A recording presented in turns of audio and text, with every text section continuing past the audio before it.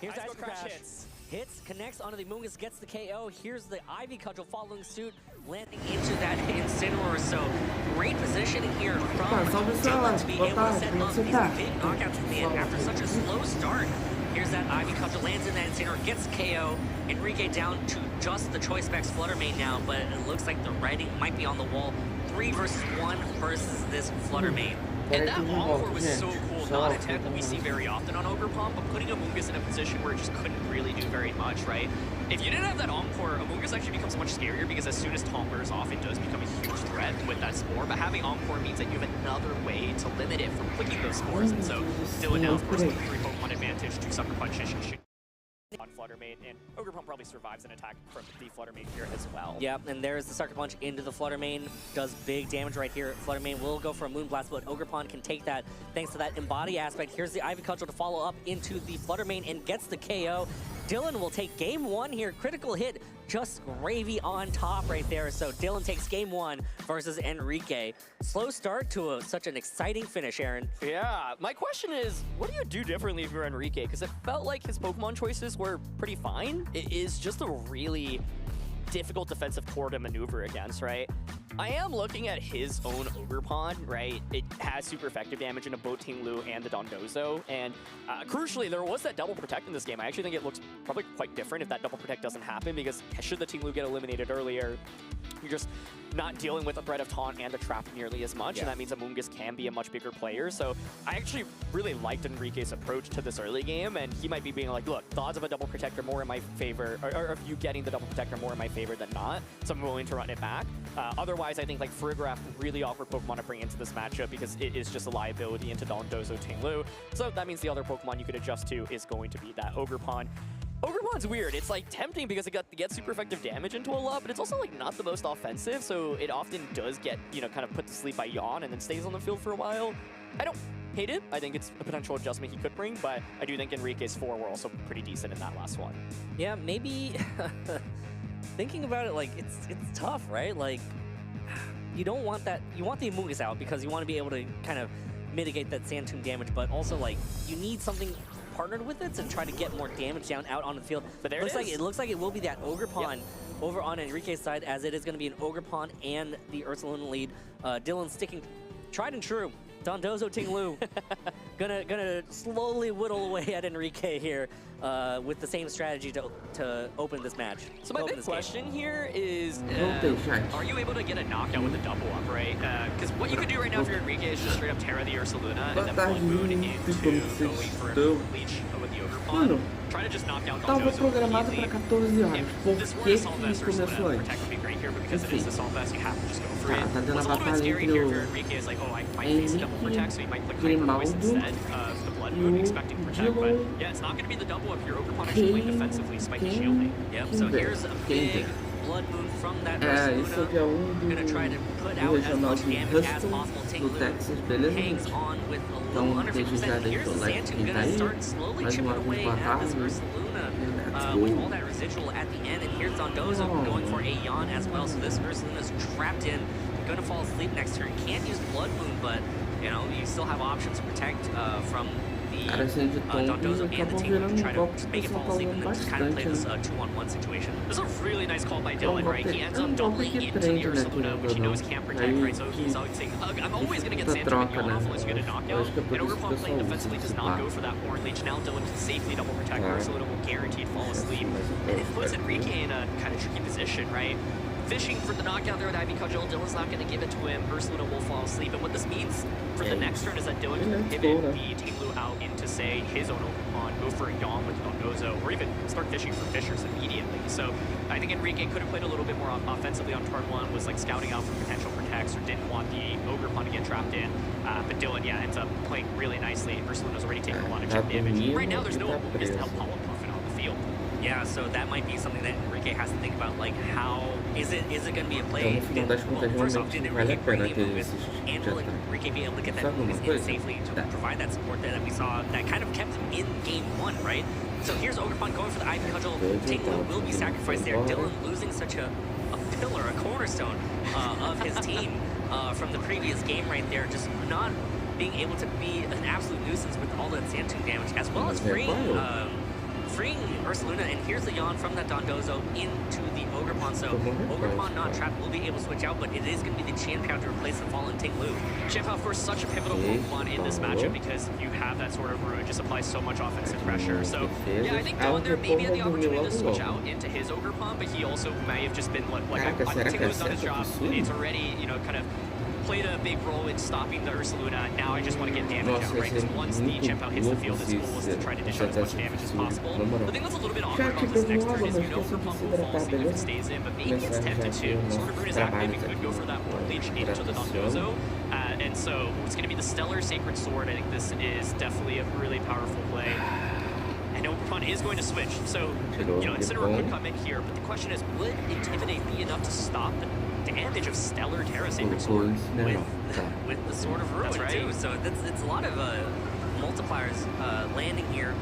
The Intimidate, again, hitting that Chien-Pao. Ursaluna free now, released from that Sand Tube, going to switch out as well.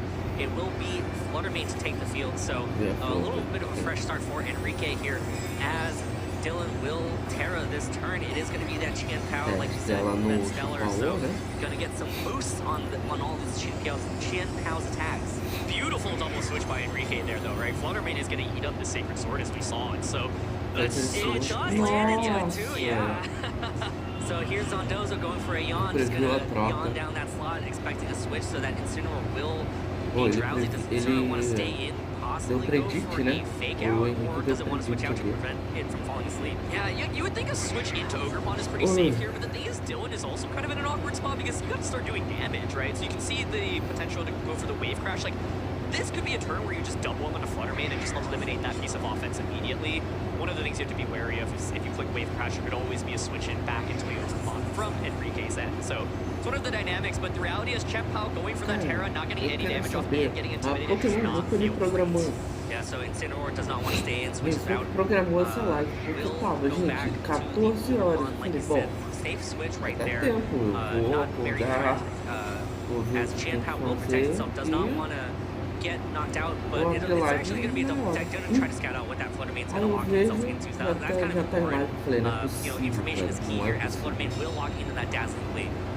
Yeah, but the lack of damage means, like, Enrique now has positioned Ogrepon out next to Fluttermane. Like, I feel like he's in a much better position, right? You could just even go for something like a Follow Me and click Dazzling Gleam.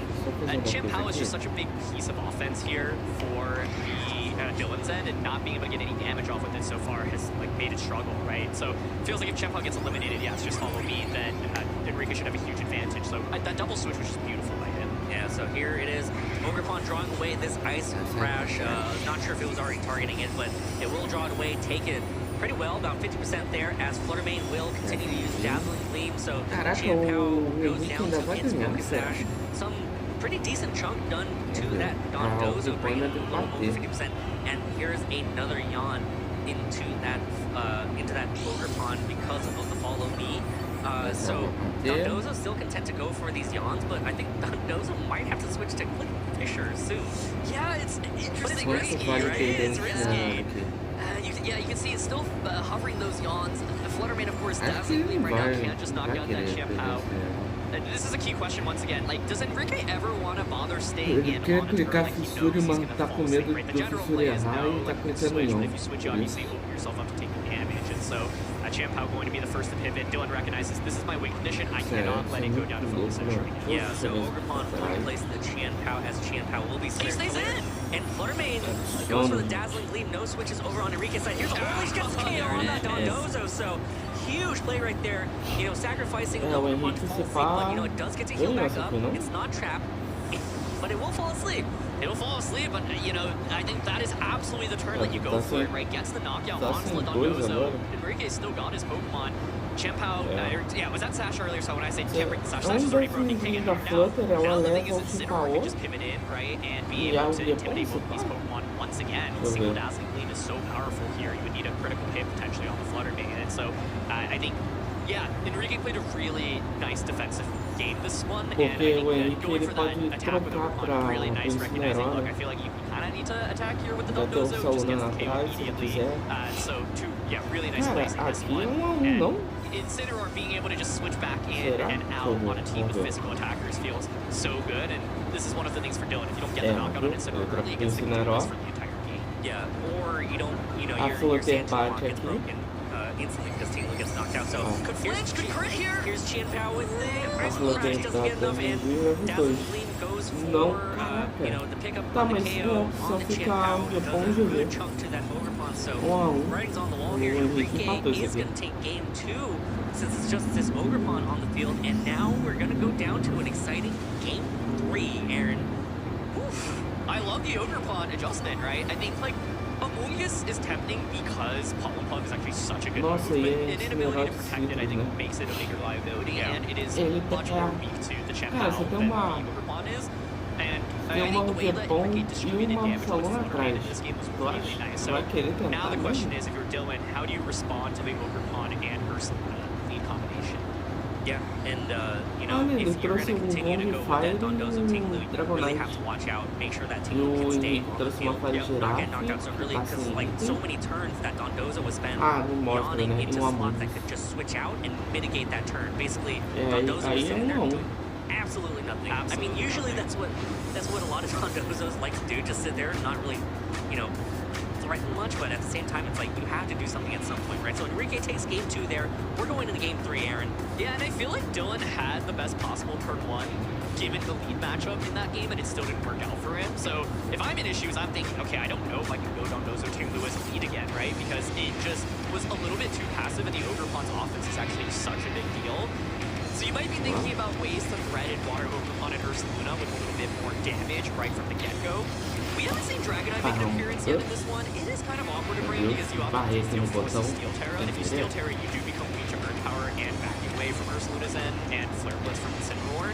So it is, kind of a liability, but I'm like, something like Dragonite, Qianpao, Gouging Fire, Dragonite could be interesting. You could give Dragonite an attack boost immediately. I think the reality, though, is that Gouging Fire feels really hard to bring in this matchup because if Earth Power from Ursaluna can just demolish it. But I don't know. I don't love Team Blue Dondozo into the water Ogerpon. It's really scary. Yeah, so how is Dylan gonna adjust, or is Dylan just gonna do in-game adjustment more so than team adjustments, right?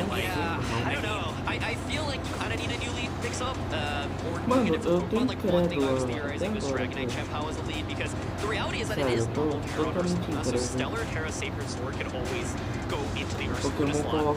It either means Ogerpon redirects with Fall Beat and deals a lot of damage, or Ursaluna just eats it, or Incineroar switches in, or the Fluttermane switches in. There's a lot of... Exactly. We're back to 4D chess, right? And it's like, all of those are great other than Fluttermane switching in, right? And that is kind of the biggest question mark.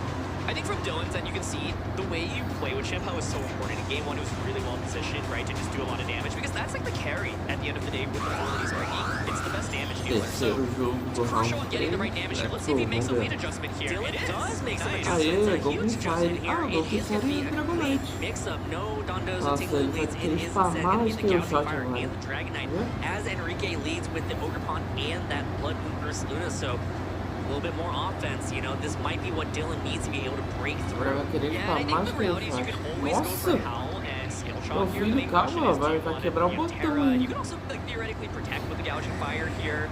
We see Dylan really just hovering, thinking about all of his options, but Scale Shot into Ursaluna is guaranteed. Ursaluna cannot protect. You can see that hover into Steel Terra immediately does not want to eat up something like an Ivy Cudgel into a normal Terra Blood to just faint on turn 1. So this is what makes it dicey, right? It's why when I was suggesting, I was like, this could work, but you have to still really play with respect, because the Ursaluna can just Earth Power everything. Yeah. It is going to be Terastallization now. It is the Blood Moon Ursaluna over on Enrique's side, so, really wanting to become that normal type to really just make it do so much more damage here, as Ogerpon will protect itself with the spiky shield.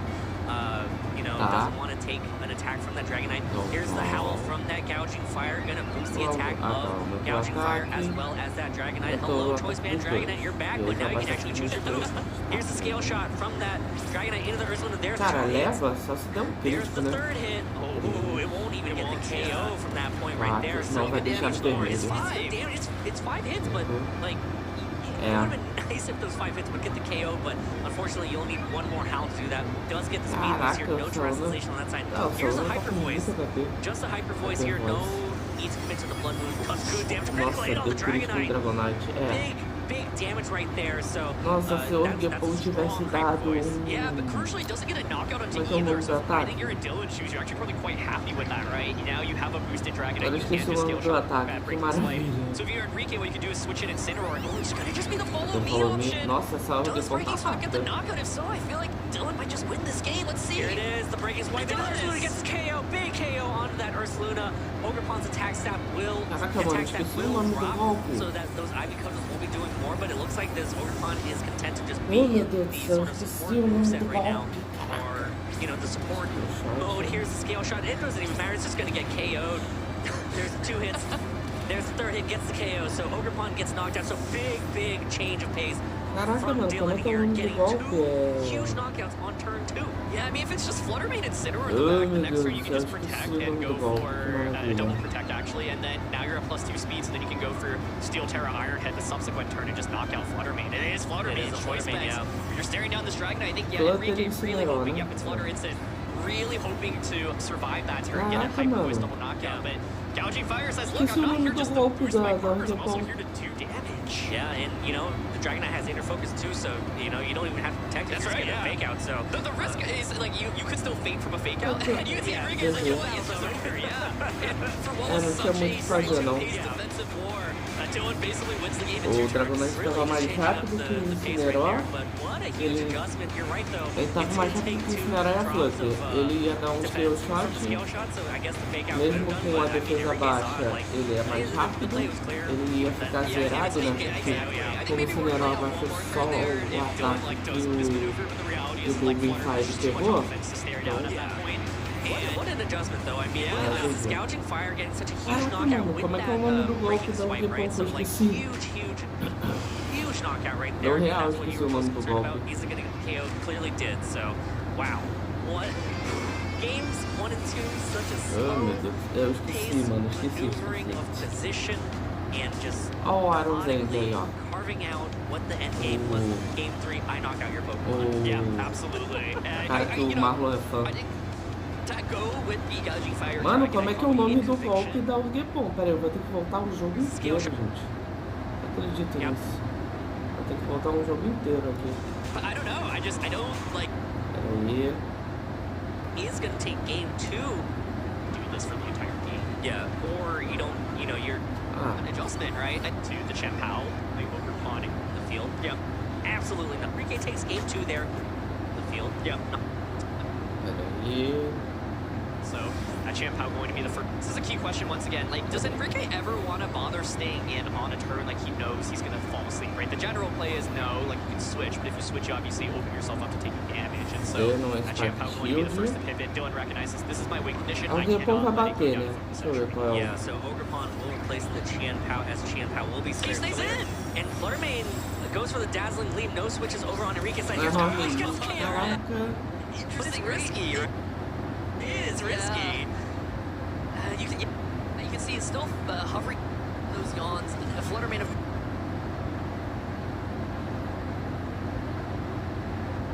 right, so feels like if Chempao gets eliminated, yeah, it's just following. Aí, falou me. And click dazzling lead. Chempao is just Mano, so that's It such. does. Tornaboon is active. It could go for that leech into the ela tá Dondozo. com um monte de ponto. and Deixa eu ver se ele vai Hitting that vai Qianpao, usar. Ursaluna Não, free ele now. não... Release. Oh, meu Deus. Mano, como é que é o nome do golpe? Well, first off, did Enrique bring Eu the esqueci movements? totalmente o And nome do Enrique be able to golpe. get that movements in safely to Deu provide that branco support that nela we saw agora. that kind of kept him in game Ivy 1, right? Cudgel. So Oh. here's Ogerpon going for that. Nossa, offense se o... Yeah, I mean, the howl. And you said it earlier Nossa, on when you're se you know, o previewing this Henrique match dá um Ivy where Cudgel ali, it's ele like tinha ganho. Dragonite wants to be able to select different moves. Nossa, I mean, mano, that- 2 horas throwing yourself pra in a scale lembrar do shot and then golpe, facing meu off Deus against do Fluttermane céu. feels bad, Oh. yeah, right? But then when you switch to Iron Head because you're not locked in because of the choice band instead, you're using Howl instead será as que eu well. faço You a know, mesma Gouging coisa Fire de being ontem? quite so much support with that breaking swipe to be able to, you know, drop attack stats and stuff like that, right? Absolutely. Yeah. We're ready to go ahead and hear from Dylan himself about this really cool team, this matchup. Go ahead and take it away, Sierra. Ui. Thank you so much, you two. I am here with Dylan after that fantastic win. I want to start with just the set overall, because game 1 and 2, you know, took a second. Game 3, stunned like that. So how are you feeling? What was the big difference maker to even have that happen? I think my opponent adjusted really well to Tinglu Dondozo, and I realized in game 2 that it just wasn't going to work. They had a really good lead into it, so I spent the remainder of game 2, you know, taking my time on my turns, thinking about my game 3 plan once that was over. And like you said, I mean, the first 2 games with all the turns and all the animations from Sandtomb and leftovers and everything, I mean, game 3 was over pretty quickly compared to those. So it's definitely, it all happened pretty quick. I mean, for the rest of the day, not that we're too far into the day, but earlier matches, were they also kind of like game 1 and 2, where they kind of dragged on and took forever, or? Yeah, I've kind of been joking with my friends, the yawn animation noise, wah wah. We've, yeah, most of my matches have been like that today, just Dondozo yawning things and protect cycling, and it's been fun, but it's taken a while. Fun? It's very fun for me. That's fair, because I was thinking about sitting on the other side, and it's like, I'm feeling like They're probably having no you know? fun. No, absolutely not. I mean, with this team, talk to me about this team, because we've seen a lot of hyper offense out there, of course. Reachable balance has been like one of these most regulation apps, but I love to see like this variation, right, and kind of a different play style to play into it. So what is it about this team that made you drawn to it, or do you just think it's really well posed? That's a good question. I've been using it for a couple months now, different iterations. I changed around some spreads and some moves and items and different things like that, but I just think it's really hard for teams to deal with, especially balanced teams. When I play into those, it's usually, I think, favored a little bit more towards me, and I just wanted something I felt comfortable with it being the last event of the regulation. Whatever I've been practicing with, I knew that I didn't want to kind of jump ship last second to a different team. So far, it's been working out today. I mean, That was like the talk beginning of the day too, is people kind of leave me in for going into the last event, right? Now there's still a lot of rounds of Swiss through this grid stripe, but there's still so much more. What's your mindset going into the rest of the day? I think, you know, at this point, it's already been a great event so far, and I'm just happy with whatever comes my way. I'd love to make day 2. I'd love to make a push into another top cut, because it's been a while. It's been almost a year since Milwaukee second place last year, but I'm just happy to be here. I'm excited. It's a great venue. It's been a good tournament so far, and I've got really good friends with me.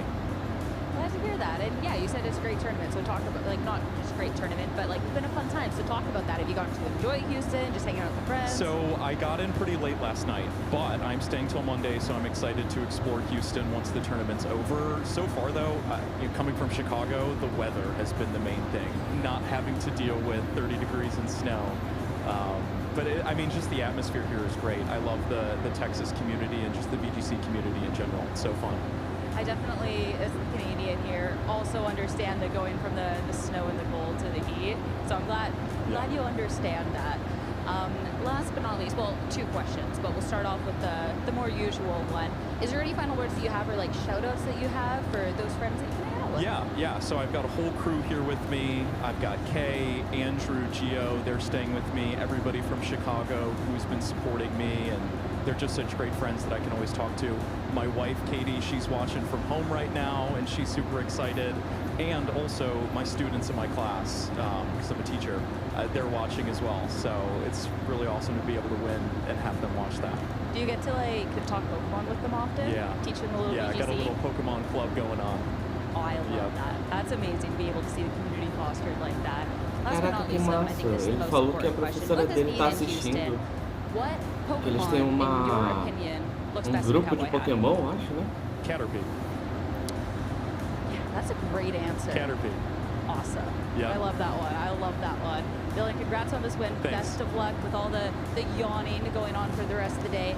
Please click that Fisher button sooner rather than later. We're all hoping 1 for that. 2 so far. Okay. I clicked 2 on stream. Those are the only 2 I clicked all day. 1 for 2. Okay, well, you gotta click more then. You gotta click more. All right, as for us, there's still so much more in store, but let's talk a little bit about that match with What's the Strat with Evan Ladd. Thanks, Sierra. I am Evan Ladd of What's the Strat with Evan Ladd. You can tell Evan Dylan Ladd. has actually been hanging out with the Texas Agora community começou as because análises Caterpie dos jogos, does, in gente. fact, look Cara, great in a cowboy assim, hat. vou That ser is sincero an com vocês. A++ A pior tier coisa que choice for Cowboy colocaram foi isso aí. Let's hop into this game because this is a really interesting matchup here. Both of these two players having different modes available for their team. This is, of course, Dylan's team that you are seeing on screen. Pretty standard team that we're used to. You have the Dandozo and the Ting Lu mode that go together. And then you also have the Gouging Fire, Qian Pao, and Dragonite mode that likes to go together. And then you also have the Wellspring Ogre Pawn here that can fit in with any one of these modes. So you have these three cores here, the Qian Pao, Dragonite, Gouging Fire, you have the Dandozo and the Ting Lu core, and you have the Ogre Pawn Wellspring that can go anywhere. The really interesting thing about this team to point out here is this encore on the Wellspring Mask Ogre Pawn. This is not something that we have seen a whole lot. We usually see Follow Me instead of the encore as a support option for the Wellspring Mask, but it actually came up really huge in this matchup in Game 1. Now, if we go on to our other player here, Enrique's team, as you can see, this is a little bit different. This is not a very standard team. He's making his own choices here. Of course, there is the notorious Assault Vest Ursaluna here, which does come up into play really big in this game because by holding the Assault Vest, Enrique cannot protect that Ursaluna. I guarantee Enrique had plenty of times during those sets that he would have rather protected the Blood Moon Ursaluna instead of having to go on the offensive. But because of the Assault Vest item, can't hold Protect and doesn't get the benefit of that extra special defense boost. The other really big choice here that Enrique made is the Clear Smog on Amoonguss. While that can be useful for stopping things like Howl Spam coming out from the Gouging Fire mode of Dylan's team, what this means is that Amoonguss also does not have Protect. So as we saw in some of these slower games in Games 1 and Game 2, Enrique may have wanted to spend some time protecting these Pokemon, but did not have the option because of these choices. Now, let's go ahead and jump into the lead matchups here in Game 1. As you can see, going with the Ting Lu and Dandozo core on Dylan's side, faces off against the Incineroar and the Ursaluna Blood Moon on the other side. This is going to be the slowest lead that Enrique brings out to the table here, and it's because Enrique is really valuing the Intimidate on Incineroar. Like we and Aaron mentioned, Dylan's team is entirely physical, but so Enrique really wants that Intimidate to drop the attack, but going up against the Dandozo and the Ting Lu, neither of them really cares about it, and Incineroar is kind of a momentum suck here. Incineroar can't really do anything, does get an attack drop onto Ting Lu, but other than that, isn't really threatening a lot of damage, but is instead just allowing Dylan to go off with the trap, with the Sand Tomb, and with the Yawn on Dandozo. However, Enrique does have some options here, as we can see in this clip here. The important thing that Enrique is able to do is get this Amoonguss in. And what Amoonguss really does here is it allows the Ursaluna to fire off some damage and keep it healthy. Even though Dylan was able to get the Sand Tomb onto Amoonguss and a Yawn, is able to get the Sand Tomb and Yawn into the Ursaluna as well. Once Amoonguss wakes up here, it can spam Pollen Puffs into its partner Blood Moon Ursaluna, which means that that Ursaluna is going to continue to recover its health. All of the damage that Dylan had managed to get off onto that Pokemon is taken away in one fell swoop by Amoonguss. Now this Amoonguss is really important for Dylan to take care of. He has a couple of different ways to do so. The one that we saw early on in this set is the Ting Lu going for Taunt onto the Amoonguss. It's really effective at stopping the Amoonguss from going for Spores. Doesn't block the Pollen Puffs, but preventing your Pokemon from going to sleep can be just as important. However, once Ting Lu goes down, Dylan is forced to adapt into the Ogre Pond Wellspring version of taking care of this Amoonguss. This was an incredible turn here. Amoonguss is not taunted for the first time in this game, is able to fire off Spores, and it seems like Enrique is going to be able to take some momentum back here after losing the Blood Moon Ursaluna to Fission. Now, however, Dylan is going to go ahead and terastallize the Ogerpon here, which is going to protect it from the Flutter Mane in the back, and go for that tech of Encore onto the Amoonguss. Previously, it had gone for that Pollen Puff to deal a little bit of chip damage onto the Team Blue, as well as heal its partner Pokemon, but now, finally, it's not taunted, so it can spore, but once again, it doesn't get a chance to spore. It has the Pollen Puff as Dylan goes ahead and gets big damage onto the Incineroar with that Wave Crash. Incineroar is going to be able to heal up a little bit, but, you know, it would rather have had the additional advantage of the Spore onto either the Ogerpon or the Dondozo, and instead, all Enrique gets out of that is a little bit of chip damage onto the Wellspring Ogerpon. From there, Dylan is able to take out the rest of Enrique's Pokemon and take game 1. That's kind of what this team does. It gets a lot of little chip damage early on, finds little moments where the Dondozo can go for a Fissure and get a big KO, which Dylan was able to do. If you let Dondozo fire off 2, 3, 4 Fissures, one of them is going to connect, maybe 2, honestly, maybe all 4 of them. So you really have to make sure that you're keeping control of that Pokemon. And that's exactly what Enrique does in our second set. Instead of going with that more passive lead with the Incineroar next to the Ursaluna Blood Moon, Enrique opts for the Ogerpon instead. So with these 2 Pokemon out in front, that means that Enrique is threatening big damage onto both of these Pokemon. So not just the Ursaluna is threatening damage, but also the Ogerpon as well. And this becomes really important because Enrique needs to be able to threaten immediate damage onto both of these Pokemon, or else Dylan's just going to do the same thing that he did in game 1. Find opportunities for fissures, get chip damage with that Sand Tomb, and just knock down Enrique's health bars until the Pokemon in the back can pick up KOs and sweep. Now this is an incredible play here.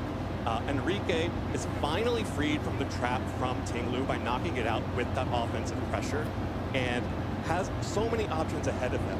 Has the ability here to now finally switch out all of his Pokemon on the field, and does so. That's going to bring in the Incineroar, finally getting a valued Intimidate onto the Chien-Pao, and also bringing in the Flutter Mane here. And Dylan, recognizing that he needs to make something happen here, goes on the offensive, goes for a Stellar Terra Sacred Sword into that Ursaluna, which is now Flutter Mane, so not doing any damage here. And even worse, the Yawn connects onto the Incineroar, which is easily able and wants to switch in and out over and over and over again against this team. And that's going to be huge because that just means that Enrique is able to position, finally, the Ogerpon next to the Flutter Mane. And what that does for Enrique is it allows the Ogerpon to protect the Flutter Mane. It takes this Icicle Crash so well, and crucially also wastes the Stellar Terra boost on the Icicle Crash onto the Ogerpon instead of onto the Flutter Mane. Flutter Mane is able to get good damage off with this Dazzling Gleam, and then is able to just crush Dylan's hopes in game 2. And of course, really cool here is you see that Yawn go off onto Ogerpon. Dylan's real hope here is that Enrique will continue to play passively. And if Enrique continues to play passively and focuses on trying to get rid of the Yawn debuff on the Ogerpon instead, then Dylan might have a way back into this game. Chien-Pao is faster than the Flutter Mane. The Flutter Mane is choice specs, so locked in. So if Dylan is able to finally get an option here, then maybe he can win game 2 and not force a game 3. However, what Enrique does here is finally takes the moment of saying, yep, I know I'm yawned, I know I'm falling asleep after this turn, but more important is I get damage now onto your Pokemon. Here comes the Dazzling Gleam, here comes the Horn Leech, Dondozo goes down, and now it's just Chien-Pao and Ogerpon Wellspring against Flutter Mane, Incineroar, and the Ogerpon on Enrique's side. Not a great place to be in. That, of course, is going to force our game 3. And if game 1 was slow Pokemon versus slow Pokemon, and slow-paced game versus slow-paced game, game 2 was maybe slow-paced on Dylan's side and a little faster-paced from Enrique's side. Game 3 was fast versus fast. Finally, Dylan is going to bring out this Gouging Fire in Dragonite mode with the Howl up against Enrique's side, which is going to be the Ogre Pond Wellspring and the Blood Moon Ursaluna. Now, you all just saw this. This lasted probably about 3 turns overall, if I'm not mistaken. And what's really important here is just that Enrique really needed a KO. And instead of going double offense, sort of hedged his bets here. Goes for the terrestrialization on the Blood Moon Ursaluna, but instead of going for a big Blood Moon into the Dragonite, try to pick up a one-hit KO. This is crucially inner focus and not the multi-scale version, so would be able to pick up that KO. Instead, hedges his bets, goes for a protect on the Ogre Pond, as well as a Hyper Voice coming out from the Blood Moon Ursaluna. Now this is one of those times where you would definitely be looking at this and saying, okay, maybe I just want to try and scout out what's going on here, but Enrique doesn't have that option because Enrique only has the Assault Vest, which means it has 4 attacks and cannot use Protect. So once it's able to survive this scale shot, it does get an opportunity to deal damage into both of Dylan's Pokemon, but this Hyper Voice just isn't enough damage. Once Dragonite is able to survive this, it's basically game over from here, as Dylan has a huge advantage. Even with the critical hit, Dragonite is okay. Gets the speed boost from the scale shot, and then that's going to be about it for game 3. That's going to mean that Dylan Kleinman takes Swiss round 3. So really well played. I really enjoyed watching that set, seeing the difference between the slow modes and the fast modes. And I'm really excited to watch that continually over the course of this weekend. Now, speaking of, we have even more matches to come, and there are even more matches ready to be seen right now. Let's go ahead and toss it back to the desks and see what we have coming up. Thank you very much, Evan, and we are here for our round 4 coverage of the Houston Regional Championships. I'm Joe Brown. I'm joined by Gabby Snyder. We're going to be covering the next 2 rounds here on stream. Howdy, partner. How we doing? Howdy, partner. I'm doing pretty good. How are you doing this morning? Listen, I'm excited. We've had a lot of fun so far to start the day, and it's only going to get more exciting as we go along, as we're able to check out some of the pairings of how the trainers are doing so far early on this stage. You see, we are only a couple Judson, rounds tá in, saindo right? o So we volume know da it's transmissão, going to be você a tá me ouvindo long também? day ahead. Some familiar Poderia me names passar up feedback at aí, the por top favor? there, like Christopher Hahn at 3-0. Of course, and a lot of new names as well. And I think this is also really exciting, as it's been a bit of a mix-up here. You know, we were talking about this just now as we were looking at the matchups from this round. Already we have some very notable players dropping down to Exit 1, and a lot of newer faces coming up to the Exit O rank here. So I'm really looking forward to seeing some of these newer players advance as we move on to the latter rounds of this tournament. Talvez na segunda, Judson, mas não me dê spoilers, tá? Não quero nada sobre o episódio sendo falado aqui, tá? Right, exactly. And I think there's around roughly 700 trainers in the Masters Division in this tournament this weekend, so it could be any one of them to take home this weekend. We'll see with notable pairings, though, or notable matchups, I should say. The one in red is what we are going to be showcasing, Gabby, and that is Steven Morioka versus Ethan Trejo.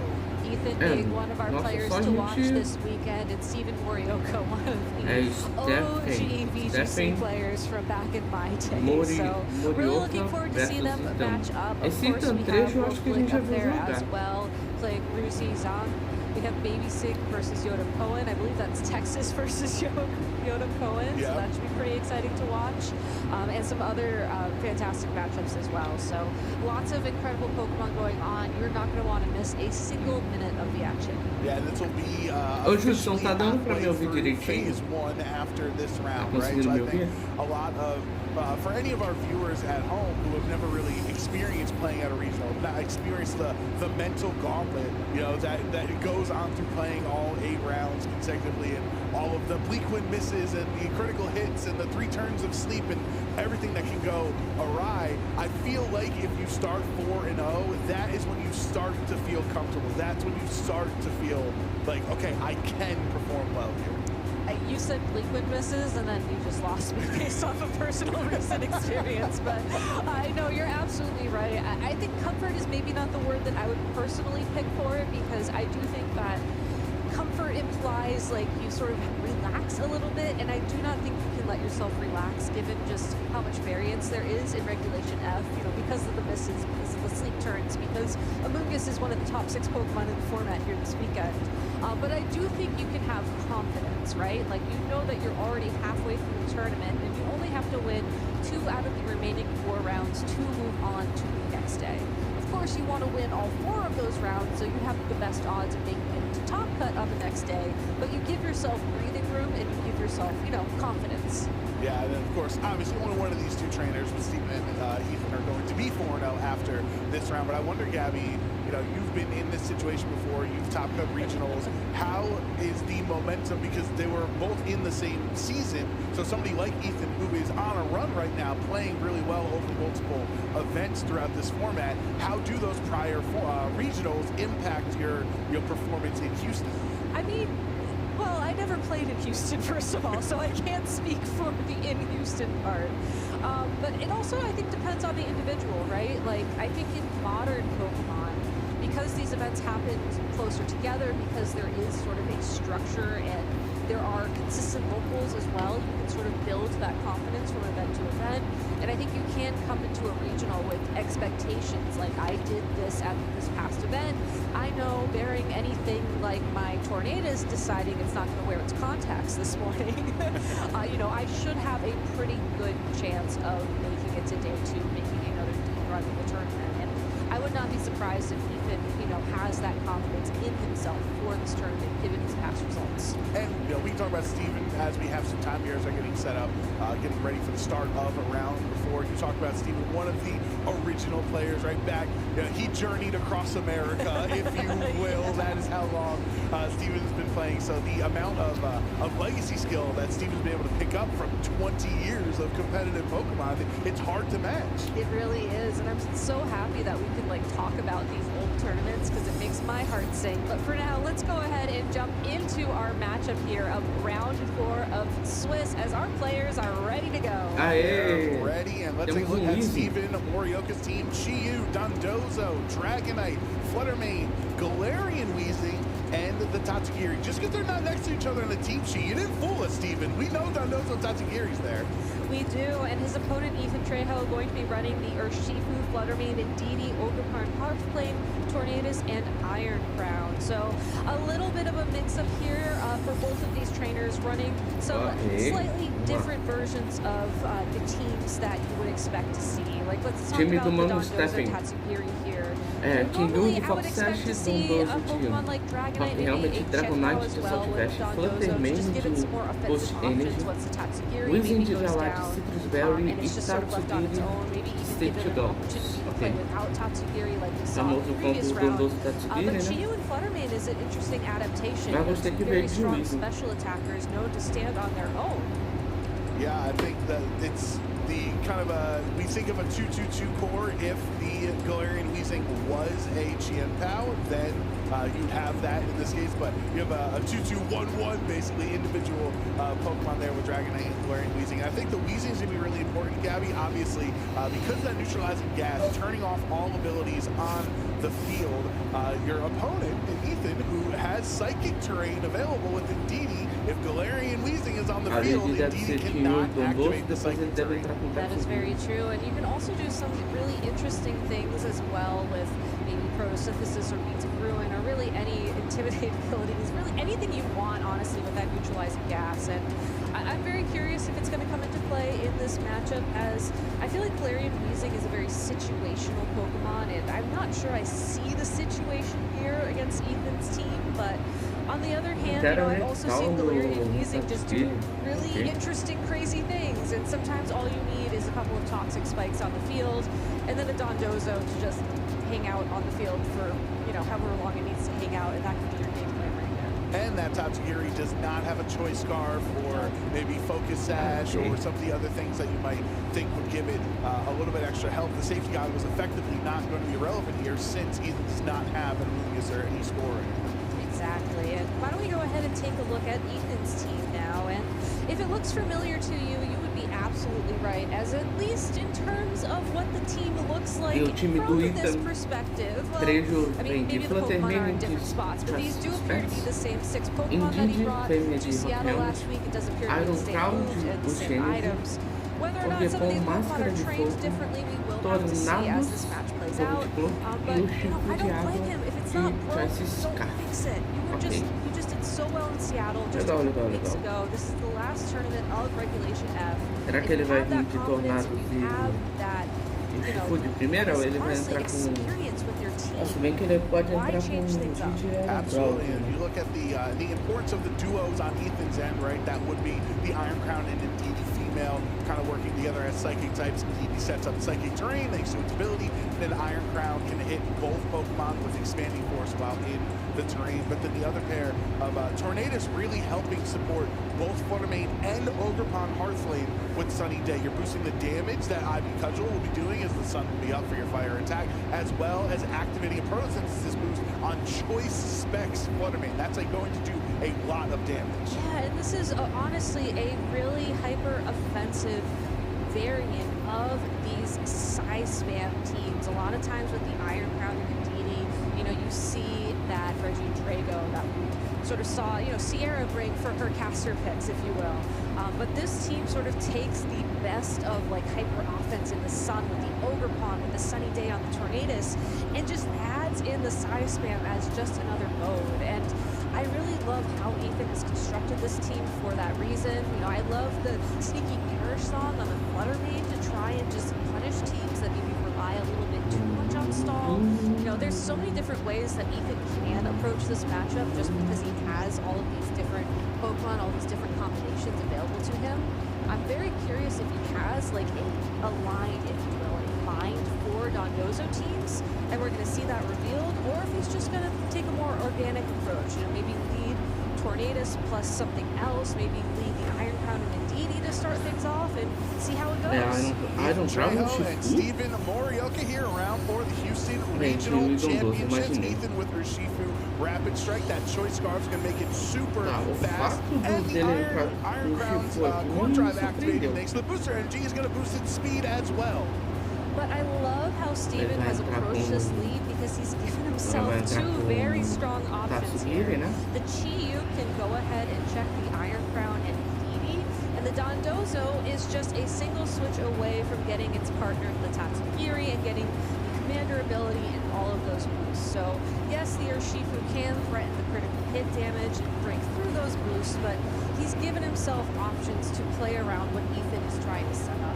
And Ethan's kind of done that as well. You know, you can switch out the Urshifu for the Indeedee, or you can switch out the Iron Crown for something else at the cost of the booster energy.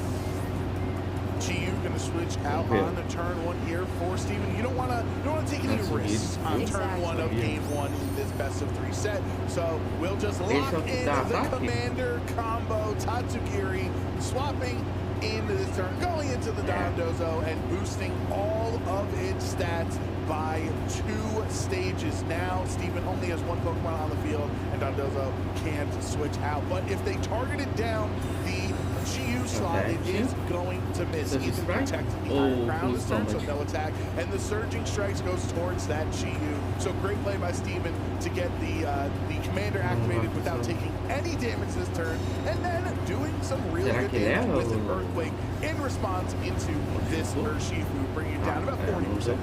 And that's a good amount of damage onto that Urshifu, knowing that it will be knocked out in a couple of turns here. And honestly, a Surging Strikes into the Dondozo, especially if it decides to terrestrialize, probably would not be enough to knock it out on its own. You still have to worry a little bit about that Iron Crown, but without the second terrain up, it's not going to be at its full power, and it's not going to find enough time to try and use Calm Minds to get that power up either. So Ethan really forced to switch here to try and find an opening, but that just leaves this Indeedee open to huge damage. Right, and that Urshifu was choice locked into Surging Strikes against the water type Dondozo, so that's certainly not going to do the desired amount of damage for Ethan. So this is something that Steven, if he was able to predict, this turn could be pretty huge. huge. Nossa, ele vai tentar o Expand Force aqui? More Já? on the offensive. We saw Terra Water earlier for a defensive terrestrialization. Ethan is all in on this expanding force in the Psychic terrain with the Terra Psychic. Gonna do so way less than I thought because of the commander boost. I thought it was gonna do I thought it was at least a Mano, não deu KO nada on de that dano no because Dom of the 12 Terra Psychic. basicamente. But Nossa, no, tá Steven mais 2 is agora de really ataque. I mean, even if you threw a helping hand in there, that would Tá mais 2 probably de be the ataque. 2-hit KO mark. And this indeed does have helping hand, which is why I Eu call pensei it que ia out. ser baita Now you no do ataque, have to não worry deu about nada. the possibility. Por causa It da looks like defesa that do Dom could 12, be será? a goal here, and unfortunately, this Dondozo is stuck on the field, so I think that's And no something that leftovers. Ele tem que focar leftovers, sem exactly. So I think Steven just has to take Porque this risk o now. Iron Crown Maybe ele vai go dar for protect another aqui. earthquake or just Então, target that o Ethan Iron tem Crown que tirar essa directly down with the wave de crash. campo. It's either going to get O retargeted Stephen, into se the quiser, enemy follow me, ele tem que or focar it's gonna nessa hit its target. There e could depois also be the focar threat no of a Iron triple Crown. here, knowing that the commander boost is up and the Dondozo's speed is up and Caraca, meu everything. But Deus. knowing that Ethan has the choice scarf in the back, I think the redirection is the better play. Follow me with the Indeedee. Gonna redirect any attacks that are not spread attacks towards the Indeedee instead of Iron Crown. And Ethan locking in the Calm Mind, boosting his special attack and special defense by 1 stage. Earthquake does not care about Follow Me though. Thankfully for Iron Crown, no longer ground, or no longer weak to ground, as I should say, so it only does 50%. And Indeedee hangs on for one more turn. And Indeedee hanging on for one more Aí turn ele- does mean Ou ele that troca essa Ethan elite, can ou ele threaten perde the os same dois, se thing pá. again. I think Os dois going não, for porque Calm Mind is o Iron Crown vai dar little bit protect risky aqui. in this situation, but more importantly, it does force Steven to think, do you go for the single Demorou target em attack, Drag. or do Salve, you go for Drago, a boa second tarde. earthquake? Não, Really, demorei I não, don't pô. think the second Aqui, ó. earthquake is enough to KO the Iron Já tô Crown if it quase can uma attack hora at all. de If live, Team pô. Italy get that opportunity, Indeedee gonna give a Vocês que não helping hand apareceram. to A Pokémon Company também me trollou essa... So with the Calm Mind boost A inside live the terrain começou já tem... into Tá this no... Dondozo, it gets the Caraca, eu fui knockout. abrir aqui, Tatsugiri já tava will be no able to terceiro swap round, eu falei, ué, come back mas não era onto the 2 field horas, this turn caramba. without taking any damage though. Exactly, and now it's going to be down to just the Vocês que não GU apareceram aí. and one more Pokemon for Steven, which viewers at home know what that is, but I'll Eu keep te the falei suspense do going a regional little bit 11:30. longer in terms of my Falou? commentary. I do think it's an interesting choice here to make in terms of which Pokemon Ah, you eu não send vi. in, as Eu não you vi know, on no the one disco hand, de GU Dragon. is a dark type Pokemon in addition to that fire type. Não, mas eu so abri já no expanding round force 3 pelo will not menos. be doing a lot of damage to it. Tachyon Cutter Então, as deve, well. então amanhã 11h30 também. Does have the Caraca, ability que to legal. potentially knock it out with the Eles two mudaram, hits, but porque again, tava going to be 2 horas, resistant pô. because Tava of lá. that fire typing. É, So, even though regional Iron Crown dia is still 1 going to be tava the 14 fastest horas. Pokemon Por on isso que eu this falei, turn, ah, I do beleza. think Steven has Amanhã found 2 himself horas eu an tô abrindo opportunity live. to at least get rid of the Iron Crown, but then we still have to worry about that choice scarf for Shifu in back. Yeah, this is one of the few matchups where the frail Chiyu can Vamos actually be construir strong um projeto defensively mais because it ambicioso resists no both, Pokémon. same as Incineroar, right? Uma casa Resisting de both feita de psychic dito. and or immune to psychic and resisting the Tachyon Cutter Steel attack for Ethan's Iron Crown. Gonna preserve Indeedee, as we've already been through MCHP. most of the psychic terrain turns in this game, so wants to save that for a little bit later. And Como now eu disse, Tatsugiri wants to get in on that psychic uma casa feita... resistance.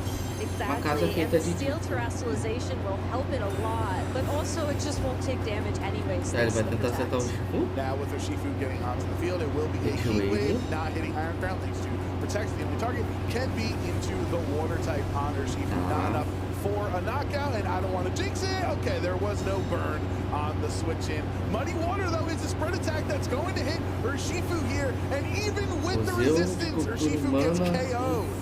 Oh, So que that bonito. will remove Nossa. the fastest Pokemon for Ethan that we've seen so far. Ele colocou so that estátua de does Pokémon no open jogo, up por um acaso? Steven's win condition a Aí, little Flutter. bit more. We know that Ethan's own Flutter Mane is going to be the choice specs variety. It depending on how Steven's Pokemon Cara, are Stefan trained, tá em it's going to be só isso possible aqui? to outspeed that que Pokemon. não. And because terrestrialization is no longer O available negócio é tirar there, essa Indeedee again, depending on e how esse these Iron Pokemon are Crown. trained, as long as you Agora can tem land que a bater little no bit of Iron chip Crown. damage onto that Flutter Mane, I think Steven has found himself in a very good position to move this game forward. Cara, tem que Still bater have no to Iron worry Crown, about the porque psychic senão terrain, ele still tá have to worry acertado. a little bit about that Iron Crown, but you're making the step Coloquei fósseis. Dá pra montar esculturas com eles. Ah, que legal! E vai mostrar quando em live? Isso vai ser vídeo ou vai ser live? Você vai fazer grande. Steven ever wants to attack with the Chiyu, but no, will just protect himself, keeping himself safe this turn and forcing Ethan to lock into a certain attack with the choice specs on the Flutter Mane. So Tachyon Cutter is going into the protect and the protect there, keeping Chiyu very healthy. So really strong turn from Steven. Muddy Water bring Iron Crown down into the Você tá gravando e tá mostrando passo a passo? On both of Ethan's Pokemon now, regardless of that little bit of bad luck there, I do think that doubling into the Chiyu, there was a very risky play for Ethan. Chiyu is the Pokemon that is the biggest threat for him right now on the field, so you have to go for those mid shots where you can, and he will struggle to deal damage to the now steel type Tatsugiri, even though it's not, again, the most defensive Pokemon traditionally, but ultimately you do have to try and do any damage. Pera, então aqui vai terminar às 7 horas, hein? E lá vai terminar 3 horas, meu amigo.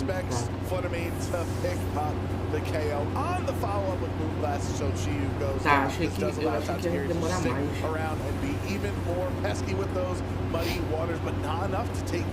Por um momento eu achei que fosse o original ia demorar mais.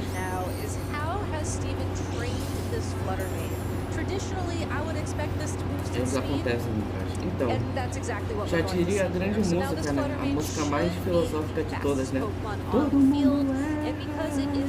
Ô Dragas, tu tá me ouvindo direitinho? Tá ouvindo o volume da live direitinho? Porque eu tô com um fone, eu tô testando o que eu fiz da última vez na live, no caso de ontem, que foi usar o fone durante a transmissão pra ver se...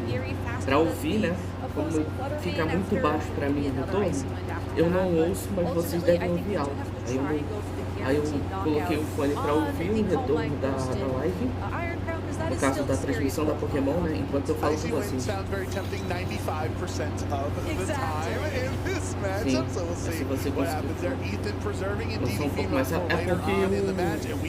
No caso agora eu cheguei pra perto, entendeu? Porque tava longe por causa do... Como eu VTuber, eu preciso estar... A câmera precisa olhar pro meu rosto, né? Entendeu? Connect onto Indeedee, getting which is something that maybe Ethan would have liked, but that take the damage instead of the Flutter Mane. He also got rid of the accuracy drop on the opposing Flutter Mane, and he can now switch its move as well. So I think swapping to Shadow Ball here is probably more tu falou Mewtwo não, né? Tu falou Milton, Flamengo. And now do super Vieram effective damage ver aqui, não entendi. But you are still going to be moving second here. Eu quis dizer o Flamengo e Flamengo, né? And you are going to still have to worry about taking more damage from, the Tatsugiri and Flutter Mane, who are perfectly healthy on C inside of the field. It was a great play to try and save the position if the Muddy Water had missed. Or if you got the double chegou a ver attacks, but a Lugia, unfortunately it's Dragas? just not in the cards. Eu não sei se ela pousa.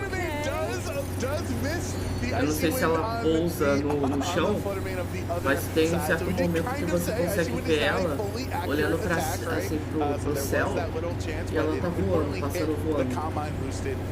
Igual a animação dela era no Pixel 1, quando você tinha um sino. This opens up the game though, because if Muddy Water misses here, and if Shadow Ball is enough to do Como assim? Pera, então de tempos em tempos ela vai ficar voando. Mas se tu tiver o trio de canto, das aves de canto, precisa? Nossa, que isso?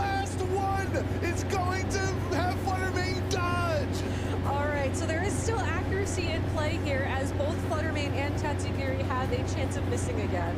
Mano, que batalha é essa, cara? Olha esse Tatsugiri. Será que sobrevive? Será que sobrevive? Nossa, ô! Caraca, que Tatsugiri é esse, cara? Sem trio de campo. Trio do gato lendário roubou. Então tem os outros dois. Achei que só tinha um Raikou. Porque no trailer do Poco o pessoal mostra o Raikou, né? Então tem como ter o Suicune e o Entei, né? Legal, legal. É o Gold Sushi. Pô, o cara investiu pesado nesse Tatsugiri. Ele sobreviveu um Shadow Ball, cara. Eu achei que ele fosse cair bem rápido. É porque quem tá com o Foco Sash é o Jinyu, né?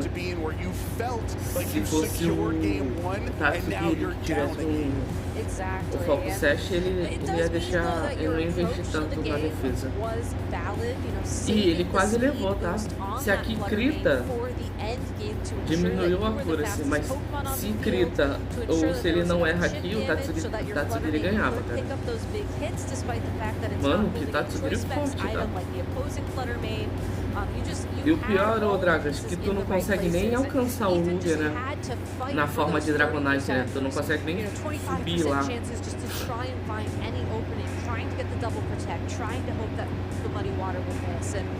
Going into game number 2, that's not necessarily a strategy you can rely on again. And I think he will have to switch up his game plan as a result. So if you're, looking at Steven's perspective here, Dondozo and Tatsugiri, they get set up. You know that on its own, even with the Psychic Terrain and Terra Psychic, without a helping hand from the Iron Crown is not able to hit KO. E ele tem horário específico, Dragas? O Lugia tem horário específico pra aparecer? You can take 2 neutral expanding poses. The interesting thing about that, though, is that the Dondozo can't really do 2 earthquakes worth of damage to pick up the returning KO, assuming that Ethan dedicates the terrestrialization to the Iron Crown once again. Pedroso tá jogando Stephen. Na verdade é Stephen, né? Não é Steve não. É Stephen, no cara. Tem não. Só precisa estar chovendo. Então... Nossa, eles trouxeram a referência, né, do Pixelmon. But at the same time, I think you do have to start risking more of the wave crashes. You start risking a little bit more of the bigger hits and just not rely on the safer earthquakes. All right, so it's game 2. Steven is going to have to win this one to force a game 3, or Ethan will go up to 4-0 on the day here in Houston. Iron Crown or Shifu lead yet again for Ethan with Dondozo and Chiyu back at it. Last time, he swapped Chiyu into Tatsugiri. And eventually we saw the Urshifu switch into the Indeedee after missing the connection of the Surging Strikes into the Chiyu Tatsugiri. Se ele for fazer a mesma tática, ele vai trocar pra... Ele vai tentar bater com o Shifu primeiro, depois ele vai trocar pra Indeedee. Só que ou se fosse ele, eu dava Calm Mind agora, você tava com Calm Mind com o Iron Crown agora, depois eu entrava com o Indeedee. Wary of this Iron Crown or Shifu lead with Chiyu. It's not safe on the field, so you don't have to be worried about Os Tatsugiris têm diferença, né, Dragas? Dependendo do Tatsugiri que é, né? Ele tem diferença nos stats, né? Tatsugiri switching in, which is exactly what Steven goes for. So does Ethan predict this on his end and target into Dondozo this time around? É, ele deu Protect, cara. Se ele der um Calm Mind aqui, nossa, eu tava bem. Ah, seria legal se você conseguisse jogar no planeta Pokémon. And also does a little bit of chip damage on its way out. So I think overall, still the same position. Does have to worry now about the Indeedee taking damage from this turn. So we'll see what order up. Order up right into the Indeedee, bring it down. Eu ia ter que aprender tudo do zero, né? Porque eu não manjo nada de Pokémon.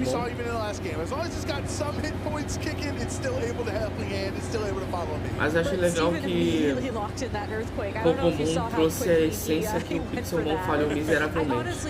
Que foi você sentir, né, prazer de jogar Pokémon no Minecraft. O pessoal que fez o Pixelmon, eles falharam muito nisso, cara. Deixaram o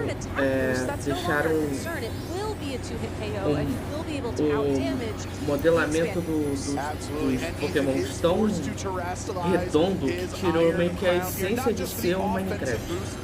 Entendeu? Eu tô viciado em construção, tem uma base enorme no Pokémon. E já temos um builder aí se formando, é isso mesmo? boosting his special attack and special defense by 1 stage each. The follow me is not going to matter at all, though, from Ndidi, because Earthquake is a spread attack. Ndidi goes down without too much help to the teammate. You tried to redirect it, but Earthquake said no. Well, is the redirection the best thing it could have done that turn? Because it did mean that the Dondozo couldn't click a powerful attack, such as another order up or a wave crash. And it did also mean that the Iron Crown now has expanding force. O pessoal que fez o Combo Bom, Dragas, eles acertaram em cheio, porque eles deixaram os Pokémon na modelagem de Minecraft. Não fica feio, porque você pensa, pô, Pokémon quadrado deve ficar feio pra caramba. Não, não fica. O pessoal do Combo Bom conseguiu trazer a essência perfeita, conseguiu trazer uma modelagem que não fica ruim no quadrado. Os caras trouxeram mecânicas dos jogos, né? É o Link Cable, né? Os ginásios, tem mod de ginásio também se você quiser fazer. Nossa, o Dondô sobreviveu ainda? Caraca! Nossa, mano, que dondoso forte é esse? Caraca, 5 de vida. É, caiu agora, mas não tem problema. Mano, caraca, o dondoso levou 2 Pokémons, cara, de distrair. Because it keeps Tatsugiri healthy. It keeps Tatsugiri healthy. It gets Dondozo out of the way, and I think most importantly, gets Fluttermane now out of the field. Iron Crown has taken enough chip damage so that Fluttermane should be able to knock it out. O servidor costuma ter bastante pessoa, né, pra tu jogar, né? So we got some really interesting speed interactions here. Iron Crown has a speed boost.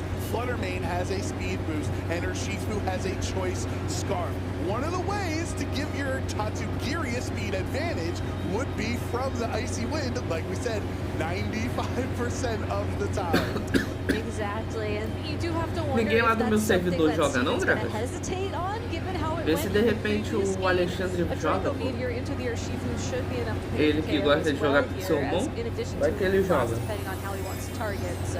Certainly has options. I would not take the risk. I think I would just go straight for the big KO with the Moonblast and hope that your Tatsugiri can hold on. And that's what Steven looks like he's going to go for here with a Terra Steel on the Tatsugiri. Até as megas do Helping looking like it's indeed out there. Boosting the damage from Moonblast into Urshifu. Caraca, que massa. Ou seja, hoje chega meu Mega... Não, meu Mega Staraptor já tá, então, né? Então é o Mega Excalibur, o Mega Lucario Z, o Mega Gashuki Z, né? Quais são os outros da DLC? Not going to take any damage from psychic type attacks, and we saw just how much Tachyon Cutter did at the +1 special attack on that Iron Crown. Oh, vai se lascar. Respeita que é o pássaro de topete, tá? Sure that the Moonblast would do enough damage to pick up that KO, even with a little bit of chip there, just locking in the damage and locking in a game 3. Então, Hit Wave já acaba com ele, não? Since it only has a psychic and a metal or steel attack here. This is different than the Iron Crown we saw earlier. That was Terra Water, Terra Blast, right? That's one of your better answers into the dark fire typing that Chi and Incineroar have in the metagame. But Ethan didn't have access to that, which means Steven is going to force in game 3. And this is, I think, how game 1 would have played out. Legal, legal. Ei, ô Dragas, o Alexandre não joga não? Vê se ele não quer jogar contigo aí no planeta Pokémon. Aí vocês fazem uma vila, pega um terreno aí em volta. Essa semana eu vou jogar o semanal. É, Dragas, e falar nisso, qual foi o...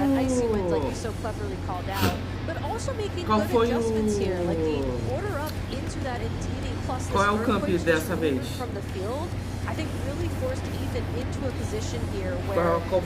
Qual é o camp dessa vez? É mono o quê? National Dex? with a choice scarf, which means it cannot protect. É a dex completa, é o que dessa vez? Indeed, on the switch, it takes the order up. Eu tenho vontade de jogar esses campeonatos assim, tanto no Cobalt quanto no VG, né? No VG vai ser mais possível, mais acessível, porque eu vou conseguir jogar no telefone. Né? Então, vira e mexe, vocês vão ver eu jogando o campeonato. Campeonatos aqui no telefone. A gente pode estar abrindo live e jogando campos no Champions, né? Essa semana foi National Dex ou na próxima semana, não faço ideia. Planeta Pokémon dá pra jogar no celular. O problema, Dragas, é que o Pixelmon Brasil também dava. Só que eu fui jogar, os blocos do chão ficaram cinzas e impossíveis de ser vistos pra mim. Então você já tem mais ou menos a noção de como o jogo fica no meu telefone. A marca deve ser pesada horrores.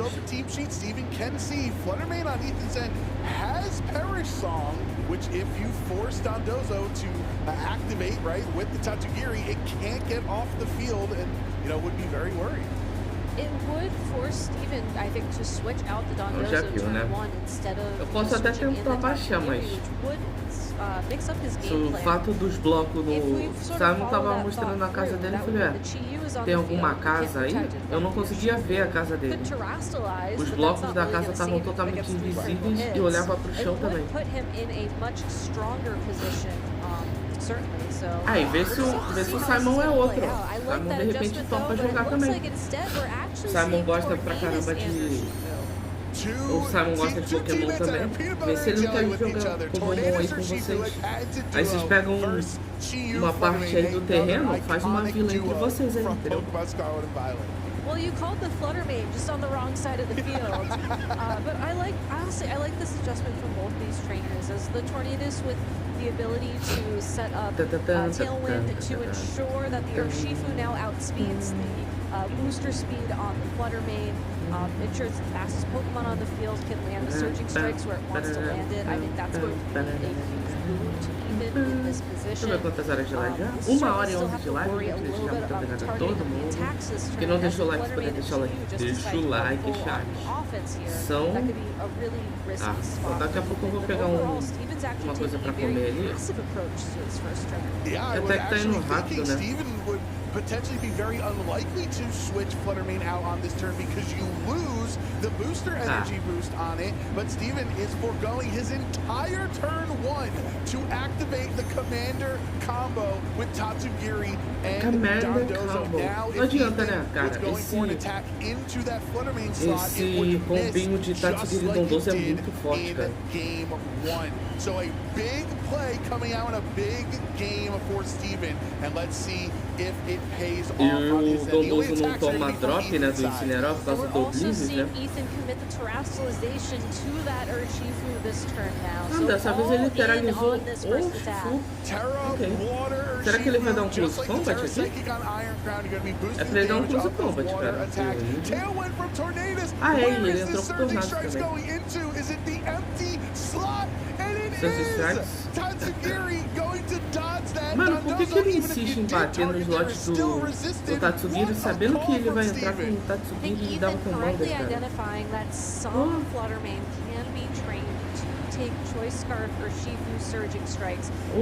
Esse item quer tentar fazer um negócio, mas não pensa no predict, cara.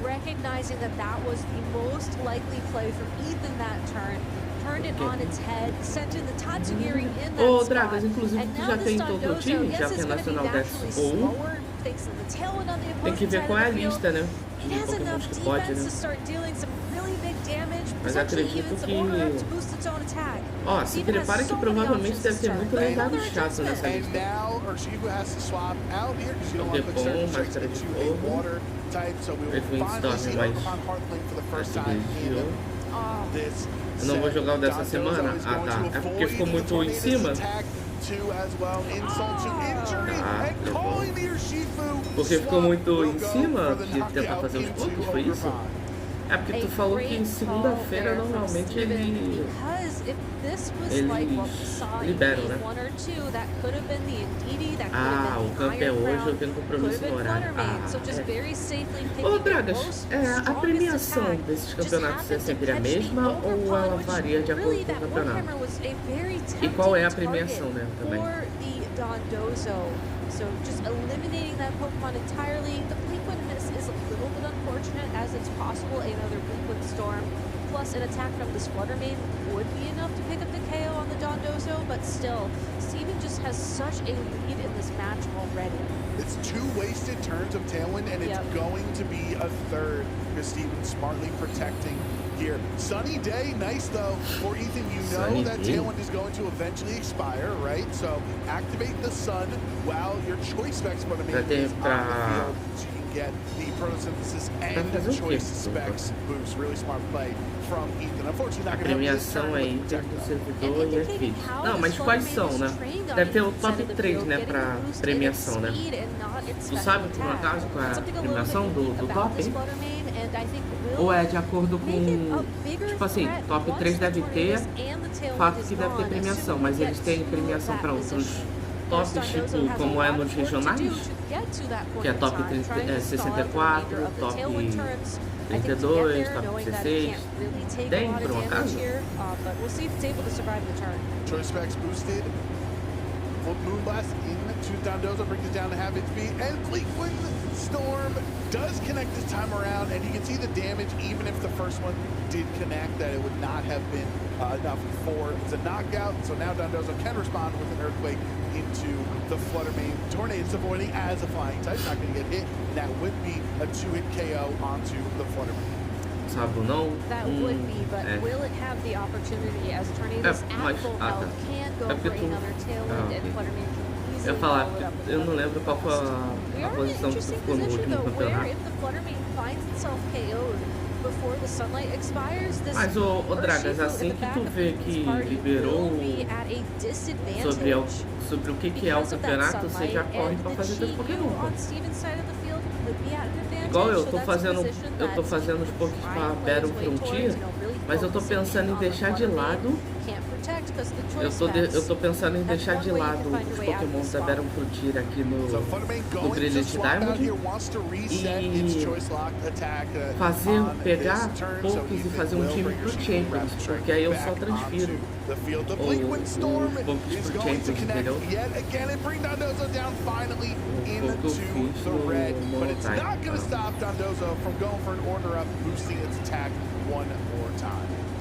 Então assim, eu pretendo fazer isso.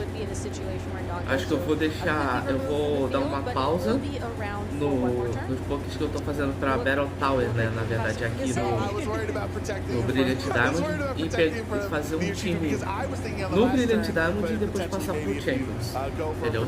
E aí, não sei se vai precisar de moedas pra mexer nos EVs lá, mas de qualquer jeito eu vou ver se eu consigo fazer alguns, pelo menos 2 Pokémons eu faço aqui, os outros eu vejo como é que eu vou fazer lá. E como vai ter passe de batalha, provavelmente alguma das megas deve ter. Eu vou tentar rushar esse passe de batalha o mais rápido possível. Eu vou ter que comer esse jogo igual com farinha. Eu tenho que comer com farinha, né, na verdade. O time da lenda do Brilliant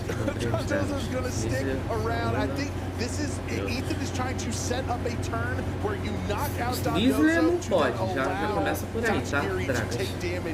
Sneasler já não pode. O Saluna também não. O Ripon não pode. E outros também não pode.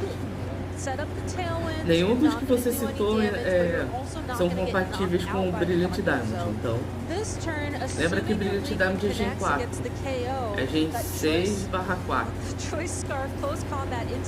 Eu vou ter uns Sneasler Shine, seria amassado com o estilo.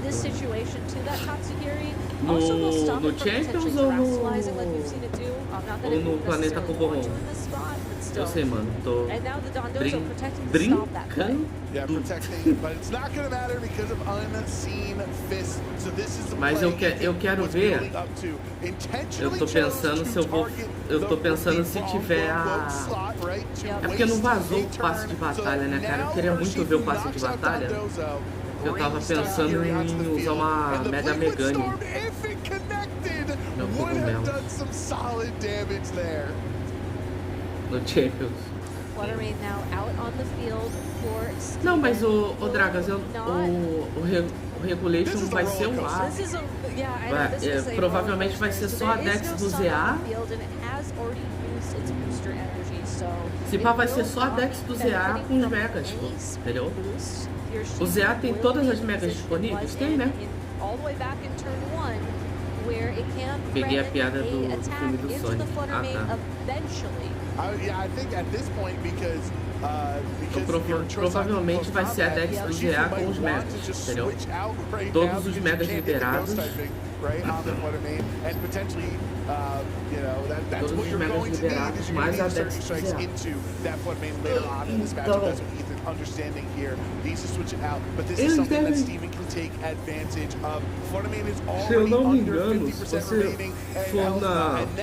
você tiver o Pokémon Home no telefone, Dragas, e for na última notícia sobre o GC, né, que é o Global Challenger, que é um campeonato que inclusive dá pontuação para o Mundial, você vai ver que lá eles já divulgaram, se eu não me engano. Entendeu?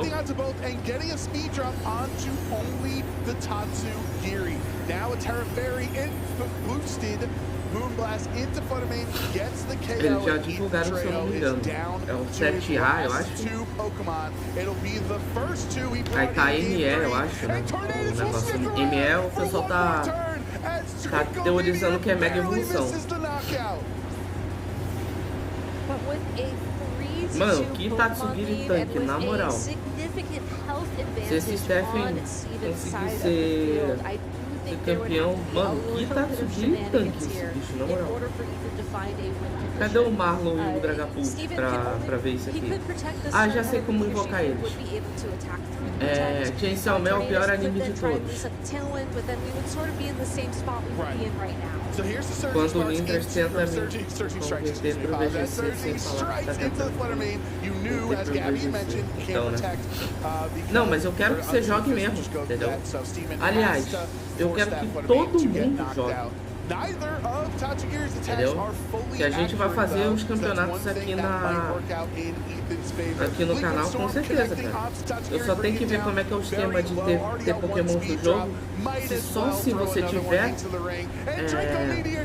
os jogos e ter a compatibilidade, se você vai conseguir ter como capturar Pokémon no jogo. O empréstimo de Pokémon, como é que vai funcionar, entendeu? Então assim, tem que ver. A gente vendo como vai funcionar, como vai ser a acessibilidade sobre os Pokémon do jogo, a gente vai fazer campeonato direto. Aí eu vou poder fazer os campeonatos com Regulation. GG? É GG, Stephen 2-1. Aí vai vir o Dragas com 6 Dragapult no time.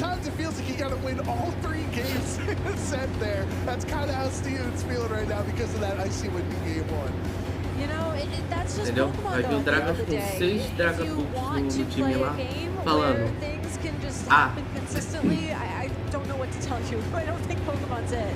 chat, eu já volto, rapidinho, vou pegar um negócio pra comer. I mean, that was scary. But it's what makes Pokemon exciting at the end of the day. It keeps you on the edge of your seat and being able to find consistency in situations where there can be this random chance, such as finding the opportunity to land earthquakes into the opposing Pokemon, finding the opportunity to set yourself up for KOs, even if it means not doing damage the previous turn. You know, maybe it wasn't the best choice for Ethan in retrospect, but in that moment was a really cool play. And I think had things played out a little bit differently, maybe that Reagindo not forced to switch out to change its move, that could have been, that could have been the winning play. Yeah, I think there's a way to analyze that set. I'm excited to see how we break it down later on, but that game, I should say, where it very much felt as if Steven had quote-unquote won the game on turn 1 with that Dondozo Tatsugiri swap, but credit to Ethan for bringing that game back. Credit to leaving the side spam core in the back as well, because it's just those first 2 games, it really didn't seem like there was an Iron Crown sweep possible against Steven's strategy. So I think, unfortunately, Ogrepon getting 1-hit KO'd and, the adjustments that Ethan had to make made it so difficult. But the fact that he made it so close, that because of how strong turn 1 was in Steven's favor, the fact that he still could have won if Draco Meteor missed, like, that is credit to how strong of a trainer Ethan is, that he brought that game back. And I think the reason why you couldn't ultimately bring the Iron Crown and Indeedee in that matchup is honestly because of the Flutter Mane and the Chi-Yu. Typically when you look at Dondozo teams, Dondozo is a Pokemon that has incredible defenses, but its special defense really leaves a lot to be desired, and that's usually how people will go after it. They'll bring their big special attackers, such as Iron Crown, Terra Psychic in Psychic terrain to deal that big damage. Calm Mind, with Calm Mind. But because you have your own big special attackers and your own ability to match the booster speed, to match, the ability to do good spread damage, to eliminate the Indeedee's redirection, it just wasn't really an option for Ethan. So Steven just identifying a really unique approach to this team as well. Yeah, and one of the great things with Iron Crown, right, or Pokemon in general, is you can run Iron Crown with Terra Water, and it's going to help you way better against Chi-Yu, versus running the Psychic version without it is going to change up your matchups drastically, even with the same Pokemon. So absolutely congratulations to Steven. Let's hear what he has to say. Let's head on over for a quick interview with Steven Morioka. Thanks, Jerome. Thanks, Gabby. I am here with Steven. After that victory we got to see, your first words to me was like, yeah, that was a crazy set. Like, talk to me about how you're feeling, just the craziness that went on. Yeah, it was a very fun game. Ethan's a good friend of mine. We're both from the Chicago area, so we play at locals a lot together. There's just a lot of accuracy issues in those games where you saw a bunch of moves missing, which was okay. I had a clutch survival in game 2, which I think I would have had a tough time dealing with the Flutter Mane if Dondozo didn't survive that double up that turn when Iron Crown and Flutter Mane attacked it. But it was a lot of fun. There are mind games on whether a Pokemon's going to attack, going to stay in. Do I need to switch? Is my opponent going to switch? So it was a lot of fun. I mean, it definitely was a really fun experience for us too, being able to spectate. And you said that he's a good friend of yours, like being able to do these locals. Is this a matchup that you've played before up against him, or? Yes, yeah, we played at locals before, pretty close to both of these two teams already. And I've been playing, I played a lot of Iron Crown and Indeedee today already as well. So that's helped a bit. Different variants, but yeah, we do play at locals, not super frequently, we just don't happen to get paired together. But yeah, it's a good experience playing a strong trainer like Ethan. I mean, you guys just have to travel all the way to Houston to finally really get to pair against each other, right? Yep. Now, I want to talk about your team, because correct me if I'm wrong, but I don't think we've seen you with Dondozo Tatsugiri at a regional since past regulation back in Pittsburgh, right? Yes, that's correct. I brought Tatsugiri Dondozo version, the Regulation H version, to Pittsburgh. Managed to advance to day 2 with that. And yeah, last time I brought, last time we had Regulation F, I brought this to Orlando of 2024. Yes. It's been a bit. The lead up to that season, it's been a bit for that first Regulation F go around. But yeah, this team, it gets a lot of criticism for the play style and just like the concept of the team and the build of the team. But honestly, it's just like a comfort pick for me. This whole second go around of Regulation F, I've been playing a lot of the Tinglu Dondozo team, which, still had one of my favorite Generation 9 Pokemon, Dondozo, on it. But just some of the Sand Tomb accuracy issues, they just kind of plagued me a little bit in some of the previous majors I was at, and I just had more fun playing you know, my comfort pick in the standard Dondozo Tatsugiri. Go from one inaccuracy to another inaccuracy, exactly. Right? Was there just a kind of like an eureka moment, or what brought you back to this team? Because you played something different for EUIC, right? So what was kind of like the go around to like, wait a second, like this is what I was kind of missing out on? Yeah, honestly, it was just a comfort pick. This is what I wanted to play. I was gonna have more fun playing this style anyway than any other type of team for this format right now. So, you know, I always prioritize and tell all the newer players that are coming around the scene to encourage them, you know, keep playing, keep training, don't give up, and honestly, the most important thing is have fun. I love that advice to the players out there, because it's really easy to kind of get wrapped up in the competition and be serious about it, but you're smiling on stage, you're smiling here. Is that kind of the mindset going into the rest of the day too? Because you're great record so far. There's still a long tournament. Same mindset, like go out there, have fun? Yes, definitely. Definitely just focusing on still having fun out there, focusing on each game, obviously, but just having fun, you know, being welcoming to all of my opponents, all of my neighbors I'm playing next to as well, and, you know, just, you know, being a good sport about things, you know, sportsmanship is something I really take pride in. With this game, just being around for so long. Eu não sei como é que funciona a mecânica no... Have fun, everybody, please. Love that. It's Pokemon at the end of the day, right? We love to hear that. I definitely want to make sure you can get back to your friends out there too, but before I let you go, I got 2 questions. First off would be if you have any shout-outs or any final words to those watching. Yeah, I guess my shout-outs would be to my family, my dad, sister, brother, sister-in-law, you know, niece, and all my friends at home, they're watching. And my mom is here playing in the event as well in the Houston Regional. So I just want to say thank you to her. You know, I have a whole great family support system, and you know, we do travel a lot. We actually did the long drive from Chicago to here for this event.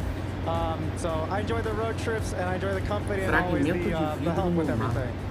Não dá pra fazer esse fragmento a partir da areia, não? Você esquenta? That might be tough. She wasn't doing too well at the beginning of this tournament so far, so I can't really count on that. Sei lá, tentar pedir pra algum Pokémon quebrar just great having her around at all the events.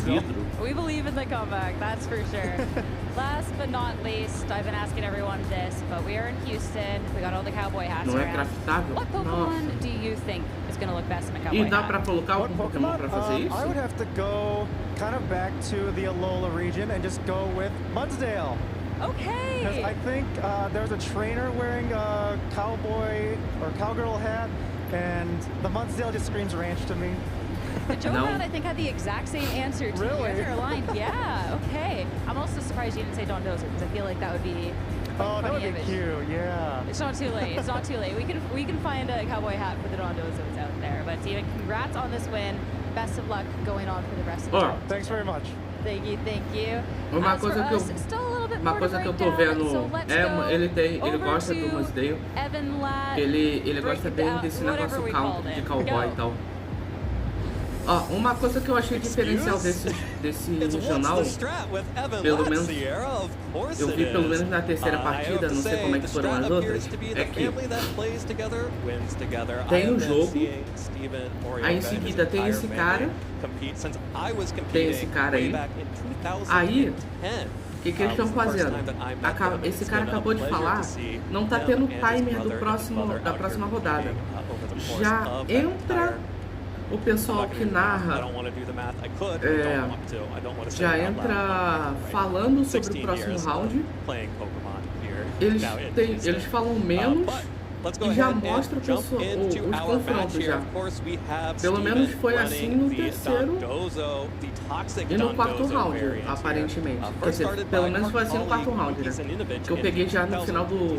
Eu peguei no segundo... na segunda partida da terceira rodada. Entendeu? Ability of Glamora to set the toxic spikes. Here, Steven is using the Galarian Weezing to also add in that neutralizing gas to disrupt his opponents. But então aqui eles não estão enrolando muito, não sei se é por causa do tempo. For this match in particular, não sei se pelo fato de hoje acabar às 6 horas. Now this has been something that has been really porque eles têm 3 horas para passar mais. Dondozo World by storm, specifically because we are eles têm 3 horas para passar. If you are in an Urshifu meta and you mais 4 jogos, né? Surging strikes, Rocky Helmet's a pretty good add-on. Se não tivesse enrolação desse regional, ele durava 5 minutos. Não, Dragas. 1h30, no máximo do máximo 2 horas. Entendeu? Porque você não dá pra ter certeza que todos os jogos vai ser 2-0, rápido, pode ser um 2-1, e tem toda a preparação pro pessoal ir pro palco, preparar o equipamento ali, pro jogador pegar o controle, acessar, já pra ver quais os pokémons que ele vai usar, fazer toda aquela burocracia, tudo e tal. E ainda tem entrevista com quem ganhar, entendeu? Então, assim, eu cravo 1h30 no mínimo que seria de live. Estourando 2 horas por causa desses negócios, entendeu? Porque se alguma coisa der problema, eles têm que enrolar mais um pouquinho até o negócio dar o aval de que tá ok pra eles voltarem à transmissão normal, entendeu? Então no máximo, do máximo, 2 horas de live. Porque tem aquilo, né? Às vezes o player nem tá lá, aí tem tempo pra considerar WO, aí o cara que ganhou de WO, de repente a rodada dele é escolhida de novo, ou então ele tem que ir lá pro final do evento, que o próximo confronto dele é lá, entendeu? Tu Dragas, que já teve em campeonato, tu deve ter noção mais ou menos disso. Como é um mesão, né? O Marlon já também, se eu não me engano, já teve contato. Tem as batalhas do palco, né, que a gente vê, e tem as outras que estão acontecendo enquanto isso. Let's hop into game number 1 here. We have both of our competitors out here. The lead's going to be the Urshifu and the Iron Crown for Ethan, alongside Chiyu and the Dondozo for Steven. 5 minutos eu acho que é exagero. 5 minutos seria se fosse uma partida só, pô. Acho que se faz nem isso, pô. Quanto dura uma partida de Pokémon competitivo?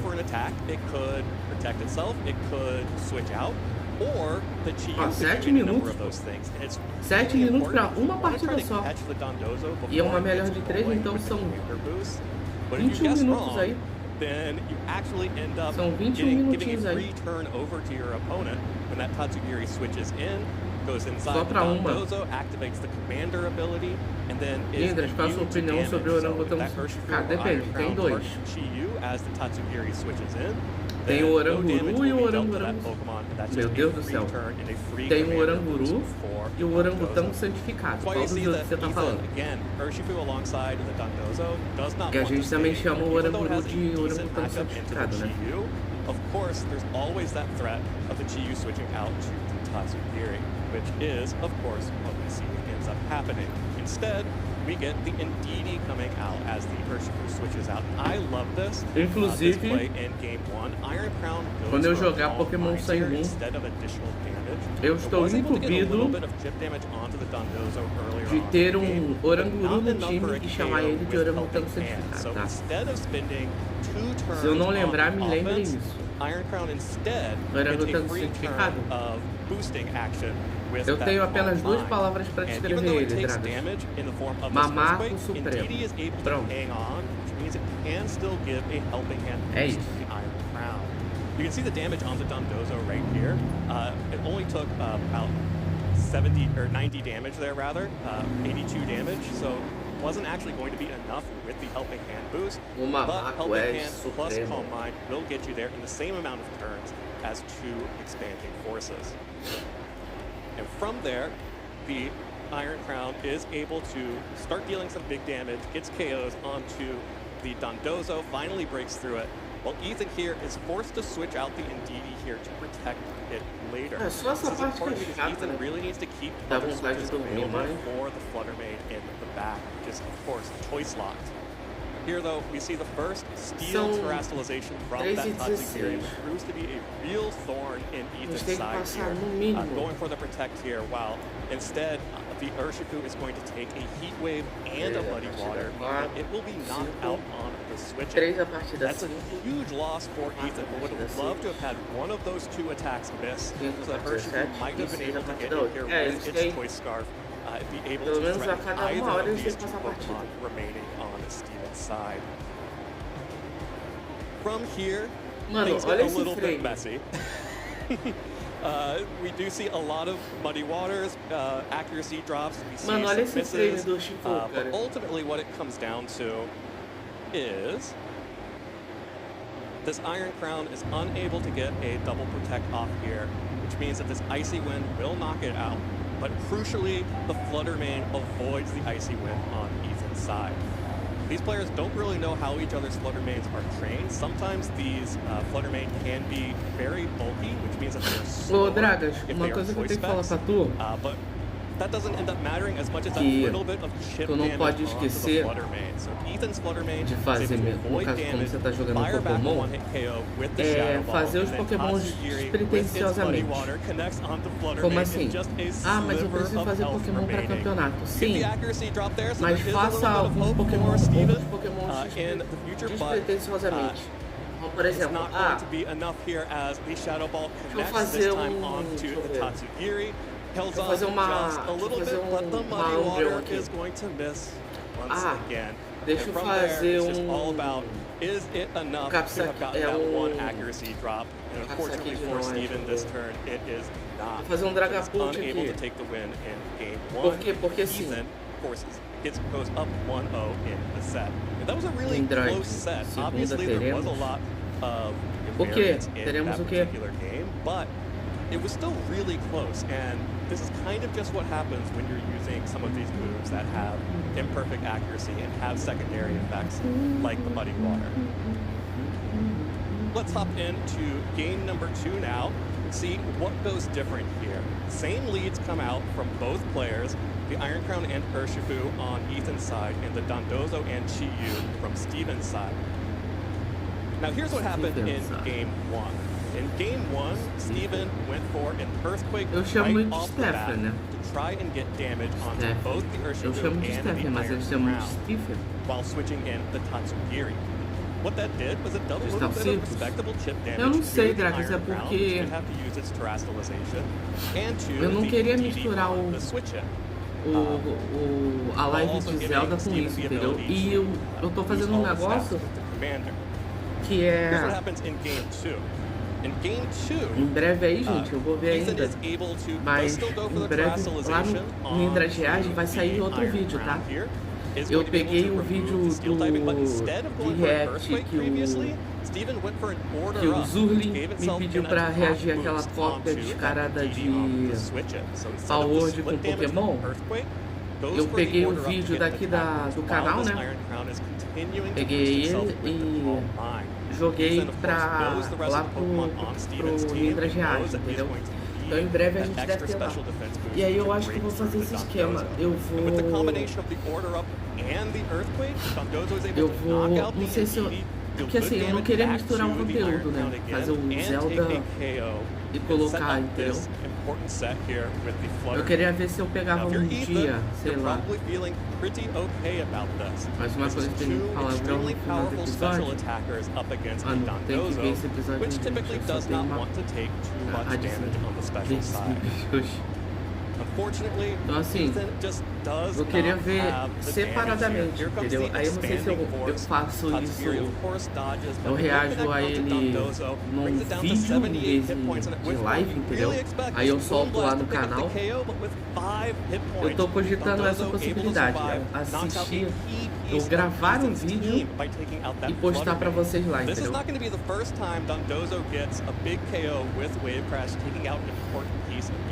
É só um alerta pra você, porque eu sei que você é contra. Não, eu não sou contra palavrão. Eu só prefiro que evitem, porque é inevitável a pessoa falar. Uma hora ou outra sai. Mas o máximo que ela puder evitar em respeito à live, aí é, entendeu?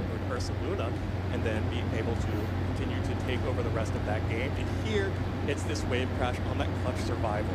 even more importantly than the survival, Aí eu tô pensando em fazer... damages itself with the recoil Eu tô pensando em gravar a minha reação em vídeo e postar, entendeu? Aí eu deixo esse jogo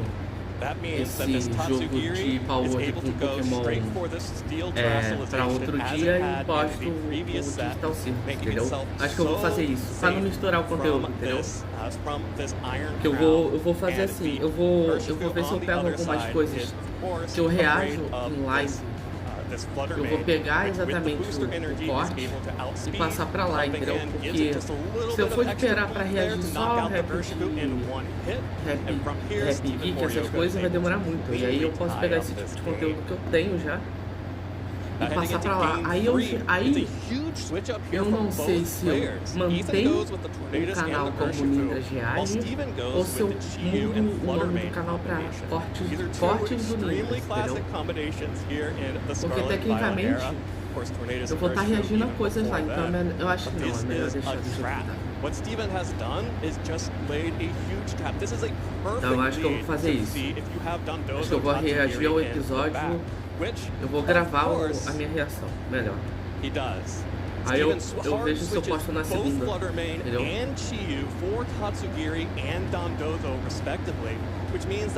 Eu sei que vocês queriam ver em live, mas eu não queria misturar conteúdo.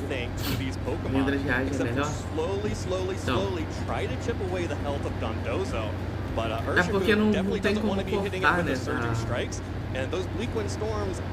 Ali na hora do... Even here, Ethan is able to actually target correctly by not taking extra damage onto the Dondozo. Here, instead targeted down the Tatsugiri. Não tem nenhum problema não, né, Draco? Direito autoral não, né?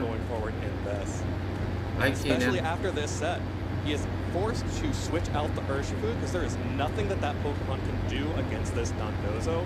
Não tem nenhum direito autoral com relação a isso não, né? Já assistiu o episódio, porque vai que, né, sei lá. So much in this set with the fire and grass typing. Tornadus is not able to do much of anything. You can just see the Bleakwind Storms don't connect. The Wave Crash does. That's another one-hit KO from this Dondozo into a key offensive piece on Ethan's side. Aí ferrou, né? Porque se der algum probleminha, eu vou perder a live inteira. Por isso que eu queria não ver uma live que eu estou jogando, entendeu? Cara, eu posso fazer o seguinte. In such a way that Ethan will also be able to deal damage to the Tatsugiri after. Eu posso fazer o seguinte. Making some interesting plays here that seem really awkward from the outside. Eu deixo a live de segunda pra gente bater um papo e só reagir ao episódio. Então. Aí na terça eu volto com os conteúdos de Pokémon e Zelda.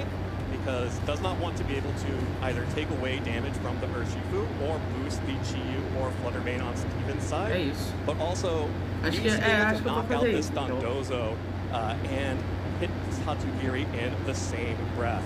Now, mas segunda-feira eu deixo só pra reagir ao episódio. Dondozo is going to go down to the post combat. A gente conversa, bate um papinho, entendeu?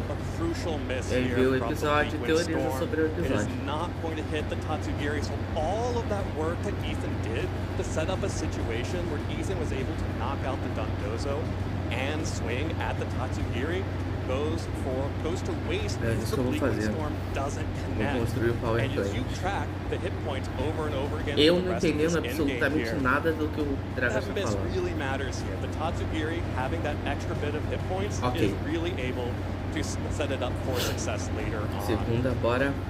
Ethan, of course, is trying to reposition here. Ô, Dragas, não dá pra eu ficar... in a position where it can take out the Fluttermane, the Chi-Yu, não dá pra eu ficar em cal porque eu tô pelo telefone, entendeu?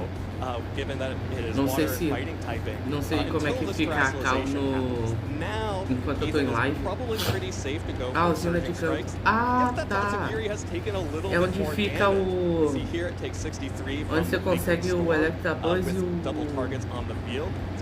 Do lado de fora é o Electabuzz, né? E dentro é os Zapdos, né?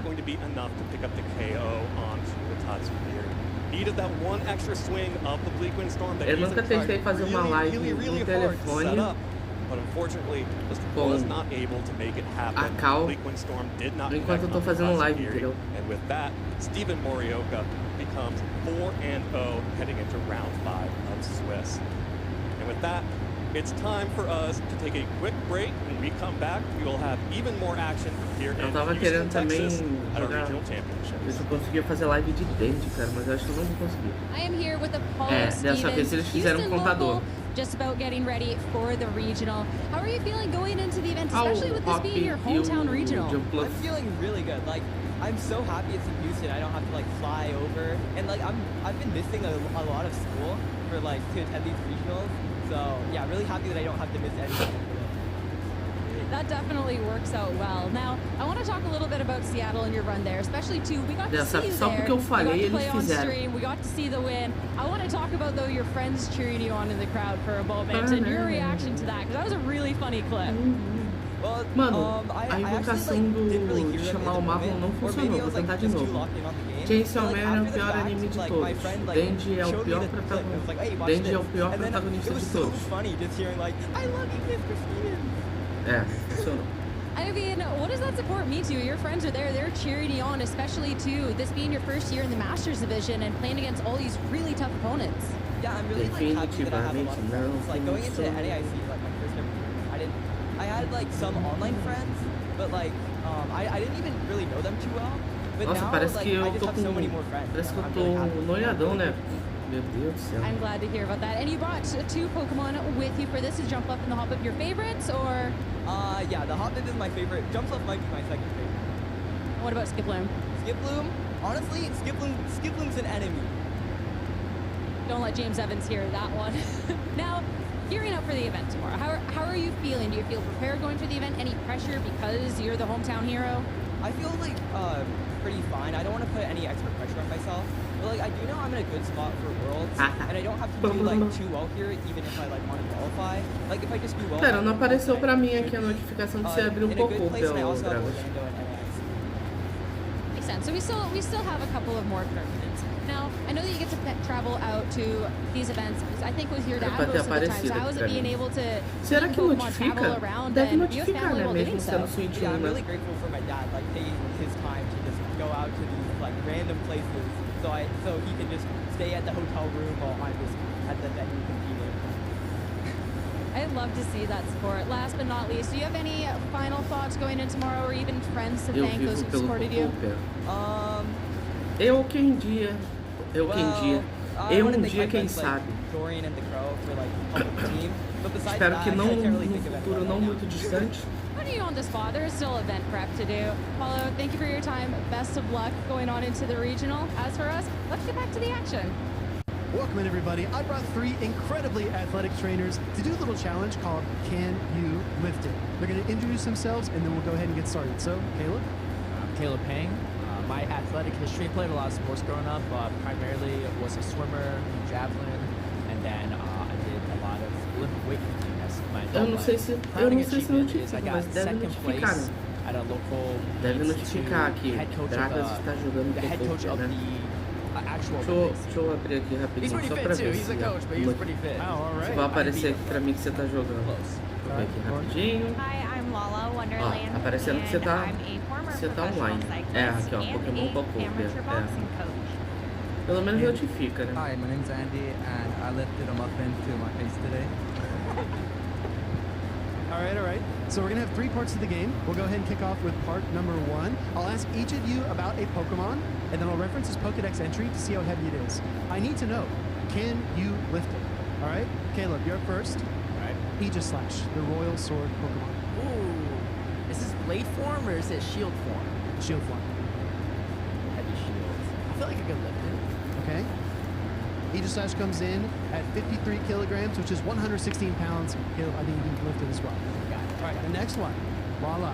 We have Shelgon, the Endurance Pokemon. I feel like this is a trick question, so I don't think I can lift it. Nossa, tem que It comes adivinhar. in at 110 kilograms, which is 243 pounds. It's actually pretty heavy. All right, Andy, I got one for you. Larvitar, the rock skin Pokemon. I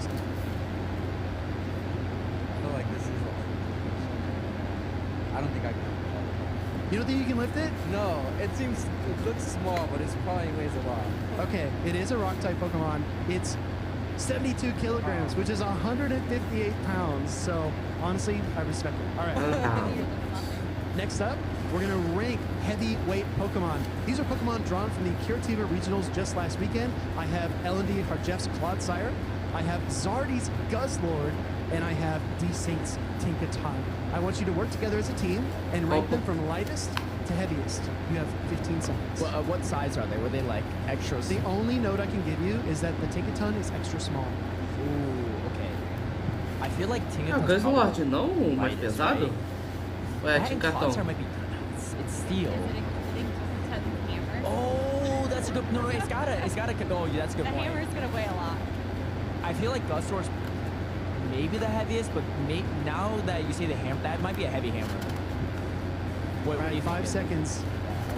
So what's the heaviest? Guzzlord or Tinkaton, I think. I think Clodsire is probably the I feel like lightest. Guzzlord is Mano, não é possível que a Tinkaton seja mais pesada que o Guzzlord, cara. Tá, o martelo da Tinkaton é pesado, mas pô, pelo amor de Deus, não é possível. Tinkaton first? Okay, small. Okay, we're gonna do. Are you have your order? Yeah. Okay, so from lightest to heaviest, go. We got Clodsire, the lightest. We got Guzzlord, the second heaviest, or second lightest. We got Tinkaton as the heaviest. That is incorrect. Oh! As the lightest Pokemon here, we have D-Sync's Tinkaton. It stands at 0.46 meters, which is just about 1.5 feet tall, and it only weighs 119 pounds. The second Pokemon is LNDS Harjeff's Clodsire, which is 7 feet 3 inches long and weighs 726 pounds. The heaviest Pokemon is Zardy's Guzzlord, coming in at 20 feet tall and 2,661 pounds. Aí, pô. É possível, cara. Claro que o Guzzlord ia ser mais pesado. Last part of the game, everybody. This is what I call the super set. I'm going to give each one of you an individual problem, and I need to hear your response, okay? Which Pokemon is heavier? Andy, we're going to reverse it. We'll start with you. Unova Stunfisk or Galarian Stunfisk? I'm sorry, that's incorrect. Unova Stunfisk is 24.3 pounds, and Galarian Stunfisk with its steel typing is 45.2. All right, Lala. É, porque o Stunfisk ele é reto, né? É, o Quagsire. That's correct. It actually beats Quagsire by 15 pounds. So Swampert is 180.6 pounds, and Quagsire is 165. All right, Caleb. Caraca, tá. All right, I'm ready. Carbink or Sableye? Carbink. Carbink. Eu acho que é o Carbink. Too, but Carbink is kind of small. It's a tough one, but it's rock. I'm gonna go with Carbink. I feel like it's very condensed, right? Very dense. I'm sorry, Caleb, that's incorrect. Carbink is only 12.6 pounds, and Sableye is 24.5. Oh, Caraca! Sableye é mais pesado. Yeah, we'll just chalk it up to the drool. It's been a really fun segment, everybody. This is called Can You Lift It? Thank you so much for our participating trainers, and let's get back to the stream. Caraca, que doideira.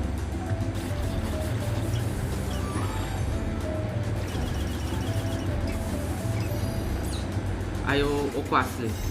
Não precisa. Não, sai. Eu mesmo faço isso. É isso. Uau! And welcome back, everybody, to round 5 of the Houston Regional Championships at the George R. Brown Convention Center. Potential relative, I'm unsure. We'll find out eventually. But we are having a lot of fun here. Joe Brown and Gabby Snyder ready for round 5. And we're halfway through our phase 1. We are. We're halfway there. We have 4 more rounds to go. And yeah, I didn't realize we were going to be doing a little bit of family history here this week. I didn't know either. Listen, it's a common name, so it can't be totally secure. You're gonna have to, Yeah, I mean, we're learning about Pokemon's weights. We're learning about your family history. I was locked in on Carbink. I'm gonna be honest. I was ready for Carbink. I honestly thought it was Carbink as well. You were both. Speedy got us. It was the wink. Pronto, virei amigo da galinha. It was the wink that did us in that one. For for sure. But I know we don't want to spoil anything for this matchup, but as we were looking, I'm very excited for this matchup. I think ok, some of the best parts of Regulation F falta agora o Articuno então, né? Some of these, as you'll see, Tu falou que já tem o Moltres, né? That either offensively or defensively can really alter certain matchups. E com os Zapdos agora, agora você consegue, agora só falta o Articuno. Agora eu quero saber como é que se obtém ele. One of the teams we have seen very well in the history of Pokemon. Yeah, I should have linked like Speedy again. I know, it's okay, I stole it. So. Hey, no, you got it covered there. Let's take a look at the standings as we're getting ready for our round 5 matchup. You can see the players remaining that are 4-0. Remember, as we always say, you have to go por enquanto o pessoal está 2 during phase 1 in order to top qualify 16 for tomorrow. So these trains that are 4-0, I mean, they just have to go 2-2 for the rest of the day. Exactly, and that's you're getting closer, right? I mean, we were just talking about this in the previous round. Tu teve que fazer a power plant, né? Tu teve que fazer a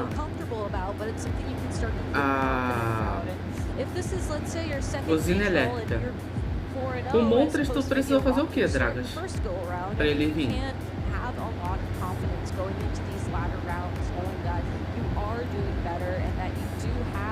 Experience to fall back on. Maybe whatever happened the first go around was just a bad day.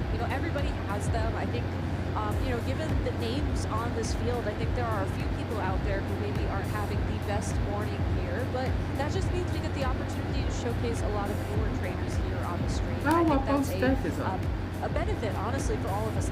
Templo de fogo. Então das duas uma, Dragas. Dragas, das duas uma. Ou você tem que fazer um templo de gelo, ou tu vai ter que fazer uma caverna gelada, né? Uma caverna, algum abrigo com coisas geladas, com neve em volta pro Articuno vir. Luca Paz and Andrew Zhu. We have Steven Warioka up there versus Kaylin Brown. Porque aparentemente os lendários não seguem muito a lógica do jogo, né? Best of luck to everybody in this round 5 of Swiss, and I'm excited to learn a little more about Apollo. That was a os Zapdos ficam na usina. O Moltres fica no Monte Silver, né? No Planalto Índico, né? No caso. 4-0 right now in your second regional. Ou é na Ilha de Sinabá? Eu não lembro agora. Eu não joguei Firehead, né? Eu só sei que o Articuno vive numa caverna de gelo. Olha o Apollo Stepping, o garoto que acabou de falar. Aí ó, só falar de Articuno, ó. Meu Deus, Dragas, tu adivinhou? Como é que tu sabia? Alright, so Seaver, Ladan, and Apollo Stevens. We have the Articuno versus Galarian Moltres. Those are not the only Pokemon, obviously, on this team. We're going to have to break down a lot more than that, but we can really start on Seaver's team. Mano, Articuno e Moltres, cara. Pera. O time do Mano Seaver, Ledani, Alô Lana Inutile, Let's Play, Articuno de Never Melt Ice, Goldengo de Chassis Packs, Orgepon, Máscara de Fogo, Horimon e o Chifu de Água de Mystic Water. Eu saio por demais. Ó, Zurlin! Boa tarde, Zurlin! Salve, como é que você tá? Ainda bem que você apareceu, Zurlin. Eu preciso te perguntar uma coisa e já é oficial, Draga. Já estamos torcendo para esse pro Seaver. Seaver, né? Seaver. Vou chamar ele de Seaver, né?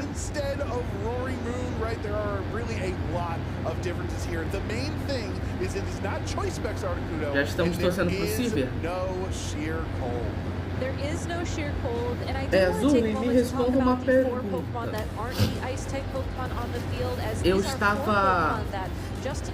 Depois da última live de Pokémon do Emerald, né? Pra gente fazer a Batalha da Fronteira, eu falei que ia em off. Eu falei que ia em off atrás de uma Haltz fêmea, né? Tá, o que que acontece? Depois daquele... Eu cheguei a pegar um Haltz macho, né? Em live, né? Depois daquele Haltz, eu peguei macho, eu peguei mais um Haltz macho e uma fêmea. Beleza. Aí eu fui ver com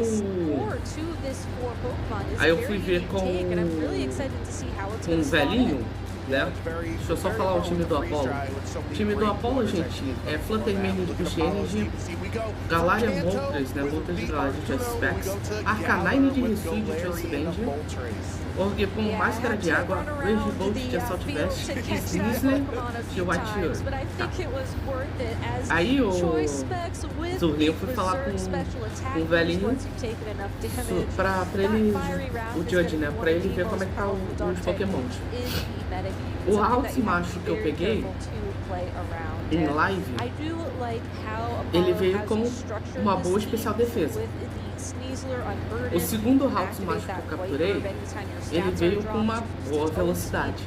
Só que a fêmea Haltz que eu peguei veio com 31 de velocidade.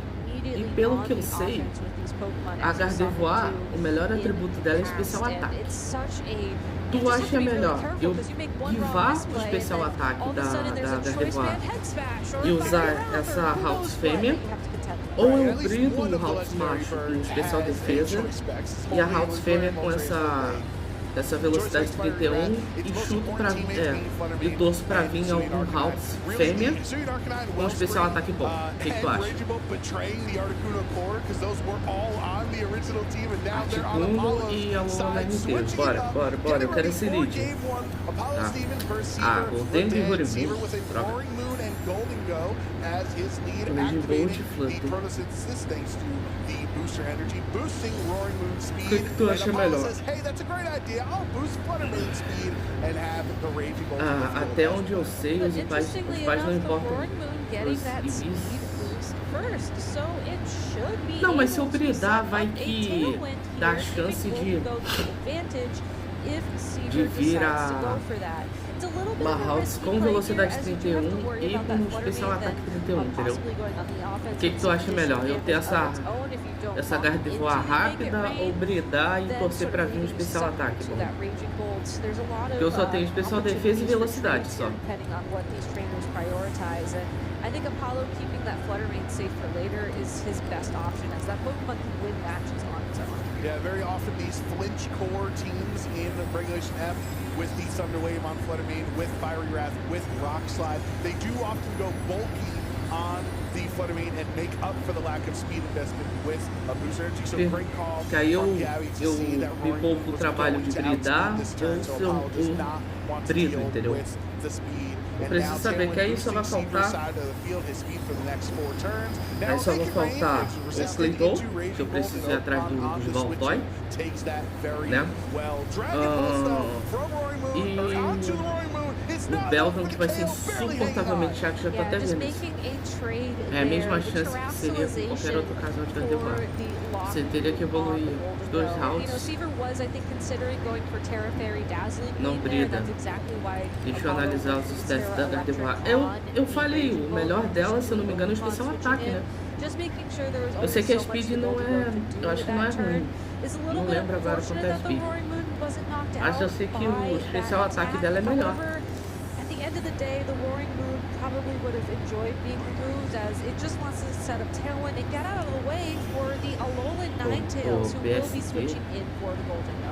And if Alolan Ninetales is the third Pokemon on the team, you could maybe, if you're Apollo, make an assumption that Articuno will be the fourth. Thunderclap into Roaring Moon, so calling Roaring Moon, go for an attack, Apollo correctly breaks that and knocks out the Roaring Moon. Now Ivy Cudgel into Alolan Ninetales, no critical hit. It takes that pretty well. And this gives Seaver the opportunity to either send in the Articuno or the Golden Go. I like the Articuno a lot better. Has snow with the Tailwind too. With Tailwind, with snow. Porque por enquanto a gente tem uma Melodic com a especial defesa, né? Boa, né? É a especial defesa que a gente tem a Melodic. E agora a Gardevoir seria Speed. And it was very smart of Apollo to preemptively terrestrialize you knew you were going to get hit by a blizzard from either of these two Pokemon at some point, you need to get out of that dragon typing. But it does stop Ogerpon from being able to terrestrialize, boosting mas de qualquer jeito, and you know, resisting those ice attacks. So kind of a difficult spot for Apollo. Mano, Blizzard aqui se congelar vai ser maravilhoso. But now it's going to cost you, forcing Ogerpon Wellspring to switch out. And it's time Era o quê? Água? to terrestrialize. So you're in the snow. You have the never Eu usaria 31 de speed? Tu acha melhor então usar 31 de speed? Tá. Articuno behind Aurora Veil, essentially a reflect. É porque eu gosto de Pokémon rápido. Não, mas o Zuni, o objetivo é fazer Pokémons que sejam fortes para bater de frente com a Batalha da Fronteira. Entendeu? É, congelou o Reagindo. It took it pretty well until it decided to just take a little bit of a breather. Ué, mas ele... It's fine, Ué? everybody, it's fine. Oxi. O bicho ficou congelado, descongelou e atacou. Nossa, esse Reagindo tá bom. Então assim, o meu objetivo é fazer Pokémon forte pra bater de frente com a Batalha da Fronteira. Agora, como eles vão ficar fortes, cara, não importa. O importante é eu conseguir fazer eles ficarem fortes, entendeu? Eu ainda tenho mais 2 slots de Pokémon. Eu tô pensando quais que eu vou usar, entendeu? Eu não lembro quem foi que recomendou, acho que foi o Rony. O Rony tinha recomendado o Zanguzi, mas eu acho que não tem Zanguzi, né, no Emerald, né? Ou tem, eu ainda não vi. Frozen.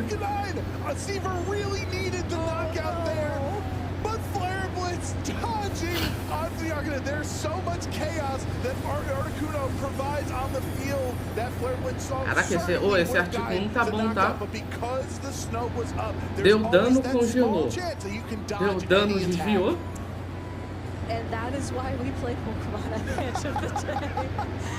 Apollo just Zanguzi excluiu do Rubi. Tá, eu teria que então jogar um do Rubi e transferir, né? Tá.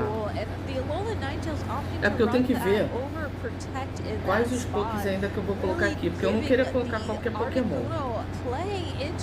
Por enquanto eu tenho Psíquico. Eu tenho 2 psíquicos, psíquico, a Gardevoir é psíquico puro no Emerald, acho que é, né? Ou ela é normal e psíquico?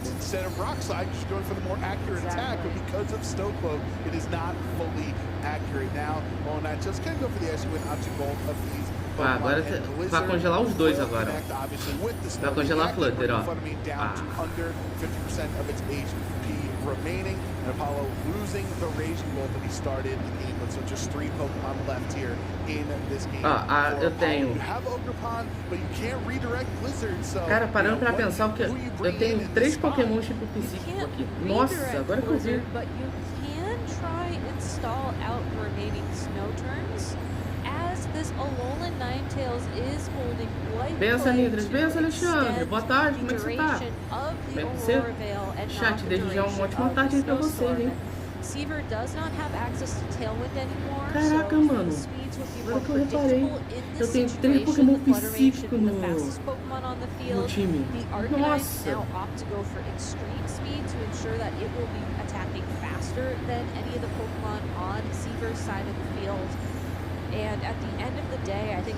Tirando o fato de ter a Jujutsu Shenanigan, já estou bem. Hanami? A Hanami eu não lembro quem é. But with the snow boost because of the ice typing on Articuno, it's going to get a defensive boost and extreme speed does hardly any damage even with Choice Band on Hisuian Arcanine. Só por curiosidade, você quis olhar os vídeos do Wilson? Sim, ele é...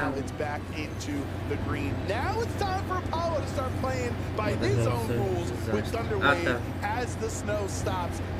Eu não lembro agora. Ô, Zurli, me lembra no final da live de ver. Eu não lembro, mas pra te mostrar, eu vi sim, eu vi os vídeos do Wilson, só que eu não lembro agora de cabeça qual é. Mas provavelmente deve ser algum... Deve ser algum dos que eu citei ali, entendeu?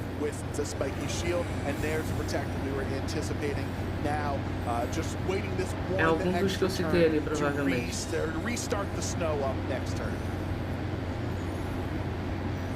So now that we know provavelmente, mas o Wilson tá fora de cogitação, Ozuri. Não é um Gardevoir macho que a gente vai usar, é uma Gardevoir fêmea, entendeu? Ô Zuri, a Gardevoir é psíquico puro no Emerald, é, né? Zerei o Pokémon Quest hoje, demorei 2 horas, mas fazer o quê? Parabéns! Foi difícil, Alexandre? A little bit of a risk here, but at the same time, you do have to wonder, like, well, if I were to leave the Golden Go on the field, you know, and go for another Make It Rain, or maybe try to lock into another attack, how that could potentially play out. But it is going to be that hero Articuno trying to do its best to pick up the tem o gênero do bicho, escolher uma Gardevoir fêmea. Então eu vou usar uma Gardevoir fêmea.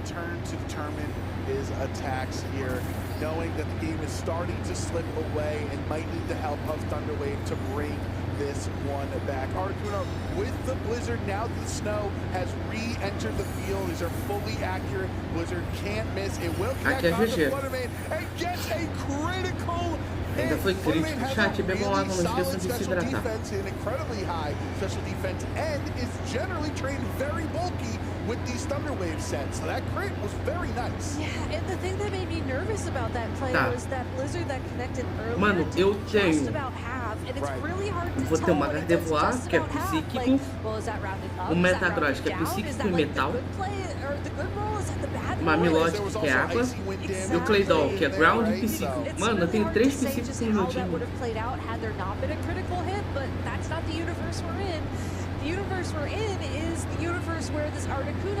E eu tô em dúvida dos outros 2 Pokémon que eu vou usar, cara.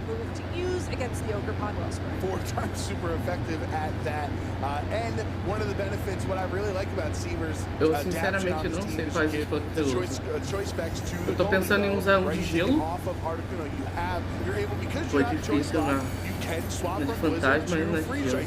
Mas depois coloquei lá Orb na Gardevoir, que é Mega Bax, alguma coisa, continuou difícil. Ué.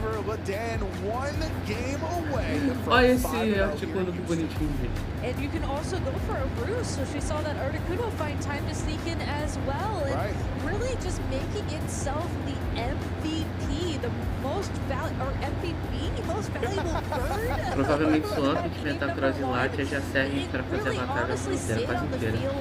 É, mas você falou que não pode usar lendário, pô. E o intuito de pegar outros Pokémons é justamente para não usar os que eu já fiz, né? Made it such a big target, and yes, there was that unfortunate miss on the Flare Blitz that we saw come through, but that's just the game you play. Depende do lendário? Não pode ser os lendários de capa, então? Tipo, Groundon, Kyogre e Rayquaza? Yeah, very tough for him, but this is why we have best of 3 down, right? That's why we're able to adjust. Apollo is going to have to make some adjustments in this matchup. Maybe start relying on the Thunder Waves earlier on instead of what it almost felt like somewhat of a last-ditch effort as the game was starting to slip away. Se eu soubesse, eu tinha tentado jogar a versão japonesa que consegue pegar o Milko. Eu teria uma estratégia com o Luxray, que é usar o Valkyrie desparalisado e depois trocar para outro Pokémon ou curar o meu Luxray tava com Fast Spats. Ah, é, ele fica só com um ataque, né? Peraí, gente, rapidinho. I do think that you can't lead the Fluttermane because of the threat of the lead of the Golden Go, but then what Pokemon gets knocked out or what Pokemon switches around so that you can get the Fluttermane on the field safely. And a lot of times in this position, people like to rely on Incineroar because it can parting shot or U-turn, but that's just not an option that Apollo has available to him. Right, that is not what Hisuian Arcanine is. You don't have parting shot, you don't have Fake Out, you have Rock Slide and Choice Band instead. So that's what your Fire type Intimidator is doing in this matchup. Apollo switching it up right away, bringing Hisuian Arcanine, onto the field next to Raging Bolt to lead instead of Fluttermane, just like you were talking about, Gabby. And Seaver says, hey, don't need to switch it up. My Roaring Moon's going to be the fastest Pokemon on the field. Eu tô pensando that Arcanine is a great adjustment, knowing that Seaver went for the same exact lead, just because it is going to match up well into that Golden Go. And we know that the Raging Bolt is going to match up very well into the Roaring Moon. It might take a couple of turns here to pick up the KO onto this Pokemon, but every turn that passes is a potential turn of Tailwind Burn if Seaver goes for that again. So Apollo's just buying himself time to a potential position where the Fluttermane is faster than the Articuno and can start safely going for those Thunder Waves like we were talking about. Interesting. A gente bate em lutador gelo, lutador gelo fogo, presumably if Articuno and Alolan are the two Pokemon in the back, hitting the lutador gelo Golden Go fogo. O slot, que who ground protect bate, means gente? any of those three Pokemon would have been weak to the Flare Blades going lutador into gelo that fogo. spot. But a critical hit from or into the Raging Bolt. Dragon Bolt, just like we saw in Game 1, does not get the KO. So this Seaver's Roaring Moon is trained very well to take that hit. And also, I think critically, is now in a position where it can safely go for Tailwind after getting good damage against the Ogerpon. This is something that did not happen in Game 1 because you went for the Tailwind first and then the Thunderclap followed up. By going for the Tailwind second and going for the attack first, you're not leaving yourself vulnerable to the priority attack. Right, so you will get the Tailwind because Thunderclap would fail if it targets into the Roaring Moon, and then even if you're totally okay. It almost seems like this is one of the times where Raging Bolt's not as effective as we've kind of built up in the format. Exactly, and that is the downside of Raging Bolt right now, but it is still holding that Assault Vest, and with the special defense boost on the Ogerpon as well, these are two very bulky Pokemon that Seaver's going to have to find a way through, even though they've already taken a significant amount of damage. That's an embody aspect boost onto a roughly, barely 30% HP remaining Ogerpon. And it matters! It hangs on through the hit. Now can respond with an Ivy Cudgel into Golden Go. Does not get the crit, so does not get the knockout. But Electro Web with the follow-up is a double KO. But Roaring Moon was able to set up Tailwind, is getting out of the way. So it's Seaver's final two Pokemon. I've done my job. Exactly, I've done my job. I did better than my job even. And now it's time for Articuno and Ninetales to set the stage. You have the speed advantage, have the ability to go for an Aurora Veil. The Articuno can terrestrialize immediately to avoid taking super effective electric type attacks. You can even protect this turn if you're worried about the Thunderclap doing a lot of damage. You know, Seaver still has a lot of options open to him, even though he is at the Pokemon disadvantage. It's only going to take one turn, essentially, to even up the score. Exactly, down 4-2, but in the advantage has the momentum on Seaver's side as these two ice types working hand in hand to bring Seaver potentially just a couple KOs away from 5-0 here in this matchup. Finding time to terrestrialize Articuno into just a pure ice type now, so you're no longer weak to those electric attacks like a Thunderclap that Raging Bolt could be throwing in your direction. Ogerpon will spike the shield this turn to keep itself active. Maybe want to keep a potential redirection with Follow Me for a later turn. Thunderclap does not work here against the Articuno, and now Aurora Veil is set up. Now Articuno is as bulky as possible. Snow Cloak has been crucial for Seaver in 2 straight games to get a dodge. Podia ter dado Blizzard, é melhor, né? Again, this is the Todas as megas especiais também. Caraca, que massa! E é fácil de pegar, Alexandre? I feel bad for Apollo, as these have been two, and maybe not as critical as game number 1, but do have to, you know, wonder just how much the two Thunderclaps would have done to the Articuno together. I mean, we have the opportunity to see one coming up this turn.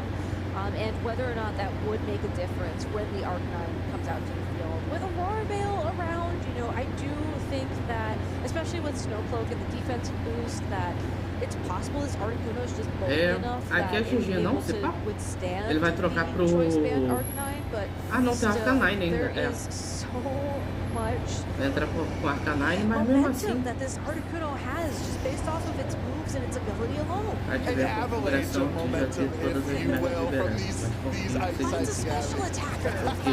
That's true, that's true. And he's going to do even more damage with these special attacks, thanks to fake tears, lowering the special defensive Arcanine by 2 stages. That is, hey, that's a Reagindo knockdown. And insult to injury, Arcanine gets frozen. Mano, o Arcanine descongelado. The last game, so yeah, but the tailwind means Seaver's faster. Yeah.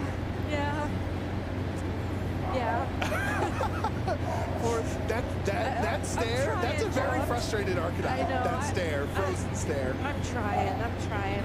Apollo's, this is just not, unfortunately, his game. Again, that's just what happens sometimes. Mano, o Arcanine entrou só pra The apanhar. booster energy speed boost on the Fluttermane, if it wasn't so bulky, maybe could be a potential out here. Again, Thunder Wave connecting with the Articuno so that it's paralyzed. Primeiro Sharpie de Galete. Só pra conseguir quando enfrenta os caras lá. Enfrenta os caras lá. Boa descrição, Alexandre. There's still the fake tears in play as well to ensure that Blizzard can find the knockouts where it needs it. This is just a really cool version, pun intended apparently, of this ice-type team. Just being able to use the Golden Go and the Roaring Moon to just open up opportunities for the Articuno really to shine. Arcanine will swap out here while it's gone to bring Ogerpon back onto the field with just barely a sliver of HP remaining. So any attack into that slot is going to be obviously more than enough for the KO. Ninetales with the fake tears into Flutter. Será que já pensou congelar Flutter também, cara? By 2 stages, and the Thunder Wave goes towards Alola. Ninetales. Já pensou congelar Flutter? Ia ser muito engraçado, cara. Ninetales has already moved his turn, can't get paralyzed. Aqui o Vulcan cai. Boosted Blizzard with the fake tears brings Fluttermane down to the invisible focus sash. That's a really bulky Pokemon, and it just lost 99% of its HP to a neutral attack. But critically, Fluttermane is faster than Articuno with booster energy in tailwind. So that is something that if Apollo can find his way from his board position, which there is now a chance for him to do so. It's a very, very, very thin chance, but it is a chance. That could come into play. You have to land the o cara tem que torcer pro Arcanine dele descongelar e errarem tudo na Flutter. Well, you can guarantee the thaw with a Flare Blitz and then connect and then just paralyze. But yeah, you could also go for paralyze. You're also knocking yourself out though with the Flare Blitz, right? Yeah, so Thunder Wave does connect. Both of Seaver's Pokemon are paralyzed, but the freeze on Arcanine, he can't go for the attack. Moon Blast is ineffective. It doesn't get the KO. Articuno breaks through paralysis. Blizzard hits both of them. Caraca, mano, que Articuno bom, na moral. É isso. Articuno soberano. Nice. What a game of Pokemon there at the end of the day. But again, do Sharpedo dá pra conseguir quando o líder do time perde pra tudo, vai poder o Caiola. Snowcloak taking advantage of the snow, Blizzard taking advantage of the snow, the ice type Tem mergulho nesse jogo, Alexandre? Tem famoso dive? If your opponent just isn't prepared for them, because this is a team that we have not really seen in Regulation F compared to a lot of the other cores out there, especially with the Golden Go and the alongside of it. It just finds openings and finds ways, and even though Seaver did have the Pokemon disadvantage very early então provavelmente o Alexandre, se tiver o item Finder, né, que é o item do jogo que acha os itens escondidos, provavelmente ele deve ter algumas pedras escondidas que você não sabe, porque é um Pokémon normal, mas só que, né, não, a base é o Pokémon Emerald, mas ele é totalmente modificado, aparentemente. É a história do Emerald, só que com modificações dentro do jogo. Exactly, and I do want to give Apollo credit. Então, provavelmente algumas devem estar escondidas e você não deve nem saber. Você deve ter passado por elas e não sabe. Tem que ver se alguém já achou elas. And I know a lot of times, especially when games happen like this, when you get the bad matchup, and on top of that, you know, maybe there's some things that happen Porque a primeira vez que você enfrenta ele, smiling is the last thing you want to do. Just great sportsmanship from Apollo as well. And, you know, we saw him do very well in the seniors division. This is his first year in the masters division.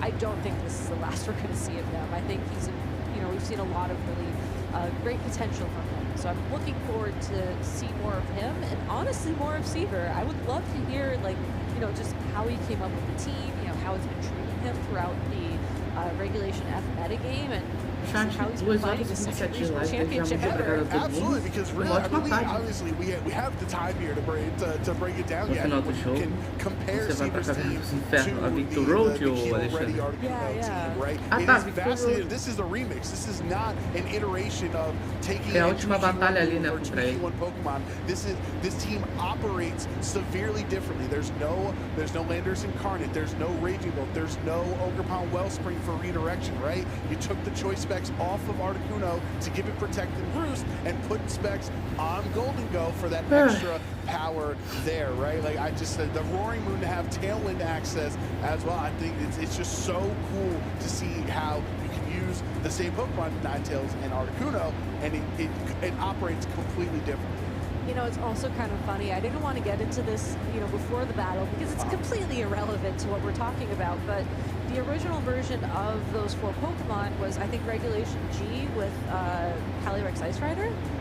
And, you know, Ice Rider with the Articuno. Maybe that was how he got there or something. I don't know. But Articuno honestly looking like a better Ice-type Pokemon than Calyrex Ice Rider right now, not gonna lie. Yeah, and it's tough for the Galarian Moltres, right? Like, I was excited to see that, because that has been the big adjustment in Regulation F 2.0 when we first started this format back up again, were the Fiery Wraths next to Thunder Waves, right? And then whatever Fire Wrath doesn't secure, then Rock Slide can take care of. Só deixa evoluir naturalmente que você it's tough to bring Regibolt into the double ice types. It's tough to bring Moltres into double ice types. I wonder what could happen because it's Terra Dark, which is also like really offensive. So I think Apollo has a really cool tech on the team we didn't get to see in those games, but we are really excited to find out how Seaver came to this team. So let's head on over with Sierra for an interview. Thank you so much, you two. I am here with Seaver after an incredible win, now 5-0 here at Houston. How are you feeling after that set? I'm feeling pretty good. I think the team is doing well.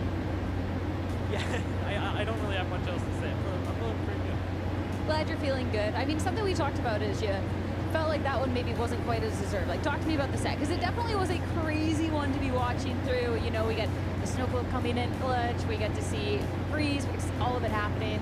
Yeah, this just happens with Articuno sometimes, and I think it is generally... Peraí que eu já volto, chat, they played really well. I probably should have lost that because the early, like, turn 1 of game 1, they kind of baited me into locking in Make It Rain for Goldango, which, you know, it's not a thing you want to do in front of 2 resists, but yeah, they played really well, and I don't feel like I played as well, but it happens sometimes.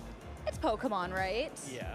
There's still plenty of opportunities. We'll get that mic up a little bit so everyone can hear you at home. We got to make sure we're getting the insight for the answers, because this next one I really need the answer to. It's Articuno. Because sometimes we get to see Articuno in VGC, but it isn't the most popular Pokemon. So why were you compelled to be bringing it into this event? So I saw, like, this happened like a month ago. I saw like all the Articuno teams online, and I was like, there's no way anybody can be using this right. I play like a lot of DOU and stuff, and that has no teams that are more like balance based. So I was like, why don't I lean really hard into the Aurora Veil and just like focus on that? And then I saw like some teams getting traction with like Never Melt Ice and then Roost.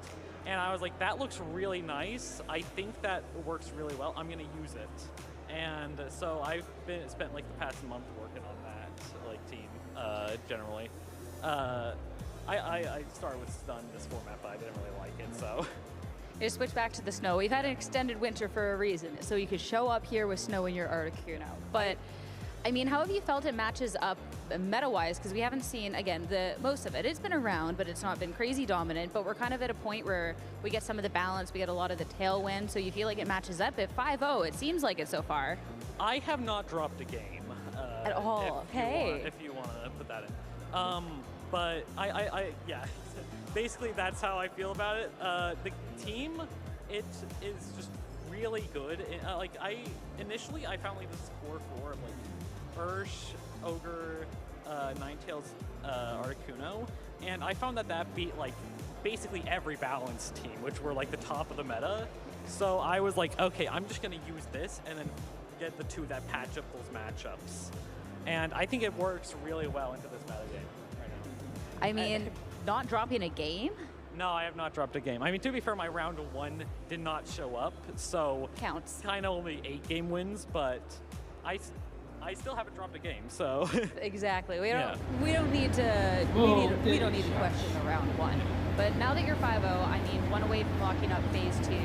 How is your mindset going into it? Are you kind of looking at the big picture, like, okay, this is a winning team, or is it kind of that mentality players talk about it, like that 1 game at a time? I felt like it could be a winning team, but my goal for this tournament was 5-3 at least, because at Vegas I was 4-4 when I was a much worse player against this team, and I got pretty bad matchup. So I was thinking, okay, as long as I can improve on that, I'll be happy. But going into it, I definitely thought this could be a winning team. I've been taking it game by game, though. I think that game by game is the best way to do it. I mean, you cannot at any point not be able to hit that 5-3 at the end of it that you aimed for, and hopefully we'll get to see a lot more wins. 2 things to be wrapping up so I can let you get back to the field. But first, if you have any shout-outs or anyone you want to thank? Oh yeah, my mom and little sister are here with me. They're great. My little sister doesn't play PVC much, but I let her use this team and see if you want to check that out. But she's like 2-2, I think, right now. And my other friend, I actually don't know his real name, but he's called Spooky Online. And he helped a big part with some of the choices on this team. And I think he went 1-3, which is, he got really bad matchups. It's like that sometimes, but your sister's still in it, so the best of luck to her, and best of luck to you as well. And last but not least, with us being in Houston, gotta ask everyone, what Pokemon do you think looks best in a cowboy hat? Would it be the Articuno? I'm a bit biased because it's my favorite Pokemon, but Bailing's 6 little cowboy hats would look so good. I think that it would be very funny. The 6 hats, I love that. That's a really good answer. Thank you for your time. Best of luck going on for the rest of the tournament with the Articuno. We're looking forward to seeing the run. As for us, we still have a lot more Pokemon on the day, but of course, we're going to have some fun. We're going to waste some time after this short break. Stay tuned. Agora vem a explicação do cara, né? Não, pra mim a explicação do cara, What makes a Pokemon viable in VGC? There are many factors to consider. Fluttermane has strong offensive pressure. Amoonguss has incredible defensive utility. Rillaboom has valuable support with an ability to boost its stimulation. And if you're looking for a Pokemon that can do all of these things, Incineroar's got you covered. These are the skills trainers look for when building teams. These are also traits lacking from legendary Pokemon Articuno. Hey Pokemon trainers, welcome to Pokemon Championships History, a series where we showcase important matches throughout the history of competitive Pokemon. For nearly 2 decades, Articuno was better off left in the Seafoam Islands than it was on the battlefield. How much can those Pokemon do? The other 2 legendary birds in Kanto had many more accolades than Articuno. In 2019, world champion Paul Ruiz got top 4 at LASC by using Moltres as a surrogate. The way that he builds his team is just phenomenal. You can see that wonderful Moltres. Zapdos has a fantastic typing, great utility, and a decade's worth of top finishes to its name. They and Region introduced terrestrialization, giving Pokemon the chance to change their typing and potentially change their fate. Scarlet and Violet also changed Hail to Snow, now boosting Ice Pokemon's defense by 1 stage. Terrestrialization and Snow were the missing pieces needed for Articuno to finally show us what it's got in VGC. 2 brave trainers were up to the challenge, Amir Abdulovsky and Nikhil Reddy.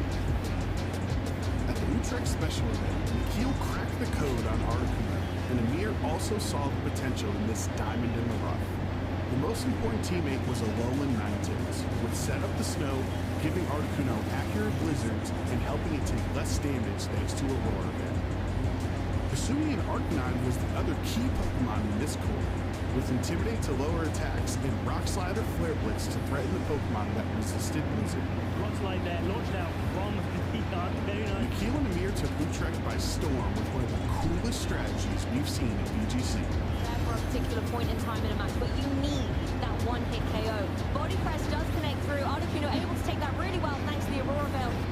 Sheer Coulter does connect. It's connecting onto the Registeel, and the Registeel is down and out. One-hit KO. Choice Spec Sheer Cold sent a shiver down the spine of Articuno's opponents. Wrap-up trainers is getting cold in here. Sheer Cold! It connects! Going! Not every day you see an Articuno taking down an Incineroar, the king of Pokemon video game has been found. Exactly, and Articuno gets it! The Sheer Cold comes through. All of Registeel's efforts are null and void. Thanks to this high-risk, high-reward team, Articuno finally had a chance to climb the mountain in VGC. Amir Abdulovsky is here providing sheer entertainment on stream. Destiny would pit Amir and Nikhil against each other in top 8. These 2 trainers were completely in sync during this chilling battle, choosing the same goal, clicking the same attacks, and understanding this team like no one else could. We had never seen an Articuno exceed expectations like this, let alone 2 of them. That's going to wrap up the game for Amir. Look how much help that hand is doing for the damage count against that opposing Articuno. Critical hit, single target attack. Often the winner in a mirror match is the one who can use that common information against their opponent and do something unexpected. After losing game 1 on the brink of elimination, Nikhil would leave Articuno on the sidelines to even up the set. There's the Moonblast guaranteeing that if the Rock Slide connects, it will get the knockout. It does find its mark. And it is a double knockout for Nikhil, getting Ninetales and Articuno off the board. This showdown in the snow was starting to heat up, now tied 1 game apiece. It looked like Amir was on the front foot for the early stages of that game. I love a game 3. Nikhil continued to rely on Arcanine in game 3. Knockout after knockout, Arcanine snowballed momentum for Nikhil, closing out the set and securing the title of Utrecht's strongest Articuno. Let's be honest, the star of the show there, doesn't matter whose team it was on, it was the Hisuian Arcanine. Articuno's cold front would continue in the finals. Nikhil already proved that all it takes is the right time and place to capitalize on your potential by taking one of the least viable legendary Pokemon in VGC history and turning it into a champion. And that is going to be Nikhil Reddy, your champion of the Utrecht Special Event! Thank you for watching, and let us know some of your favorite competitive Pokemon moments by using the hashtag #PlayPokemon.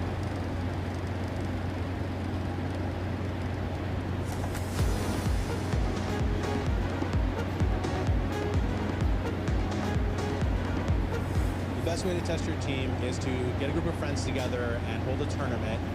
Check your show 6, pick 3, and learn how to work your way out of situations, tough situations, easy situations. So when I'm preparing for a regional, what I usually do is I play a lot of live, but I have a spreadsheet next to me with like every single deck I play, what deck I'm playing against, whether I went first or second, and then every single mistake I made, and whether just like everything that I could get from a single game, and that helps me just like condense all my knowledge and get better at my deck as quickly as possible. I think it's very important that you never cut out your team or a team member too early. You need a few games to determine, okay, this isn't going to work. You know, just testing so many games over the past like 2 months. That's how I ended up with the 6 that I have here today. Some unconventional, but sometimes if it fits for your team, that's what you need to go with. Practice with, I'd say, the Great League or the Ultra League. Go on the app and just like practice. Learn some strategies and just practice, basically. Practice makes perfect, so. Personally, live and going to locals, I go once or twice a week as best as I can. You know, and going against people, it's different from live, but like it's good to get the reps in. I think that there are a few good ways to test your team.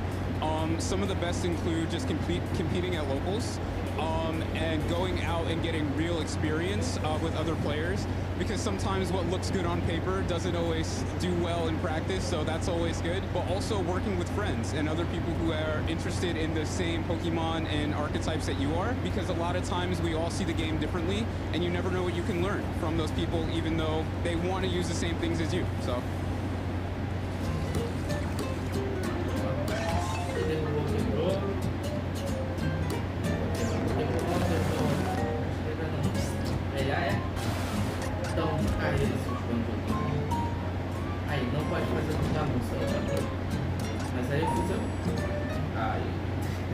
Welcome back, Pokemon traders, to the Houston Regional Championships. 5 rounds done with, over on day 1 of our competition, and only a few more rounds as players try and secure themselves for phase 2. We still have to wait for the round to finish up though, so we are going to take a little break, play a little bit of games in the lounge. So to start off, we've been in Scarlet Violet for how long, trainers? Roughly 3.5 years from launch, a little over 3 from the start of regionals, right? January 2022. And would you say we've played like a lot of Pokemon in that time? Got to see a lot of unique picks? Yes, I would. All right. So this next game, this next little segment we have is with the Paldean Pokedex. We are going to try and guess the Pokemon that have never made phase 2 of an official competition. No. Of fully evolved Pokemon, because I'm not a monster. No. There's one. It's one, or is it multiple? I got 13 here in my pile. I was gonna say. Only 13? Yeah. Actually, with Paldean Pokedex, yeah, we've been doing good. Yeah. Wow. That's really good. That's way better than I thought, honestly. Yeah, our trainers are making some spicy teams out there, so cannot hate on that at all. So you guys get underway. I got a bunch of Pokemon here, and I've got our subject matter expert in my ear to hopefully tell me some great stuff if you guys are guessing wrong with what things in phase 2. So anyone want to take the first guess? Phase 2 has never been in a phase 2. Go ahead. Wishy-washy? Nope. That's a roller. So you're right. I was thinking of the... So just for clarification, the Paldean Pokedex. the Paldean or originated Pokemon. Got it. Okay. Yes. So not Pokemon you can catch in Paldea. Pokemon that were originally discovered. Right. Got it. Okay. My Insta-lock for a very long time would have been Oinkologne or Oinkologne. I think it's Oinkologne, right? Cologne. But there was that recent like iron body press, right? Strategy. No, what was it? You don't know the Oinkologne strats. No, I forgot. I'm lost. I'm lost in the Oink sauce. Well, specifically, that's Oinkologne female. Yes. So Oinkologne male might be there, of course. Yeah, that's the great call-out, because that's what prompted this segment, was Seattle, the other Oinkologne, making it to phase 2, but Oinkologne was left behind. So this is still wanted. I'm a fraud, but I get partial credit, because I Sure. Enjoy partial credit. I'll take the full score. And the reason we're playing this now at Houston is we have just a couple of events left, assumingly, here for Scarlet and Violet. So this goes on the wanted list. Who will make phase 2? You have the opportunity. With the worst Oinkologne. I think it's got a great chance when the restrictions come back, Oink não sei o que, né? A evolução do Lechonk. I look forward to it. Agora que eu vi. Alright, that's our first one, gamers. We're starting off strong. Alright. Started off strong. We got 12 more in our little list. And I can give hints along the way, don't worry. I would love a hint. I want to, I don't know. I don't want to keep guessing because what if I'm wrong? I'm nervous. Well, you're doing better than me because I had like a hunch and then I'm like going through the Rolodex in my brain, which is severely out of date. Yeah, it's so hard for me to remember. I'll try. When they were introduced. I'll try again. I'm gonna lock in low kicks.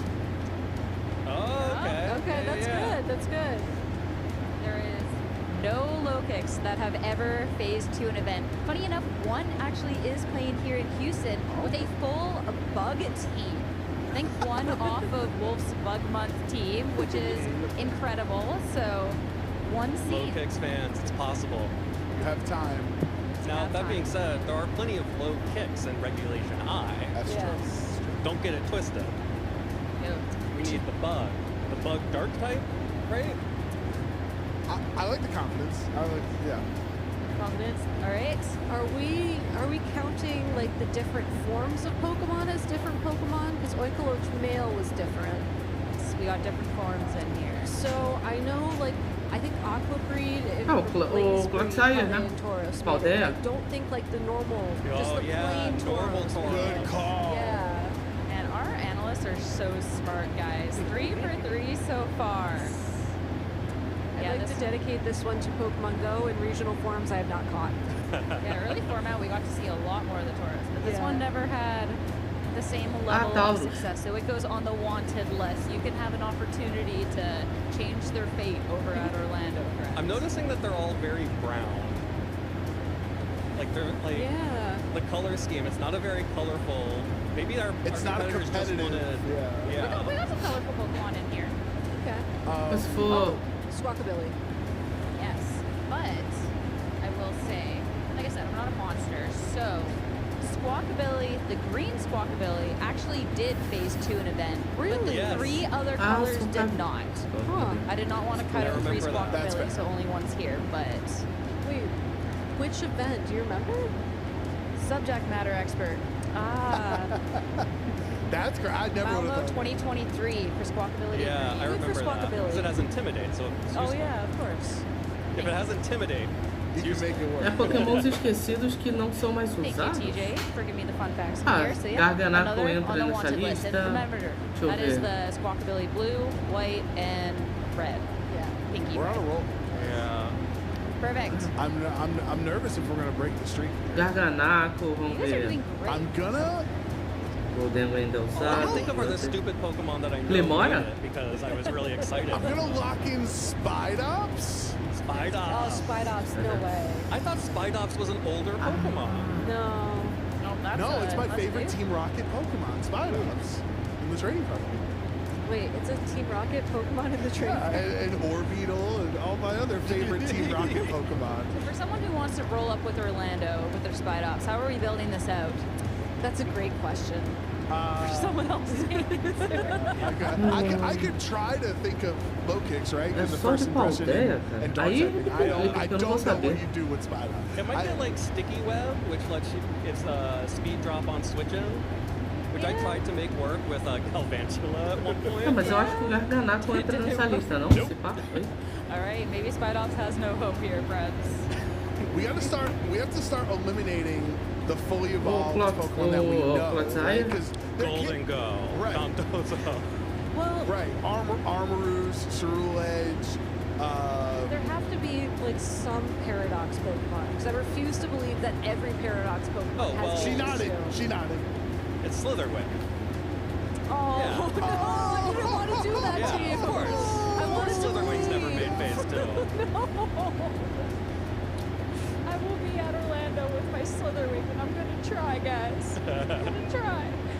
There's 3 Slitherwing Three in the field here. today. Last I checked, the strongest Slitherwing was 3-1. Oh, there's hope. Still There's hope. That might be the best record Slitherwing has ever had. How dare you, Emma? You're not wrong, but how dare you?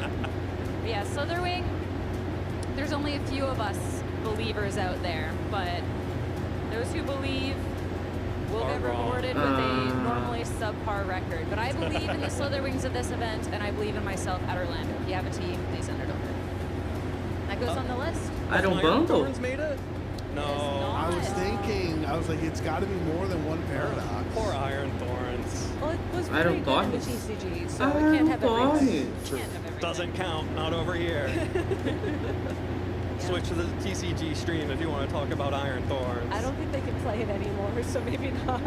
This one kind of surprised me, not because I think it's necessarily good, but just because I figured that at some point that it would be kind of squeaked by on a team that it had no business being on. But its typing is just so terrible. it does not have Iron Bundle anything não that it entra does better than literally any other Pokemon. I mean, maybe Orlando is its time, considering we'll get a little bit more Electric Terrain out. That's the thing. Think of all the Iron Hands that were dropped off teams because Miraidon came in. Like, if it's hard to justify Iron Hands on your team because you have Miraidon, it's even harder to justify. But this is the version of your boy Tyranitar. I'd rather use Tyranitar. Yeah, don't mess with the classic. Yeah. Yeah, great. You guys So we're halfway through. Yeah, you guys are more than halfway through. It. You guys are crushing it. Who are Pokemon that we used in our playthroughs? Maybe that'll help us. Arboliva, but Arboliva has made phase 2. Yeah. Scovillain's made phase 2. Yeah. Nossa, Arboliva é outra também. I have down that it is not, so I am either incorrect. Scovillain has it with like chlorophyll? Or it hasn't. Oh, no, we did see it on stream a couple times, but I don't know that it actually made it into phase 2. That's a fair point. That's actually a good question. Yeah, so I think we accidentally got a correct answer. Eu falei, sabia. Esse eu however you acertei. stumble upon it. All that matters is you said the name of a Pokemon. Don't start listing Pokemon. I will not start accepting answers. I can't remember if this is the final form, but Reller evolves into... Rabsca. Ó, o Dragapult, salve Dragapult. Boa tarde, como é que você tá? TJ, uma ótima tarde aí pra você, cara. Notably, because me and TJ were talking about this earlier. TJ, help me out. It made one recently. Brisbane 25. Oh, okay. That makes sense. That tracks. Yeah. Alô, salve moço. Boa tarde, como é que você tá? Desejar ótimo final de semana aí. I got 6 more Eu vi que Pokemon tinha uma fêmea here. You guys regional. are Oxi. crushing it. And I would love to see So in there's chat. 14 Pokemon. Yeah, I just can't count. That's fair. It's okay. Yeah. Are there any more Paradox? No. Okay. You're out of Paradox Pokemon. Are there any more Garganaco, gente. Yes. All right. Garganaco, gente. Implying I actually remember the Quagsire regional. has made it. Yeah. Quagsire has made it. Because A Wolf moça used no regional, Toad no primeiro at a round. regional once, right? Não sei se foi eliminada. Eu não cheguei a ver o Dragapult. Pra mim, a live tava 3 horas quando eu vi que quando eu vi já tava no round 3 aqui. Parece que tava lá, programado para as 14 horas. Aí eu, beleza, tô abrindo live aqui, quando eu vejo o round 3 já. Falei, ué. I think we need hints now at this. Yeah. Gente, Garganaco. There's still a Paldean form. Oh, is there one behind us? I was looking because I know that there is a long plushie of its pre-evolution, but I don't think we have it in the lounge. So Gente, Garganaco, pelo amor de Deus. Depois eu vou rever o Dragapult. Foi uma das primeiras rodadas. Yeah, it's regional. I think it's called like convergent species. Regional, like. É o. Esse aqui é qual? That counts. It's like I haven't seen a Trio in phase 2. I don't know what I'm supposed to call it, guys. Okay. Yeah. Sim. There are 3 Doug Esse é o Wiglet, não, né? O Wiglet é o outro, né? I feel bad for Doug Trio. That makes 9 of them if we count. At least they have friends. So true. Right, more and more on our wanted poster. I bet there's like a fish. There is a fish. There has to be a fish. There's so many fish. Veluza had that one team, right? Or am I wrong? Which one's Veluza? It's like the one that will never stop chasing you down in the water. Okay, até houve problema que acabou com a bateria do Oh yeah, and it throws like its own fish stuff. Tiveram que trocar o controle dela? Caraca. No. Okay. For the sake of not throwing y'all down the wrong path, though, I believe Veluza is also one of those Pokemon that has different stats per different genders. So one has made it, but we get the opposite one to add to our wanted list. Accidentally correct. Let's go. You keep stumbling onto these answers. What is this? É a Veluza, né? Como é que é o nome desse Pokémon? Like Veluza has shown that it É can make Veluza, né? phase 2, so like Acho que é Veluza. Eu não sei o nome desse Pokémon, acho que eu tô falando errado. So now I'm just going through gym leader Pokemon because that's obviously the next thing to do. Is Titan one of them? Parece uma mulher no VGC. Às vezes até aparece o Dragapult. Mas elas são eliminadas rápidas, entendeu? Good answer. TJ, Às vezes nem aparece no palco. What event? Wasn't it San Diego? He said calculated. I think the first regional, didn't James Evans top cut the first regional with Titan? That kind of sounds right. That does seem With which right. Pokemon? He's made it 3 times, by the way. Oh, good. Yeah. 3 phase 2s. So yeah, neat. All right. What's our next student? So yeah, Ah, that só one's tem not um on the list. viciado. Deixa eu só trocar aqui rapidinho, gente. One is very in tune with the Scarlet and Violet story. Deixa eu só trocar aqui rapidinho. He's just a hungry boy. Deixa eu eles acabarem primeiro. Does it have Intimidate? He broke our rule. If Squawkabilly can do it. Is at Oh, caramba, peraí. not being on any of these feasts. Get him some food. He needs a sandwich. He needs a phase 2. He needs a phase 2 sandwich. It's true. That's the real power.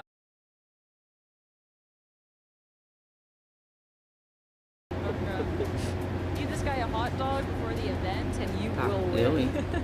Speaking of probleminha food, aqui, gente. though, what about the apple Pokemon? Ah, eu achei que ia ter o Garganaco. Or Flapple? Well, with Flapple Sword and Shield. No, but it evolves into Hydrapple is the DLC. Grapple. Which, this one's cool because it has, like, cool moves and stuff, but yeah, it's just not as... Just doesn't do it. Just doesn't do it. I've had some locals try to make it work. Achei que ia ter o Garganaco, mas aparentemente... Ô, Dragapult, tu conhece essa lista aí? Essa lista que a moça mostrou aí, ó. I think we've done pretty good. I think we've done, are any of them also DLC Pokemon? Calculated. I just need to put this in my Gotta check my notes. I'm flipping them over. Neither of them are. Okay, because I was thinking maybe a Monkey Dory. Gente, Garganaco, não é possível que não esteja nessa lista. In a story playthrough? Yes. Oh, Revavroom? Yes. Oh. Team Star. Let's go. Yep, Riveroom has not made it as of yet. Imagine if they gave us the other Revavrooms on the different typings and abilities, and it'd be so good. I like Revavroom. I'm kind of surprised. Lista de quê? Essa lista aí, ó. Aí, ó. Isso aí, ó. For sure. Yeah. Unfortunately, we have not now. We only have one left on our list. Paldean evolved Pokemon that have never... That you see in a story playthrough. Yes, if you play a story playthrough, you will see this Pokemon. Garganaco, so we've had gente. Team Star. We've had a couple of gym leader Pokemon. Pera, Garganaco foi? Is it one of the Titans, maybe? Oh, is it Bombardier. Pokémon que sumiu no competitivo, sim. Ah, o caranguejo. Não é possível que... Wait, Bombardier? Did Bombardier make phase 2? Right? It probably gets Tailwind or something. TJ, what event? That has to be a reg, like A or something. Calculated. Yeah. At San Diego. Yeah. Vancouver 2023. All right. Really? Yeah. Good call. Let's go, Vancouver. Cara, não é possível que o Garganaco não tá nessa lista, cara. Yeah. Good call.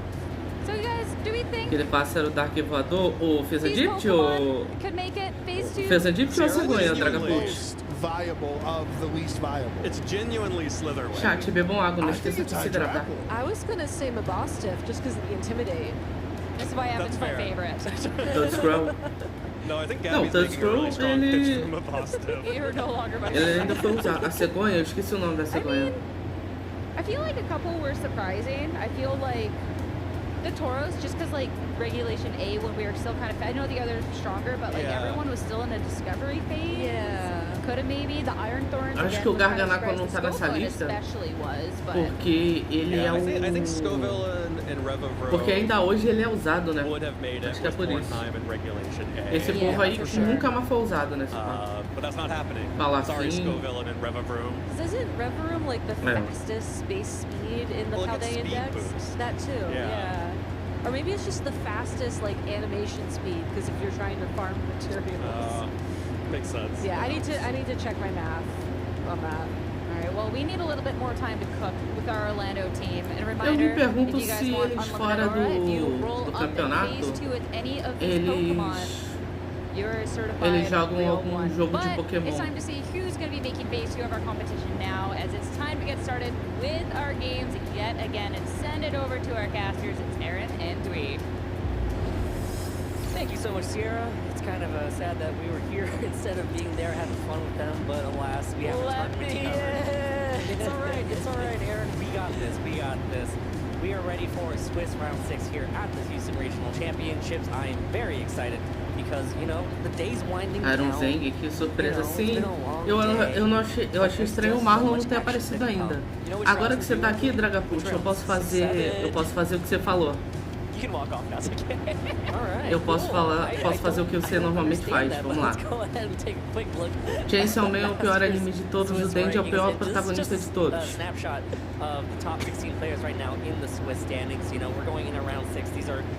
Vamos ver se vai funcionar. We've seen some of these players on broadcast. We've seen Steven Morioka. Yep, we've seen. That's it, I think. Seaver. Yeah. We just saw Seaver as well.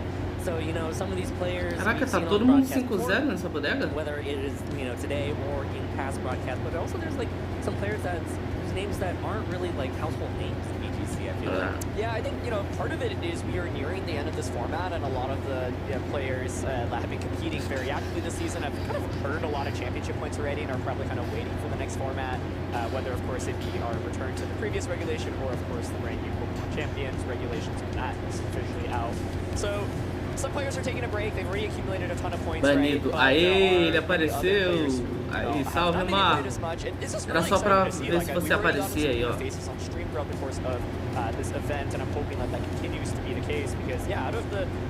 tô aparecendo você vai levantar 2%, bicho. Então coloca pra carregar aí. Mano, só gente que eu desconheço. Esse top 16 aí que falou, gurizada. Falou, até mais tarde, se tu aparece aí ainda. Zack e Mirzayan versus Aaron Brook, né? Zack has had a lot of success, you know, a couple years ago he was able to top cut some regional championships, even made it to the finals of the Vancouver Regional Championships. And then, of course, Aaron Brock, who's coming off a very strong season. I mean, top 16 in the World Championships, as well as coming off, what, a top 4, I believe, from the Toronto Regional Championships. A very high finish. Yeah, he has been definitely one of the most outstanding players from North America. And I don't think he's won a title yet, but he's gotten top 32 at 2 different World Championships, multiple deep regionals runs. He's come so close. He's been kind of one of the main pilots of Cresselia plus Ursa Luna in this format. So, really excited for this one. You know, Zack, I think, the player has had very eccentric team choices throughout the years. So, might be like one of the most creative team builders in North America, always bringing some really, really fun stuff. I think he's actually reined it in a little bit for this event specifically, looking at his team sheet, but we still have fun elements, especially Portal, while we don't see very frequently in this format. Yeah, so on your left we see Zack, on your right we see Aaron. Zack is actually local in Northern California. Zack has actually been helping with the broadcasting and casting those tournaments as well. So, you know, it's nice to see someone dedicate their time to broadcast, but also at the same time have success here at competition at the regional championships. So Zack will be running the team of Amogus and Chi-Yu for Ring Wrap, Fluttermane, Regidrago, and that Torkoal that you've already mentioned. Aaron on the other side, running that team that he's known for. Rapidinho. The Fluttermane, the Só segundo, gente. Pronto.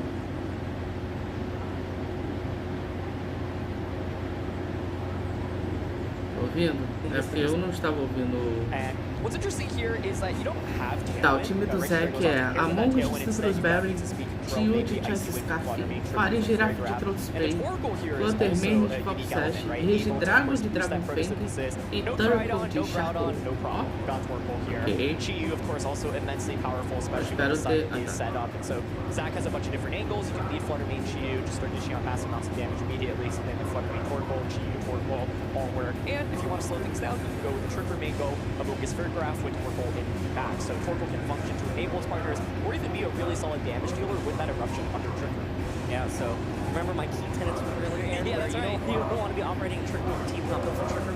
Zach's team does have that hyper offense, but also, you know, if that trick room does get set up, I don't mind that trick room, right? Obviously, Fluttermane's a fast Pokemon, the GU's a fast Pokemon. Regidrago likes to operate in a more fast environment, more so than the trick room, but again, you got other pieces of the puzzle. The Mungus also can help punish trick room if, you know, let's say Zach's caught in a position where Zach doesn't want trick room up, but hey, guess what? There might be an Mungus in the back to be able to provide support. Let's go ahead and take a quick look over at Aaron's team here. You know, like you said, it's that team that Aaron is known for piloting, that Cresselia with that really good synergy between the Cresselia and the Ursaluna, right? I mean, Cresselia Tá, o time do Aaron Brook é Among Us de Rock Helmet, Cresselia de Septiball, Fluttermane de Jazz Specs, Incineroar de Assault Vest, Ursaluna Flame Orb e o Chico de Água de Life Orb. Ok. Ó, o Zurli, bem-vindo de volta, Zurli. Definitivamente diferenciado. Olha, ele tem um Snorlax e um Trevenant. Gente, tá passando um carro aqui, eu já volto. Luna with that Spore. Part of, you know, the strength of Aaron's team is that you don't always have to rely on that trick room. You can also just burst for a lot of damage, and of course you can take advantage of the Sun from Zach's end with your Fluttermane with Photosynthesis as well. So, you know, part of the goal with Aaron's team is finding the right positions to dish out massive amounts of damage, whether it be Fluttermane, Urshifu, or the Ursaluna. Some other things to pay attention to in this matchup. Aaron's got that Fairy Terror on that Amoonguss. What that means is you now have 2 potential immunities to Regidrago with Fluttermane and Fairy Terror Amoonguss.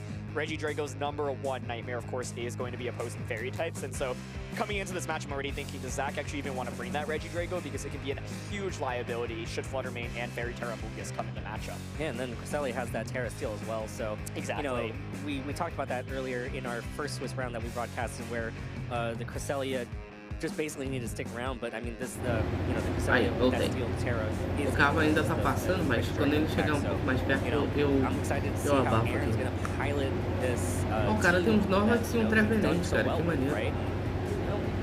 We reminisce a lot about Cresselia and stuff like that. We talk a lot about it, and we do. And here we are. So here we are. Yeah.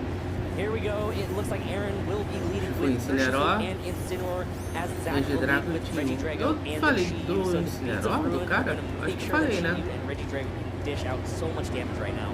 Yeah. The Incineroar, of course, pressuring with Fake Out immediately. It is Ghost Terra here on Chiyu, honestly, in a really awkward position. You basically don't do good damage into Urshifu or Incineroar, and this isn't something like Focus Sash Urshifu, so it's not like Heat Wave, even if breaks a Focus Sash. So Zach could be inclined to maybe switch out the Chiyu, but then it leaves the Regidrago open to eating up the combat immediately. So I think Aaron may be getting the better. Cara, o certo seria. Zach might also be content just like chipping for some damage, saying, hey, look, certo seria tirar esse Chiyu, trazer o Turtle, setar o Sunny Day e bater com... Depois bater. Ele vai tirar o Regidrago pra colocar o Turtle? Não, faria Giraffe. Ah tá, vai bater a... Vai bater com a Hyper Voice, né? Will block it there. Bom predict. Going straight for an overheat. Some big damage being dealt. That's some good damage on Urshifu. Really good damage. Not very effective, but that's a lot of damage. So here's the Surging Strikes into that GU. Oh. One hit there. Here's another hit. Dragapult, você perdeu. Você perdeu o Tatsugiri mais tanque da história do competitivo, tá? No round 4, o cara teve um Tatsugiri contra uma Flutter. O bicho conseguiu tancar dois golpes, eu acho. Um Shadow Ball e um outro. Só não conseguiu tancar um outro Shadow Ball. Mas caraca, eu nunca vi um Tatsugiri tão forte, tão tanque quanto esse que teve. Com Terra? Não, sem Terra. Sem Terra ele tancou. Ele tancou um golpe, mas o Shadow Ball, quase 3 Shadow Balls ele tancou. Se ele tivesse um pouquinho mais de vida, ele tancava, acho. Os 3 Shadow Balls.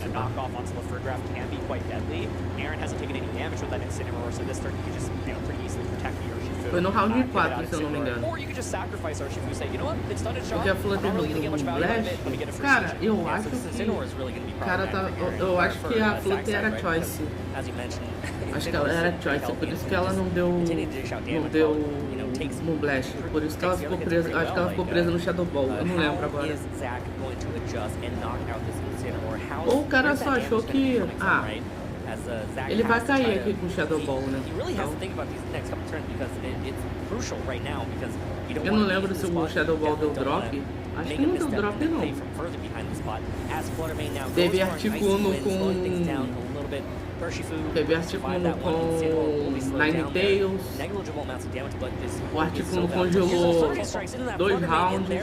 Os Pokémon. O Raging Bolt conseguiu se livrar do primeiro round. O Raging Bolt foi congelado, mas conseguiu se livrar. E no segundo, o Arcanine de Risui foi congelado, mas perdeu. Ele falou já, o Dragapult, ele falou isso ontem.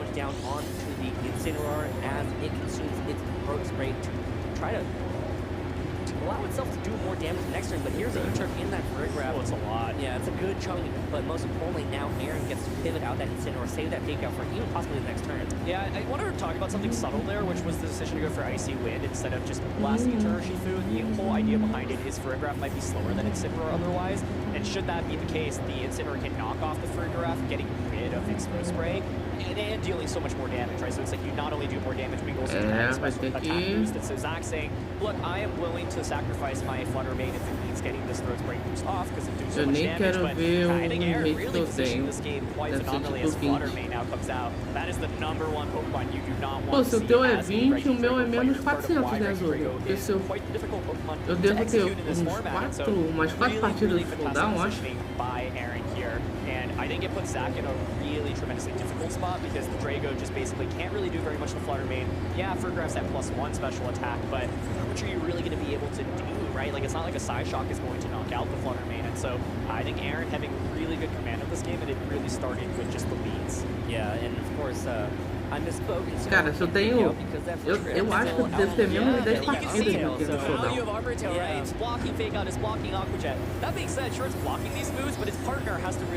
Vocês já pararam para pensar que a habilidade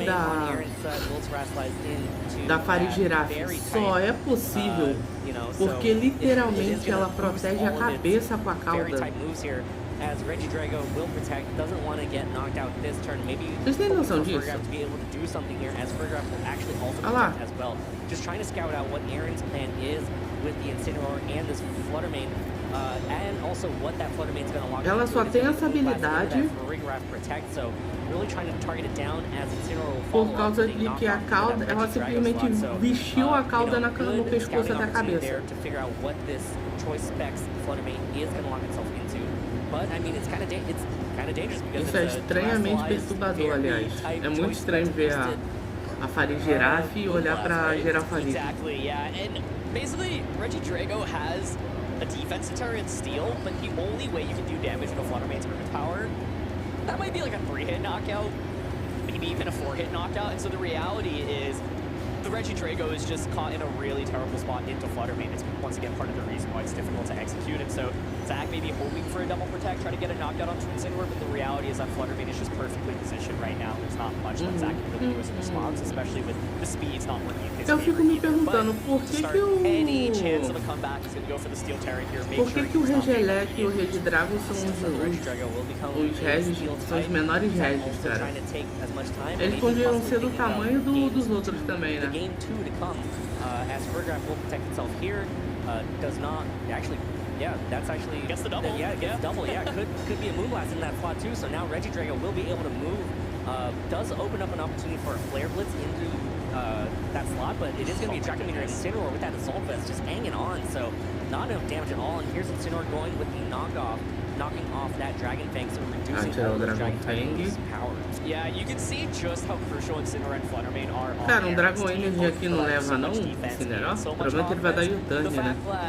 The Draco Meteor didn't even get the knockout, and the fact that now that -2 special attack puts it in an even worse position. And once again, Friggrap can, keep attempting protects, but what Aaron is making sure is not happening is Friggrap not click the Trick Room, right? As long as Trick doesn't go up, Flutter will always be faster. Kind of 1v2. Vê se tu acha uma boa. Eu tô fazendo um time pra Batalha da Fronteira e eu acabei de perceber que eu tenho 3 Pokémons psíquicos aqui no time. Eu tenho Gardevoir de psíquico, eu tenho Metagross de psíquico e eu tenho Claydol de psíquico. O time até agora é Gardevoir, Metagross, Milotic e Claydol. Tu acha que eu devo colocar faltam 2 Pokémon, né? Eu coloco um fogo e fogo e gelo, fogo elétrico, gelo elétrico, o que você acha? Metal. Eu sinceramente não sei quais Pokémon colocar. Coloca Gyarados, mas eu já tenho água, pô. Eu já tenho um pouco de água, já é o Milotic já, entendeu?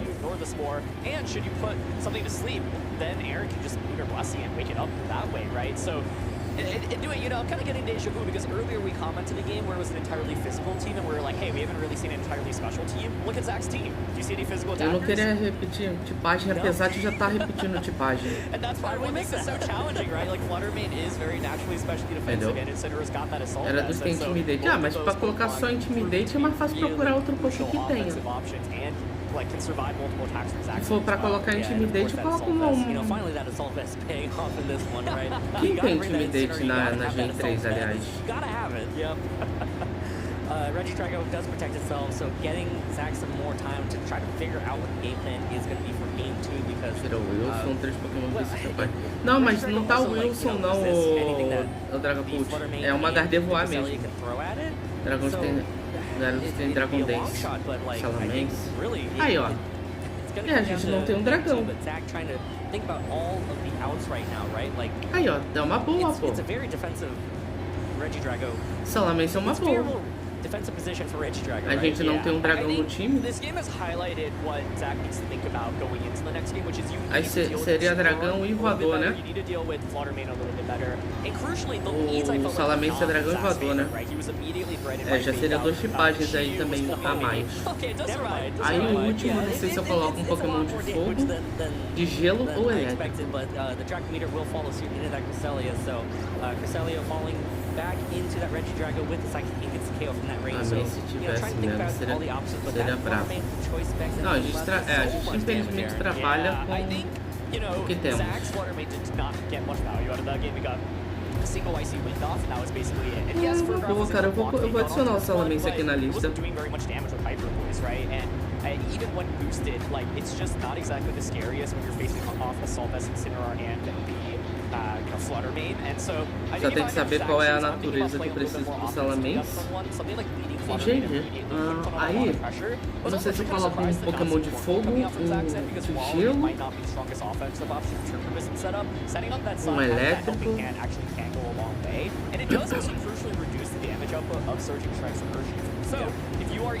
Então, coisa explodindo Overhit seria brutal.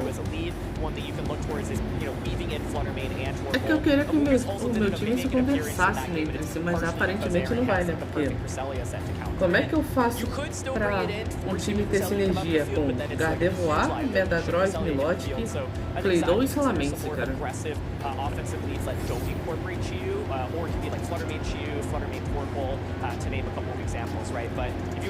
Salamence tem Fire Blast. Então, só precisa da natureza agora pra ele saber qual é o melhor. Calma, eu sei como faz isso. Yeah, exactly. So like, you know, losing those pieces also allow like losing those pieces, yes. Eu tava pensando em um Dragapult, mas eu não sei se ele é forte. Mas eu queria muito colocar ele pra testar, que era o Dolphin. Não sei se o Dolphin é forte, entendeu? Eu nunca usei um Dolphin na vida.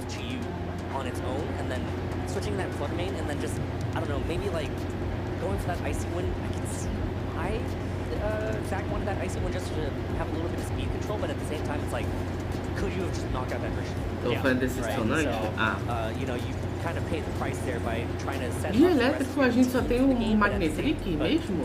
At what cost? Like, I think knocking out that version from there could have definitely switched and swung the game in completely different favor. Yeah, I'm excited to see what route Zach takes because I can see a bunch. You know, I was talking about leading. Mano, de elétrico só tem o Magnetric da Hoenn.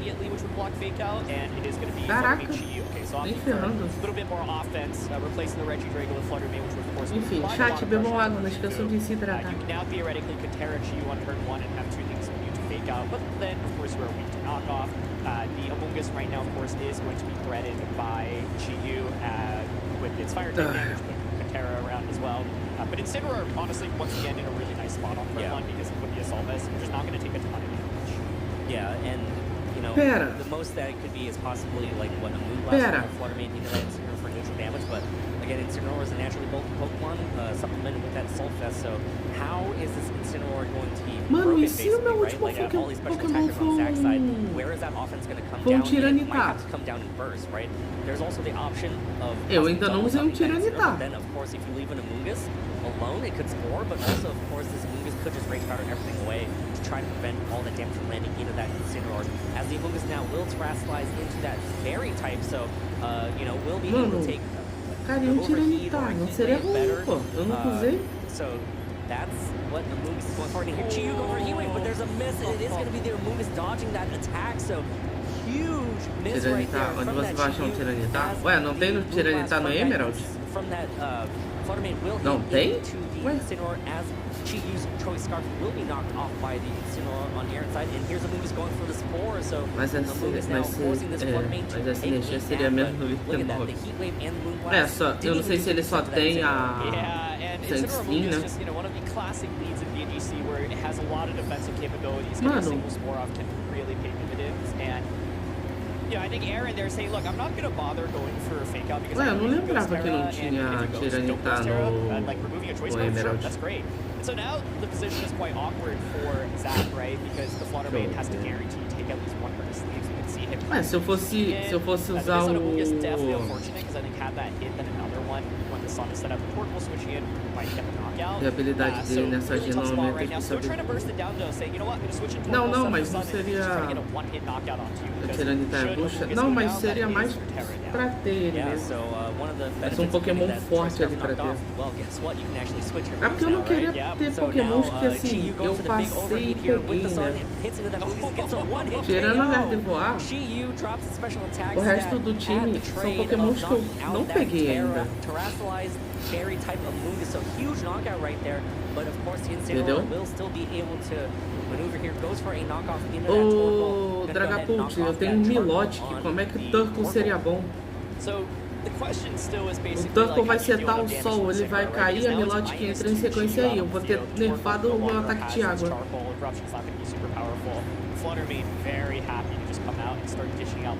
Eu não posso ter um Pokémon que vai nerfar principalmente a Milotic, né? O resto não toma... O resto é de boas com o Turtle, mas o problema é ela. Não, mas ter o Turtle só por causa do Salamence é meio paia, pô. Porque automaticamente eu vou ser obrigado a usar o Salamence toda vez que eu usar o Turtle. Aí o Turtle cai, o Salamence cai, o Sunny Day ainda vai estar ativo no Milotic. E aí?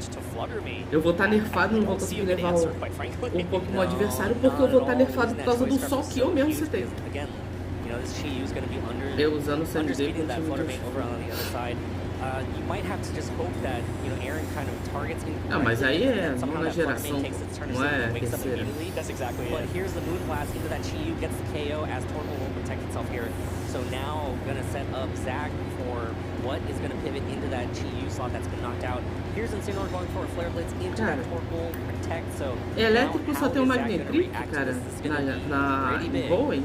Yeah, I mean, you can bring out the Regidrago, go for the Steel Terra with it. Fogo só tem um Camerupt right? And then go for something like a Helping Hand into an Earth Power. Acho que é, né? But even then, that Flutter Mane actually has like special ult, right? So, you know, the kind of duel of saw this in Center plus Flutterman just so strong here, but I think also huge credit to Aaron in this one because he identified like, hey, I don't think I should lead Urshifu anymore. I got Não, mas o Dragapult, eu tenho que, como você mesmo fala, né, tem que imaginar todos os possíveis cenários, né?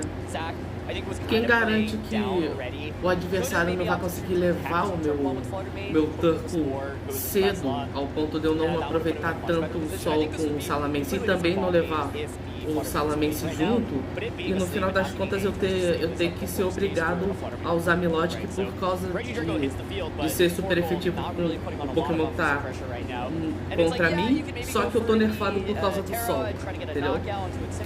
Nenhum dos Pokémons que eu tenho aqui, nenhum deles seta terreno, então nenhum atrapalha nada, entendeu? O máximo que eu posso fazer é tacar um bind com a Gardevoir e com o Metagross se eu for colocar. Então eu tenho que pensar nisso.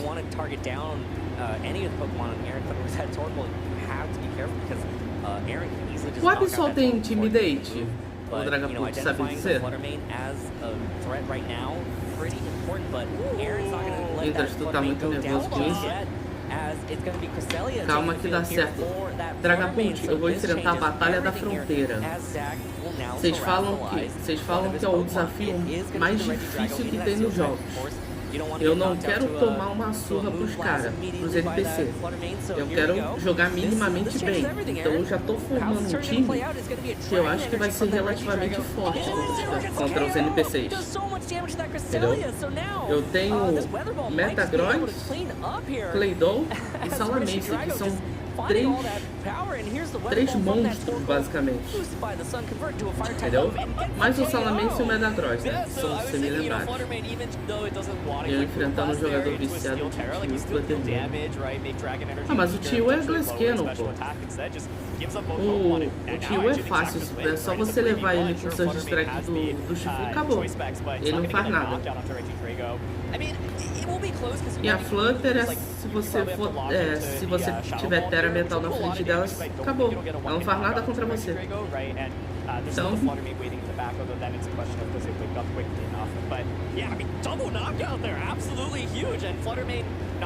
Agora, cara, pior que a Pokédex de Roen, eu não me lembro, né? Eu queria colocar um elétrico, mas eu acho que só tem o Magnetric de elétrico, cara. Eu não lembro. Quem dera se fosse assim, mas é assim. Só que o que joga Dragapult, sabe qual é a diferença de um jogador casual para um jogador competitivo? A principal diferença é essa. O jogador casual, ele vai arriscar porque ele sabe que vai dar certo. O jogador competitivo não. Ele até quer, mas ele sabe, ele acha que vai ter chance de dar mais errado do que certo. Por isso que o jogador casual se diverte mais. Entendeu? Tanto que você vê também, tem jogos aí que a pessoa às vezes não clica o mais arriscado segundo que é pro jogador competitivo. Nossa, por que ele clicou isso? Tinha chance de hack, não sei o que, e ele acerta? Porque, cara, ele não tem nada a perder. Entendeu? Ele não tem nada a perder, então... The photosynthesis wears off, but that's not going to matter too much. We already know how the speed's going to play. So now, is this Fluttermane going to be able to wake up over on Zach's side? One turn sleep has already been taken. Não, Marco, não foi na frente de Tio que eu falei. Falei na frente da Flutter. Gente, você já levou o Tio com um Surge Strike do Shifu. Entendeu? O Tio ele se assopra, o bicho já cai. Entendeu? Eu tô falando o Terra Metal na frente da Flutter. A Geadula vai estar na frente de um Tio também. Não, você bate com o Shifu no Tio. O cara só tem duas escolhas. Ou ele aceita o Tio cair, Ou ele tira o tio, beleza, o tio já não tá mais na frente. De qualquer uma das duas formas, o tio já não tá mais na frente. Peralizou mental, acabou a Flutter. Ah, mas a Flutter vai derrubar o Shifu de primeira? I think Zach was like, this is the only way I can potentially still stay in this game. Great identification of that Dragon Energy and Weather Ball. And this is what makes Regidrago so scary, right? If you're clicking Dragon Energy into two Pokemon that don't resist it, it often can be absolutely até a própria Flutter derruba o tio de primeira. Sure, but it was locked into that Moon Blast. And once again, Cresselia just took so much damage off here, and even without the Charcoal and Torkoal, não, mas aí eu pergunto pra vocês, quem é mais rápido? Uma Flutter ou o Shifu de água de Ice Scarf? It's really tough. Like, I think the deck was kind of stacked against Aaron's end, and he'd have to make the call that you were going to protect Regidrago that turn, Shadow Ball Flutter Mane, and then hope that Flutter Mane also just doesn't wake up, right? So it would have been really tough. Agora but yeah, Regidrago gets fiquei na one single dúvida. boost Dragon Energy off, and it completely changed the tides of this battle. A Flutter é mais rápida que um Shifu de Ice Scarf? Yeah, one of the greatest Dragon Energies of all time, in my opinion. Really just forcing this game 3 here, as now both players have to try to think about, you know, what the adjustments are going to be. We saw the adjustments going into game 2. It was that Amumus and that Incineroar over Ela é mais rápida? we have already talked about. That Amumus was mas ela ainda assim não leva o Shifu de primeira, não é possível. É o Boost Energy. Tem isso. Então teria que ser uma Flutter de Chance Specs pra que o Shifu fosse mais rápido que ela, né? No caso. Então é questão de matchup mesmo. You know what Zach hasn't brought so far? Mungus. Exactly. So here we are now, right? Aaron might be like, well, okay, it's time to replace Cresselia. I keep not getting value out of it, and I keep bringing it to hedge against Zach's Mungus. Se for a Flutter com Speed Boost, né? O Boost Energy, né, no caso. Se for a Flutter com Boost Energy, leva. Se for a Flutter de Chase Scarf, o Shifu ataca primeiro. Dependendo dos dois Pokémons que você leva. Se for uma Blissey, a vida é de Boost. Going immediately for all-out offense, right? We saw how much damage the Chi can do operating. Cara, tem algum Pokémon normal no Emerald que presta pra gente colocar no time? Off guard, but now instead it's that Urshifu, so the Surging Strikes is weakened, which we talked about before. Yep. That's really important too, because I mean it's still probably gonna knock out the Chi-Yu, but at the same time the damage output from that Urshifu não, depende dos Pokémons que você leva. Yeah, I think, you know, this is exactly it. It was a response to potentially a Mungus saying, look, I don't não, a Blissey tanca se pá. So I think it's a little bit awkward for Zach right now. Não, o Slaking não presta. Para eu levar o Slaking, eu teria que substituir algum dos meus Pokémons pelo Easy. Aí não conta. Eu só levo o Slaking se for batalha em dupla e eu teria que tirar algum dos Pokémons aqui para levar o Easy. Então, fora de questão. Explode. Slaking é mó bom. Só com o Weezing do lado. Só com o Weezing do lado. Pode doa a quem doer, mas eu falo a verdade. Slaking só é bom com o Weezing do lado. Só é funcional com o Weezing do lado.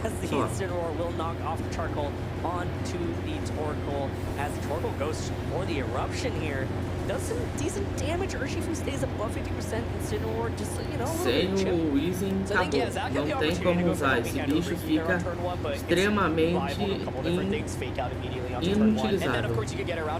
Em inglês é só em singles é só usar Hyper Beam mesmo. Não, esse Explode é aquele roxo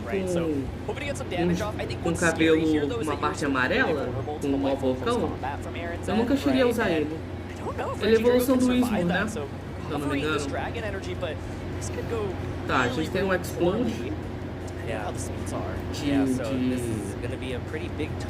de opção. A gente tem Explode, ok. Vamos anotar aqui.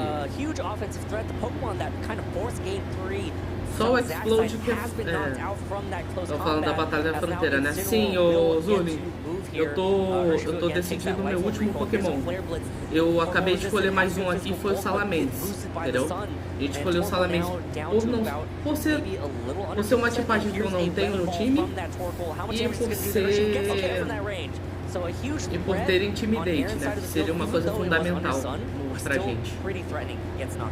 Yeah, I mean, I do think Reagindo, even though it was kind of the unsung hero of that second game, tá, de normal só tem o Explode, né? Cara, de planta tem algum que a gente possa usar? Works out quite well, right? I think the option maybe switch the Reagindo out into Flutter Mane, eat up close combat, but then if Flare Blitz goes into that slot, you're Focus Sash Rage. Não, eu não falei o Shifu com Terra Metal. Eu falei que é só o bicho, alguém entrar com Terra Metal que acabou a Flutter. Não falei um Shifu específico. Não, mas aí o planta só tem o de colo de bom. O problema é que it is going to be Flutter Mane from Aaron's end, right? So what that means is Zach could maybe just angle to try to get a one-hit knockout onto Aaron's. O problema é que ele é água também, né? Ai, cara, eu tô repetindo tipagem de novo. Eu queria não repetir tipagem, ter bons pokémons, mas o problema é que Hoenn tem isso. Os pokémons bons repetem tipagem.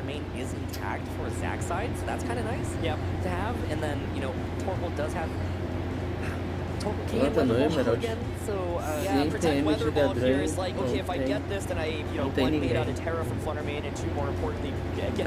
Vamos colocar, apesar de eu acho que eu não vou colocar, mas vamos colocar o Ludicolo. Inseto, tem algum inseto que vale a pena? Que é se repetir de página, precisa levar os dois que repetem na mesma luta. Não, o problema, Azuri, é que são dois pokémons bons. Na verdade, são três pokémons bons. Eu tenho três pokémons do tipo psíquico no time. E eu não quero abrir mão de nenhum dos três. Lindras, para e ser fresco. Repete tipagem do time no Emerald, tem 5 Pokémon da mesma tipagem. Sou meio rude. Sim, desculpa. Aí. Não, mas o negócio é porque eu queria abranger mais tipagem. Esse é o negócio. Eu não queria. Não era nem por frescura de repetir tipagem, eu só queria que não. Queria abranger mais tipagem, era só isso mesmo.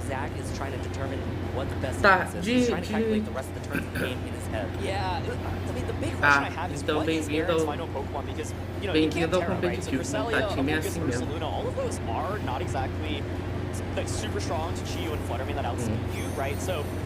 Tá, então Pokémon inseto não tem nenhum bom. Eu tô passando pelas tipagens que eu ainda não peguei, né? Pokémon tipo inseto não tem nenhum bom, pelo que vocês falaram, né, aparentemente. Tem time do competitivo, tem 3 Pokémon de grama. Não, Pokémon de grama eu até entendo. Rillaboom, Orgipon, quem mais? Tem gente que leva Venusaur. Assim, eu entendo. A Mungus, né, no caso. Mas vocês veem a diferença? Eles buscam sempre Pokémon com dupla tipagem, isso que é o negócio. São 3 Pokémons do mesmo tipo, mas 2 deles têm outra tipagem, dependendo. O Rillaboom é grama puro, o Amongus é planta e poison, né, se eu não me engano. E a Orgipon depende, se você estiver levando a de pedra é grama e pedra, se você estiver levando a de água, grama e água, se você estiver levando a de fogo é grama e fogo. Entendeu? Eu ia dizer Shedinja, mas daí só presta pra fazer graça. O ruim do Shedinja é porque eu não sei se tem alguém na Batalha da Fronteira que bateria, que deixaria ele completamente inútil.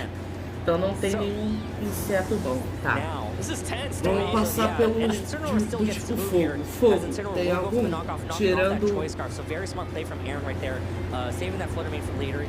Tirando o Turtle, que já citaram o Turtle aqui.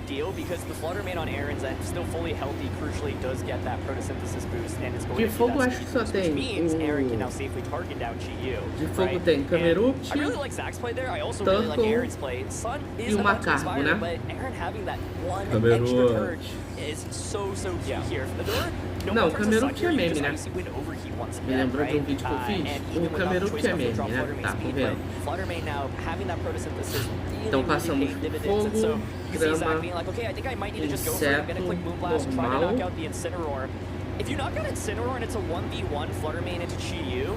Tem algum Dark? Tem algum Pokémon do tipo Dark que é bom? A gente já usou Carvanha, né? Pra os Regis, Sharpedo, né, no caso. Tem o Sharpedo, né? Mas aí a gente repetiria tipo água. Oh my goodness! Big damage right there from Zach's Fluttermane. The Stellar Terra gets the KO from that range. Aaron not happy seeing that as Chi-Yu will connect with the Heat Wave, bringing Incineroar down to less than 25%. And there's the knockoff. Doesn't even activate the Focus Sash there. So now the harsh sunlight fades, but what a huge knockout right there. Yeah, Fluttermane normally quite a bulky Pokemon, especially on these kind of tipo teams. Dark, gente, tem algum seja interessante pra gente usar? There it is. Knock the Fluttermane, and this is how you deal with the Sylvester Incineroar. You just knock out all of its partners and slowly deal with it. You can see Zach is in disbelief. I don't think he was expecting to pull off what a comeback. Yeah, I mean, game one, it was just like, dude, what do you do against a Sylvester Incineroar and Rapaz, sombrios tem muito, mas nenhum presta nesse jogo. Sério? Caraca, ok. É a primeira vez que eu vejo um Pokémon Dark não sendo bom. Tá. Dark a gente já passou. Já passamos. Voador a gente já tem.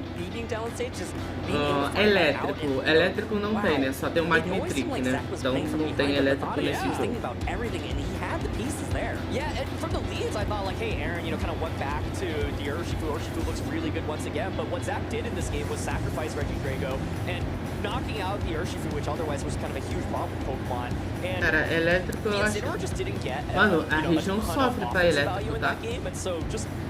Really masterfully positioned, especially after this turn. I was like, oh, Torpo went down. Like, this looks Meu Deus, really sofre com Pokémon elétrico, cara. Switch out that Fluttermane, and I think what's tricky for Aaron is whatever fourth he had was never going to be very reliable into Chi-Yu and Fluttermane. Tá, vamos lá.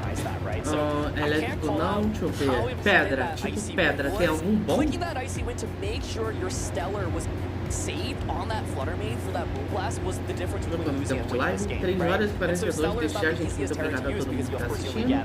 E desde já um ótimo final de semana pra todos. But the fact that it was Icy Wind instead of Moonblast there meant that you would have the Moonblast and it would deal enough damage to knock out the Fluttermane. The game also just boiled down to would Fluttermane survive that, right? In my head, I was thinking, it was close. Yeah, it was close, right? Yeah. But I am really curious. Like, I'm not sure what the role was because I think Aaron was also probably expecting to survive that and playing the end game in a way that would work out. And so, what a lights out set, honestly, because I thought like both players played really well, and I felt like the matchup looked really scary for Zach, but he found the perfect way to distribute his damage. Yeah, there was also that turn where Chi-Yu lost that choice scarf. Como assim, putting the speed control in Aaron's favor, in my opinion. That I was thinking. Vamos lá, gente. Tem algum elétrico? Não tem nenhum Pokémon elétrico decente, né, em Hoenn, né? Só tem o Magnetric de elétrico. Cara. Right? So it's just wow. I want someone to run the numbers. I'm just curious, like what the Stellar Moonblast calculation. Y'all hear someone out there run those numbers. Mainly because it's like I think when people first had seen Fluttermane as a Pokemon, like choice specs, like it's just like max speed, max special attack. But like a lot of players run a lot of bulk on Fluttermanes as well, right? So especially like HP, for example, it does give you a big edge, right? But yeah, and the Fluttermanes on Zach's team composition are generally like prefer to use timid nature over modest because you need max speed, so you obviously trade off a little bit in terms of damage output as well. So all of those like micro things can factor in, right? But at the end, it was enough. It was enough. I mean, here we were doubting, Aaron. Why are we the ones doubting? Da região, né? A gente tá falando da região. A gente já só pegou Pokémon da região até agora. Gente, tem algum Pokémon de pedra bom?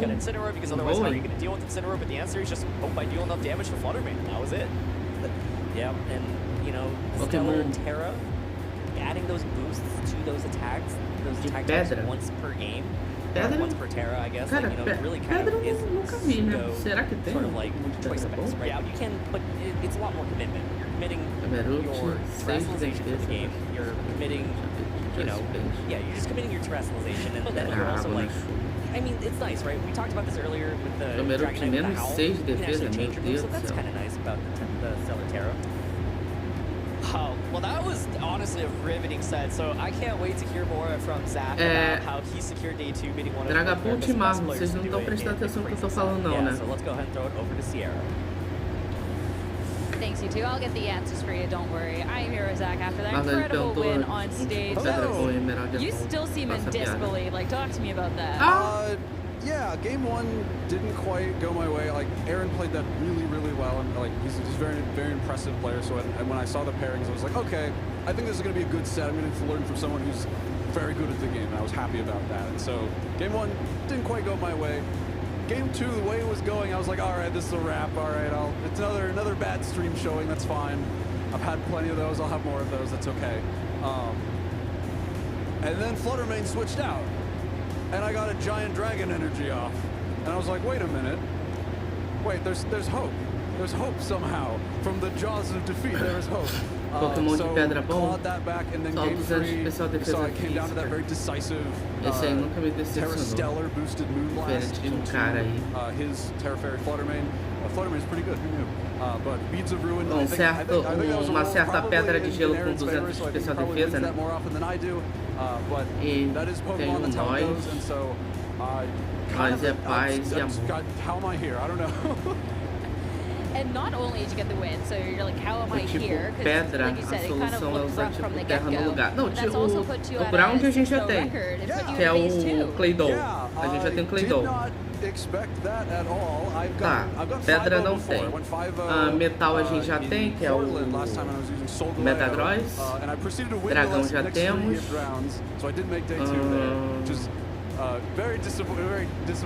Falta só qual? Gelo? Tem algum de gelo bom, gente? Ah tá, faltam 2. 2 de páginas que eu lembro. This is the same sort of team I was running back in Seattle, and it didn't go too hot. And I've had an immense struggle with this format, with National Dex formats as a whole. I've been trying to figure them out. So when Regulation F came back, I was like, another chance to try to learn how to play these formats. Segundo o Zurlin, é melhor usar tipo terra do que tipo pedra. After Seattle didn't go too amazingly for me, I was like, all right, fine. Então reclama com ele. Give it another go at Houston, but I was really feeling like sort of demoralized, and I was trying a bunch of different. Ele falou que é melhor usar tipo terra no lugar. And so I was like, well, então, sinal que não é muito bom tipo pedra. Sun team since Regulation F came back, and so I thought, well, nothing else that I've been working on had panned out, so I was like, well, I'm going to go back to old reliable. It's weird to call Chi reliable, but, you know, old reliable. Enough in this case. And so I was just like, I'm just going to have fun. I'm going to, try to do my best. Cara, sem vergonha. O Hugo estaria chorando se estivesse aqui nesse momento. 06 to 08, and I was like, that could totally happen. So the fact that I am the opposite of that. Então, acabei de falar, Zuni, acabei de falar dele. Gente, foca aqui, por favor. Eu tô perguntando, tem algum Pokémon de gelo bom? Oh, okay, but that just wasn't it, and I could do it. Like, you just couldn't quite land on something else. So why is it such a drastic result going into the event? Yeah, I think I might have Seattle didn't go huge that bad for me. I was at I was like 4-1 at a certain point, and then I lost the last 3 rounds, so I ended up 4-4, right? So my front half of the tournament was actually pretty good. I was happy about that, but I really lost steam in the later 3 rounds, and just my play was not up to par, and my opponents rightfully capitalized on it very well. And so E a Fransless, mas eu não sei se eles são acessíveis. Você considera o Wiring bom? Não sei, vocês que sabem, vocês que manjam, gente. Eu estou apenas fazendo a pergunta. Os especialistas são vocês. Entendeu? Os especialistas são vocês. Lembrando, a gente vai fazer a Batalha da Fronteira, então eu preciso ter um time relativamente decente, né, para jogar contra eles. And so I think that's been like the real difference makers, just like eating food, drinking water, you know, what amazing health tips I know. It's been really nice. Yeah, just like trying to E eu tinha até esquecido da evolução do é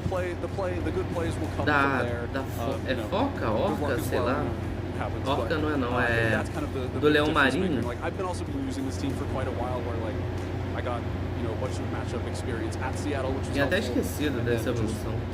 I've been, you know, every time I've been practicing, so I'm relatively familiar with this team, even despite the fact that it's quite outside of my comfort zone normally. So I'm happy. Like my goal was to like feel like I'm getting better at these sorts of formats, and maybe I'm getting there. That's good. So on the last regulation after that. Yeah, just in time. Just in time. I mean, better late than never, right? Yeah, certainly, absolutely. I'll take it for sure. I mean, I definitely want to make sure you can get back to that routine because there's still a couple of rounds. So just Ô, Zuli, se você falou do Warren, então provavelmente nem a Frostless nem o Blade são bons, né? Oh yeah, I'm gonna be back. Yeah, sorry to burst that bubble. The reward is I get to play more regulation. No, I hope you didn't have plans. It's good practice. No, yeah, I know it's kind of a trite thing. Everyone says like just one game at a time, but I really have been. I think not only one game at a time, but I've been going into a lot of these games saying I'm okay losing, and I think that like not placing so much expectation on any particular game. Então vamos cogitar o Glalie, né? You know, it is Pokemon. You have influence over how the game goes, but you do not have total eu acho que eu não esqueci de nenhuma tipagem. Essa é a última. Eu acho que esse é o último que eu vou lembrar. Agora vamos lá. Eis a questão. Tem algum Pokémon do tipo lutador que é bom? A gente colocar nessa lista? I didn't expect this would go this well, so everything's like bonus at this point. So yeah, I really did not think this would happen. You'll believe it eventually, whether it's sometime today or tomorrow at some point. Like, wait, that happened? How did that happen? Yeah, as long as you come back here tomorrow, that's eu acho que a última tipagem que a gente não passou foi lutador, eu acho. The first one, the usual. Any shout out to people you want to thank out there, anyone who might be supporting you? Yes, I'll try to keep this brief because I've done some shout outs before. I want to thank the P2 crew, especially those folks that couldn't make it because of flight cancellations. I'm so happy to get to work with a great team building group, so you all know who you are. I want to thank the Northern California community. Saw a lot of people from NorCal at the 5-0 tables last round, and it was super you know, motivating. They're like, okay, yeah, we're like, as a scene, we're getting a lot better, which is great. And shout outs to my parents and family. Hope I messaged, hey, I'm on stream. I really didn't think this would happen, but hopefully they're watching, and I you know, cherish the support from all of these different groups so much. It's really it takes a lot to do well at any of these events, so I really appreciate the support from everyone. Everyone just checking like, oh yeah, good to see you did well. Like, you know, you'll get them next time. And when it doesn't go well, like it means the world. I'm just super grateful to be in the position. Well, I'm definitely glad your family tuning in. That you can get the win on broadcast. That's always a good one. Oh no, I'm gonna get roll me over. Not this time. Not barely. We hung on there just by a thread. Okay. Last but not least, before I let you go, obviously we're in Houston. There's cowboy hats everywhere, so I'm asking everyone. I gotta know, what Pokemon do you think looks best in a cowboy hat? You should have asked me that first. I need to be thinking about that. My bad. What's best in a cowboy hat? Okay, so I don't know.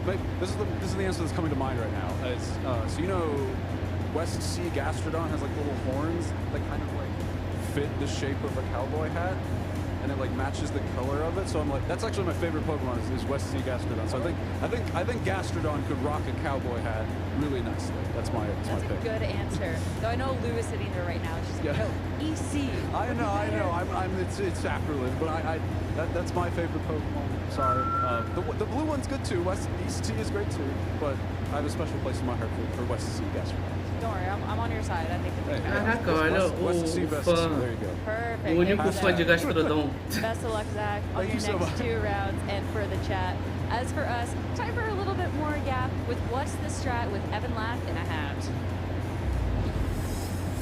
Thanks, Sierra. Welcome back to What's the Strat with Evan Lath in a hat for that incredible round 6 of our competition.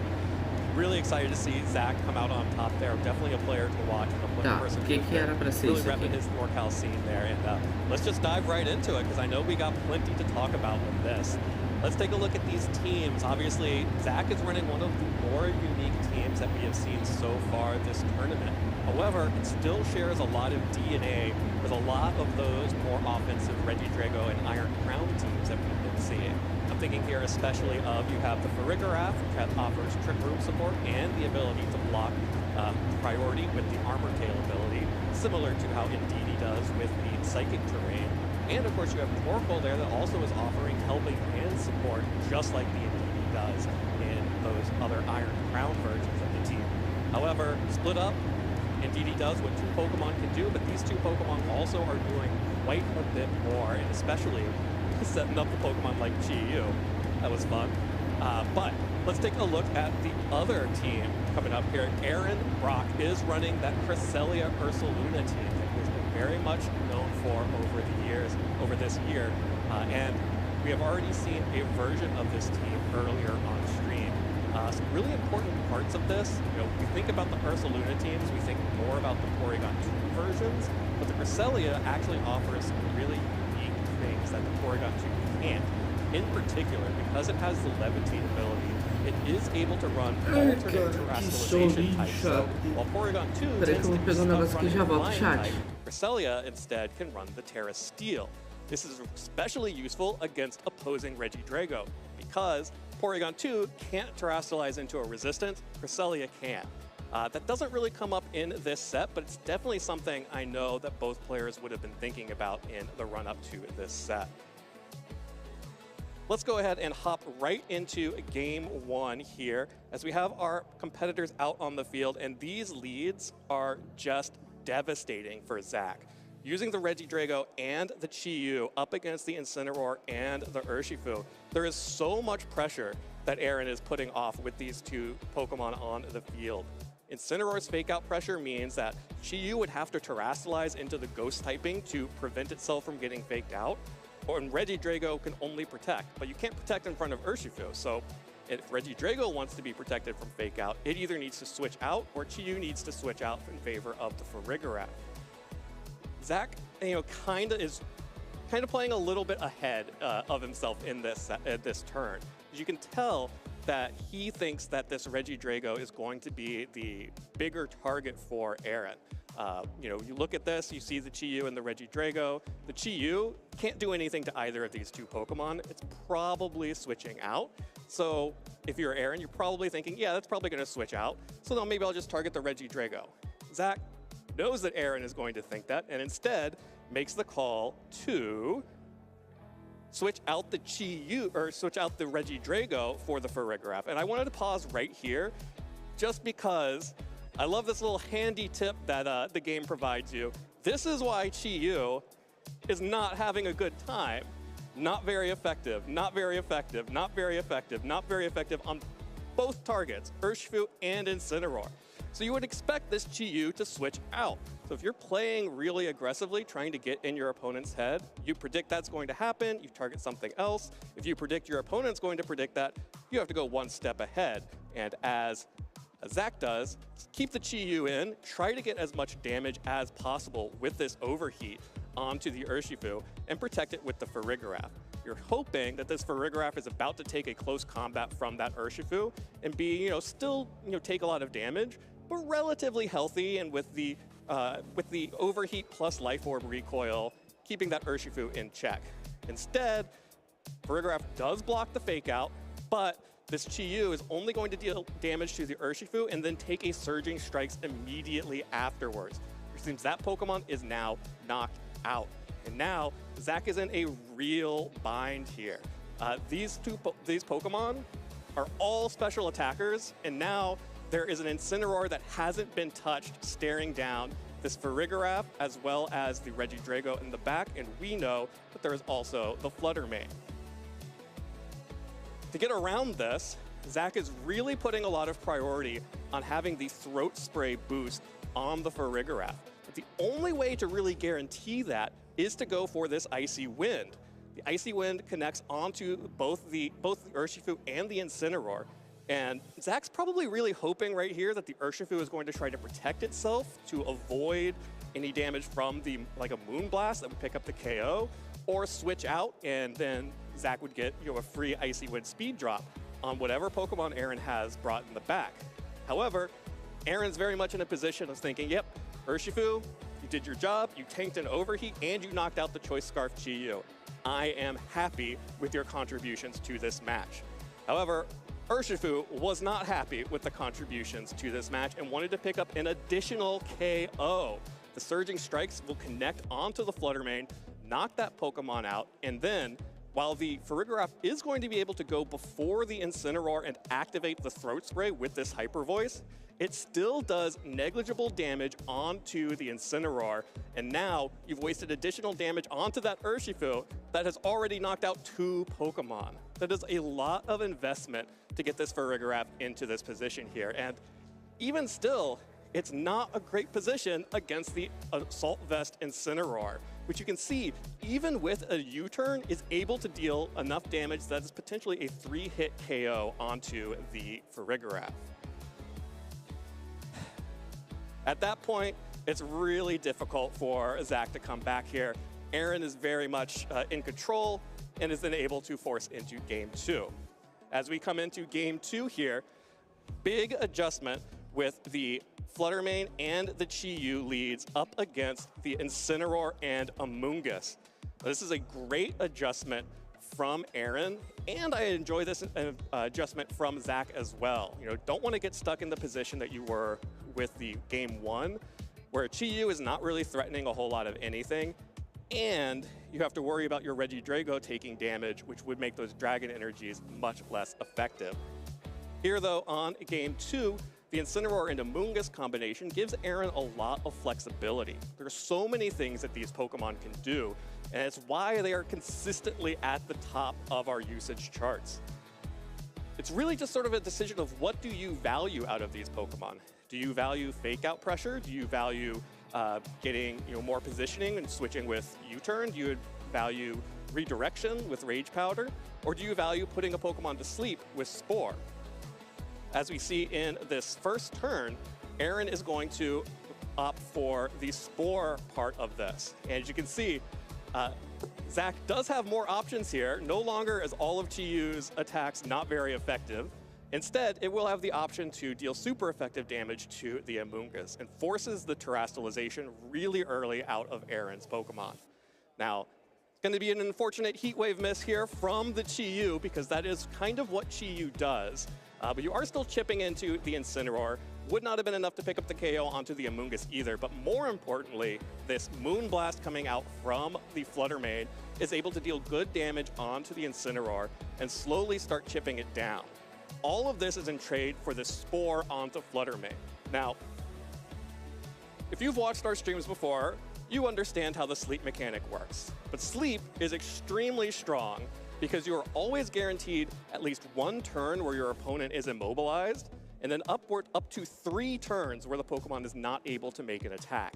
But crucially, you have to make an attack for that to come into effect. If you switch out your Pokemon, like Zach is about to do, then your Pokemon has reset that sleep counter. You have not used that time yet. So Flutter Mane, whenever it comes back in, is still guaranteed to have 1 turn where it is unable to attack. And that's really important because, Zach really needs to make something happen. This is a huge part of the offensive threat And with that Choice Scarf being knocked off of Chi-Yu, it is very possible that Aaron has some faster Pokemon in the back that could be very threatening. Now, here's where we get to the awkward position. So we were able to get to a point where you have your Regidrago and your Torkoal up against Aaron's Fluttermane and the Incineroar after the Chi-Yu is able to knock out the Mungus with the Overheat and then goes down itself. This is an unfortunate position because I can also see how Aaron gets a little bit over his skis here and is thinking a little bit too far ahead. Of course, it feels really bad to be staring down a Torkoal, which resists your Fairy-type attacks from the Fluttermane, as well as the Regidrago that can terastallize into the Steel-type. So Aaron is really feeling the pressure to need to switch out this Fluttermane to reset the Choice Specs lock and make sure that he can reset whatever move that he wants to use. Unfortunately, that means that by switching out, this Regidrago is now going to be the fastest thing on the field. Sometimes you get into these positions and you think, I'm so far ahead, the only way I can really lose is if I make a targeting mistake, right? You think like, oh, well, if I just target into the Regidrago and it protects with my Fluttermane, and then Torkoal is able to somehow get really big damage off onto my Fluttermane with a Weather Ball or something, maybe that's how I lose here. So I understand the tendency to want to switch out that Fluttermane to protect it and reset the Choice Specs lock, but unfortunately, Zach does not go for any of that. Instead of trying to go for predictions and guessing games of, I'm going to protect this Pokemon and get an attack out there, and then Aaron's going to lose a turn and I'm going to gain a turn. Instead, Zach just goes on the full-out offensive here with the Regidrago, getting a full-power Dragon Energy off onto both Cresselia on the switch-in and that pesky little Incineroar in the back. This is going to be so much damage onto both of these Pokemon. Cresselia is going to get knocked out by this Weather Ball as well, and all of a sudden, Aaron is in such a bad position from such a strong position, all because the Pokemon switched out and gave Zach that free turn to deal that big damage. And from here, you end up in a really awkward endgame. So you have the Fluttermane up against the Regidrago and the Torkoal with the other Fluttermane on Zach's side in the back. Now, this Pokemon, still asleep. It has not taken any turns of sleep yet, which means it's not going to be able to actually go off for an attack until it has spent at least one turn waking up. That being said, it does have the Focus Sash, which means that it's going to at least be able to survive one attack from the Fluttermane. This Torkoal is within Shadow Ball range, but Regidrago is going to take 2 Shadow Balls to knock it out. That means that Zach is going to have 1, 2, 3, 4, 5 turns to be able to knock out this Fluttermane before losing. And Aaron has to win, has to defeat all of these Pokemon, has 5 turns to do that. And unfortunately, just isn't able to make that happen, which means we go into game 2, or game 3 rather. In game 3, we have our competitors making another change here. That's the Incineroar and Urshifu from back in game 1, this time up against the Chi-Yu and the Torkoal. This is another great adaptation from Zach to go for more offensive pressure and additionally get that drought on the field to boost the power of the Chi-Yu and make that Urshifu, which was so threatening in game 1, much weaker out on the field. That being said, again, you have great offensive pressure from the Incineroar and from the Urshifu because they don't really care what's going on here. They resist all of the attacks. Torkoal only has fire attacks. Chi-Yu only has fire and dark type attacks. Both of these Pokemon are happy to take attacks here. When we move forward into the game, as our players are trying to find a way to break the game open, see Urshifu and Regidrago have both been knocked out here to offensive pieces in their positioning. This is going to be a key moment here as the Fluttermane on Aaron's side does go for a terastallization into the Fairy typing to try and get some damage off. Correctly predicts that the Fluttermane on Zach's side will protect itself, gets the KO off onto Torkoal. But what that really does for Zach is it gives Chi-Yu a free switch in here. So Chi-Yu gets to come in for free and be next to the Fluttermane. And And that's really important because this Flutter main is able to deal big damage alongside the GU. You can see, again, Aaron needs to protect that Choice Specs Flutter main, so switches it out for the Amoongus. But the Terra Stellar on the Flutter main, plus GU being able to deal big damage with its own fire-type attacks, it's going to easily clean up this Amoongus on the switch-in and continue to pressure that Incineroar down. This is big damage, all just to reposition that Flutter main. 3, 4, 5, 5. Going into our final clip here, this is the moment. No one, I think, really expected this stellar terrestrialization plus Beads of Ruin to KO the Choice Specs Flutter main on Aaron's side. But you know what? It does.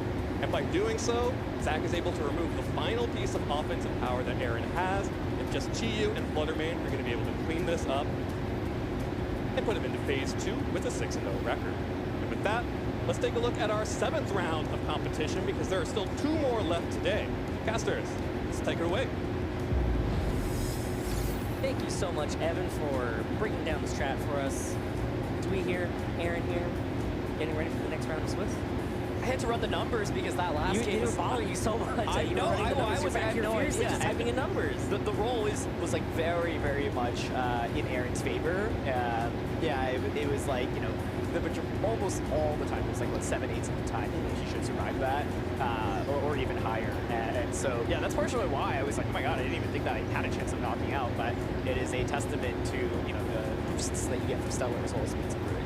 Yep, so there you go. For all of you who also calculated back at home watching along, let us know if your numbers align with Aaron Zhang's numbers. So, you know, numbers, right? Numbers. Yeah. Exciting round 7 coming up, though. You know, Dewey, we had a lot of throwbacks throughout the course of today. You and I have talked about Cresselia a lot. It's made a bunch of appearances, but I've got a bigger throwback for you. We'll talk about it later. Okay, in a bit. Well, you're foreshadowing again, Aaron. Just want to get into it, man. You're really too excited. You really love foreshadowing today, but let's go ahead and take a quick look at Swiss standings right now. You know, 6 rounds of Swiss moving into 7 rounds of Swiss. Any player that wins 6 rounds today moves on to phase 2 of the competition. The previous round we saw Zach qualify for phase 2, sitting right there as the 6th seed right now. And again, this is just a snapshot, right? This is just a snapshot of all the players out there right now. Any player that is currently sitting at 5 Cadê o chat agora para me ajudar? Mas eu acho que só teria esses dois, né? Não sei se o pessoal vai considerar, mas o outro eu acho que sim. 9 players have already made it into day 2 of the 9. Only one has actually won a regional championship before in Daniel Yu. Many have come very close though, like Zach, we just saw on stream, finishing as high as 2nd at regionals before. And of the 5-1s, Christopher Hahn, maybe the most notable name there. Of course, he's been one of the strongest players in North America, reaching up to the Masters stage since the day 2 week. Feels like basically every event. And of course, his brother Kevin Hahn won 3, 4. Fica 4 certinho pra fazer a pesquisa. So, you know, strong family right there. You know, you love to see 2 brothers go into BGC and compete with each other. You know, that sounds familiar, do we? You probably know something about that. Much farther time away from you and Brendan, of course. That too is a long time ago at this point. Let's go ahead and take a look at the notable matches for Swiss Round 7. Exciting matches all around. I mean, you see Steven Morioka versus Daniel Yu. You mentioned earlier that Daniel Yu is a player that has actually won the regional championships. Steven Morioka has been competing since before us. 06? Journey Across America. That would have been 06, yeah. Yeah, pretty sure was also a part of the battle in Seattle as well, or at least, you know, tried to enter there for the battle in Seattle. So, you know, Steven Morioka has been around for a very long time. We saw Aaron Brock on broadcast just in the previous round. We'll be going up against Luca Paz, who has been no stranger to the stream at all. And a regional champion as well at 5-1, having won one of the first Scarlet and Violet regional championships over in Europe. Yep, and then of course we've already highlighted this before. We have Carson Confer, former world champion, has won regional championships before as well, going up against Alex Smith. You know, we also have Dylan Stone versus Estefan Luna, who we actually haven't seen on stream before. Yeah. So hopefully we'll be able to see them in phase 2. But of course, our matchup right now is going to be Lewis Milich versus Max Simon. Is it time? We'll wait a bit. We'll wait a little bit. All right, now it's time. Now it's time. Go for it, Aaron. Go. Pikachu, I choose you. Max Simon, the premier Pikachu player here, 1 game away from making it to day 2 at this regional championship. This isn't just a gimmick, Dewey. Max is the premier Pikachu player because he's been using Pikachu since 2020. He's earned multiple championship points with it. Top 32, top 64 regionals with Pikachu. He's rocking it once again here. Yeah, so Max has built most of their teams with Pikachu. If not Pikachu, then at least some form of Pikachu. I've seen from the team histories, you know, sort of like Raichu, Togedemaru. So Max, no stranger to using Pikachu at all. Over on the other side, it is going to be Lewis, who we've seen play a lot of VGC before, right? I mean, from around the time that we were also competing as well, having top finishes in tournaments. Max has also made top finishes in tournaments, although a lot of these happened before 2020. Yeah, Lewis, a player that was, I think, you know, very, very strong, especially in the Sun and Moon era. Took a long break from VGC, but came back last season and was very consistently in day 2 of pretty much every tournament that he was attending and had, you know, qualified for the World Championships. And I think he actually has not played very much this season, but is making a late run for the World Championships. And he's going to be using Dondozo, Tatsugiri. Both players are going to be using it, but he's got that Galarian Wheezing. What's really interesting about the Galarian Wheezing, though, is that it is toxic. It's not toxic spikes. It's not poison gas. Those 2 moves are most common on Galarian Weezings. Instead, it's going to be that toxic, which of course can make the toxic damage add up even more. Yeah, so that exponential, right, with that toxic, I mean, I will always remember back in the day, just, you know, in-game teams just using toxic and slowly whittling away the opposing team. So Lewis going to be running a Dondozo team, as you mentioned before. You know, Dondozo is a Pokemon that we've seen on broadcast before. A lot of players hate going up against Dondozo teams, but here we are. We actually have a Dondozo mirror. And I think what's really interesting, of course, in the Dondozo mirror is, oh, are you running Oblivious? Are you running Unaware? Well, we just saw Lewis is running Oblivious. That is kind of the more common ability right now because of how good it is into, of course, Intimidate, Incineroar being everywhere, being immune to it, big deal. And turns out, well, Max is also running Oblivious. And so I was going to say, if one of you is running Oblivious and the other is running Unaware, that gives you a big edge if you are the Unaware player. But with both being Oblivious, kind of levels out the playing field. But, I mean, we got to address the mouse in the room. Let's talk about Pikachu. Pikachu, of course, with access to that Lightning Rod, provides a lot of support. I mean, it will be able to draw away electric-type attacks from that Dondozo as well as that Pelipper, so that's pretty cool. Light Ball gives it a crazy amount of offensive stats. And then, of course, you know, Pikachu has a pretty decent move pool. The only issue with Pikachu is that, you know, its stats aren't that great, but it has access to great moves. I mean, again, with that Light Ball, you get so much physical power that you can go for really powerful Volt Tackles, you can go for really powerful Play Roughs, but most importantly, it also has access to that Fake Out to provide support. Yeah, part of the beauty of Pikachu is actually as a Raging Bolt counter, right? And Lewis does have Raging Bolt on his team, but it's like, hey, how do you make Raging Bolt's life miserable? Well, you've got Lightning Rod for the electric type attacks, and you have Fairy Terra, right, as well to get rid of the Dragon type damage onto it. So this lone Pikachu can actually be a counter to one of the most common Pokemon in this format. Curious to see if it ends up coming out in this matchup, right? Like, one of the big dynamics to pay attention to is that Lewis has Galarian Weezing. Galarian Weezing, of course, shuts down abilities. It means that Lewis also obviously won't be able to combine a Dondozo Tatsu if it's out on the field. Oh, you can't, right? It has to be out on the field. But what it means is Lewis at any point can switch out his Weezing, bring in Dozo Tatsu immediately, and let it combine that way. Whereas if you're Max, if Weezing's out on the field, you just will not be able to combine, right? And so Max's goal is, hey, if I think I'm going to bring Dozo Tatsu and I'm staring down the Weezing, I got to knock out that Weezing. I cannot let it get a Toxic off into my Dondozo. If that happens, Lewis will have the huge, huge advantage. Yeah, but then, of course, Pikachu can also deal massive amounts of damage to Dondozo as well. You will be taking a lot in recoil. As a matter of fact, you might even knock yourself out with the recoil that you do from Volt Tackle. But, I mean, hey, Aaron, happy 30th anniversary to Pokemon. Happy 30th indeed. I think it's just so awesome we get to see Pikachu here, and I really want to see him make an appearance here. I do think that it might feel a little bit scary to bring into this matchup because you are staring down double priority and Chien-Pao Dragonite. This is Life Orb Chien-Pao with Sucker Punch and Choice Band Dragonite with Extreme Speed. I think Pikachu probably doesn't survive either of these. You could go for Fairy Terra, obviously, to resist the Sucker Punch, but I think that's one of the main things Max probably has to be a little bit wary of. And you're probably wondering, well, why in the world is Pikachu on this team to begin with? And it's because, first of all, it can counter Raging Bolt. It's a faster Fake Out user than Pokemon like Incineroar and Boom in this format. It can actually deal really reasonable damage, and it of course has that Lightning Rod ability. And here we go! I choose you! Pikachu and Dondozo over on Max's side. It is going to be the Raging Bolt and that Neutralizing Gas. So Weezing's Neutralizing Gas will be preventing that Lightning Rod from taking effect, but at the same time, that Pikachu does get access to Fake Out this turn. So how's this going to play out? It's Pikachu on the field. Yeah, and so you can Fake Out into the Raging Bolt. Weezing here not going to apply that much pressure damage-wise, but of course the big thing is you can go for the Toxic, right? And if Dondozo gets poisoned, it's a complete nightmare here. So really interesting dynamic because Pikachu normally used specifically to counter Raging Bolt, but when your ability is shut down, suddenly Raging Bolt can actually attack, right? So you can see Lou is considering going for that Electric Terra. That means that you won't get KO'd by a Fairy Terra play rough immediately. Happy to just go for Electro Web, try to poison the Dondozo immediately. I think the Pikachu is really strong here. The Dondozo, unfortunately, caught in a very awkward position to start this game for Max. Yep, so it will be the Pikachu terrestrializing right now into that Fairy type. Pikachu is so adorable, just sitting on the field, so tiny. You know, getting that heart on top of its head from that terrestrialization, as it will be the Raging Bolt to terrestrialize here into that electric type. So here we go, Aaron. Looks like we're getting underway. What's Pikachu got up its tiny sleeves here? And how is it going to play around here? As Pikachu will go for a play rough. Terra Fairy play rough connects into that Raging Bolt.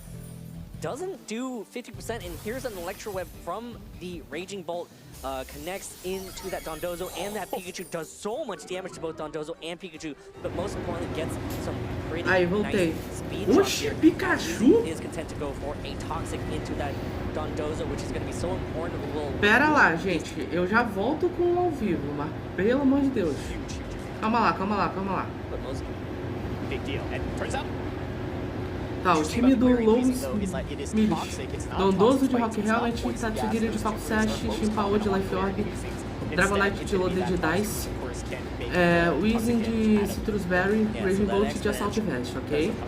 E o time do Mano Max, Simon. Ó o Simon aí, gente. Dondozo de Rock Helmet, Tatsugiri de Safety Goggles, PLP de Foco Sash, Pikachu de Red Bull, Tornados de Covet Cloak e o Chifo Dark de Choice Band. Agora podemos voltar ao vivo. Melhor Pokémon da Gen 9, Raging Bolt. Ué, ô Marlon, aproveitando que você voltou, já que aparentemente todo mundo sumiu. Pokémon lutador. Tem algum Pokémon lutador bom no Emerald? Eu só pensei em 2.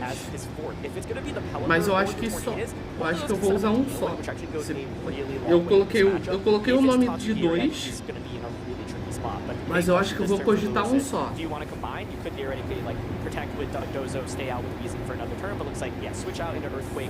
Mano, Pikachu. Cara, Pikachu, cara. Quando que a gente ia ver um Pikachu? A minha pergunta é por que tem um Pikachu? Não é lá grande coisa? Ué, não tem Commander? Ah tá, agora vai vir um Commander, ok. Well, guess what? Hey, guess what? We got a Dozo here. Mataram o Raging Bolt? Not for long, though, I think, do we? Not for long. Ué, você falou que não suportava o Raging Bolt, tipo? E agora gosta do Raging Bolt? Entendi. Tá, lutador. Agora sim, Commander. Ô, Marlon, Pokémon lutador bom no Emerald, fala aí.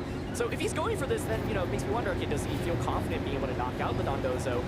Once again, what is that final Pokemon, right? Because I don't think eu gosto dele, o problema é que essa estratégia com ele, Terra Fada, Thunderclap.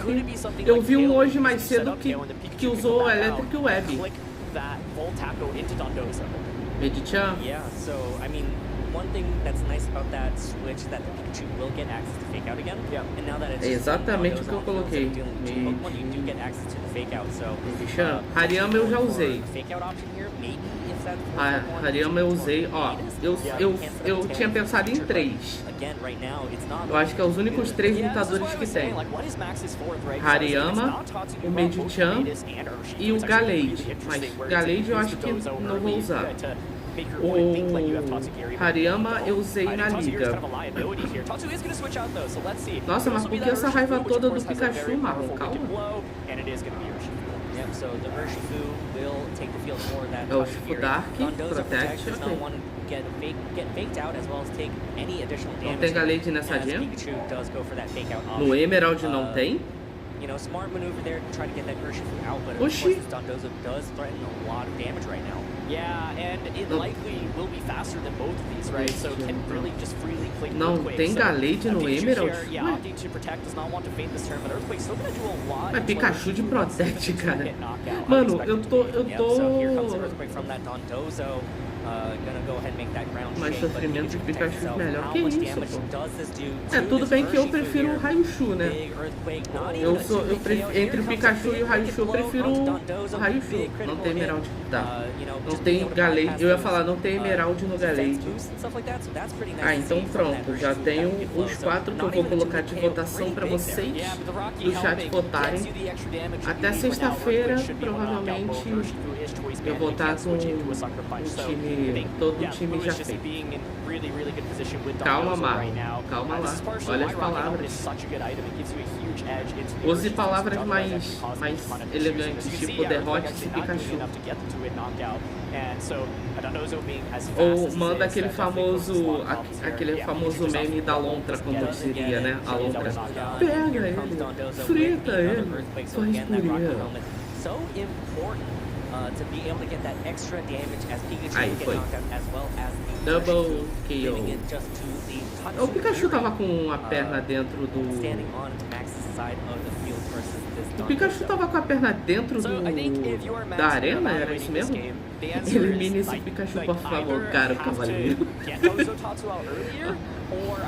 Coitado, você tá torcendo contra o Simon. Deixa o Simon saber disso, Marlon. Você tá torcendo contra ele. A pergunta que fica, será que esse Tatsugiri tanca um Dondozo?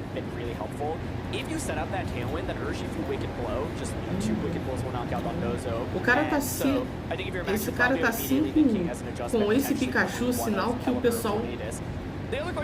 Pera, Marlon, o fato... Marlon, o fato de ter uma pessoa com o Pikachu tá 5-1, eu posso considerar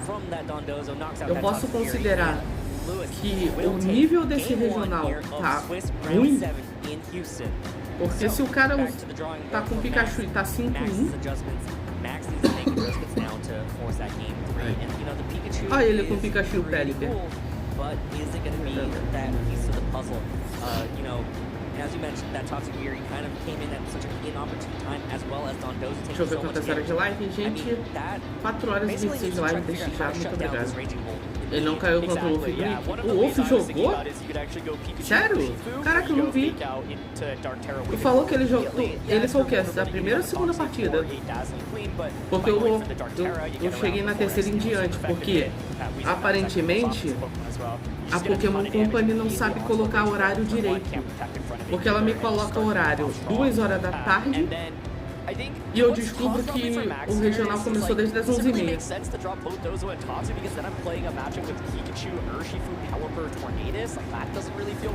So it could still make sense to keep going with Dozo Tatsu, but I think leading Dozo put Max in a pretty tough spot because he just like lost the war of attrition there. If you want any chance of winning with Dozo, I think you need to get your Dozo at full health and ideally have damage Lewis's Dozo before anything.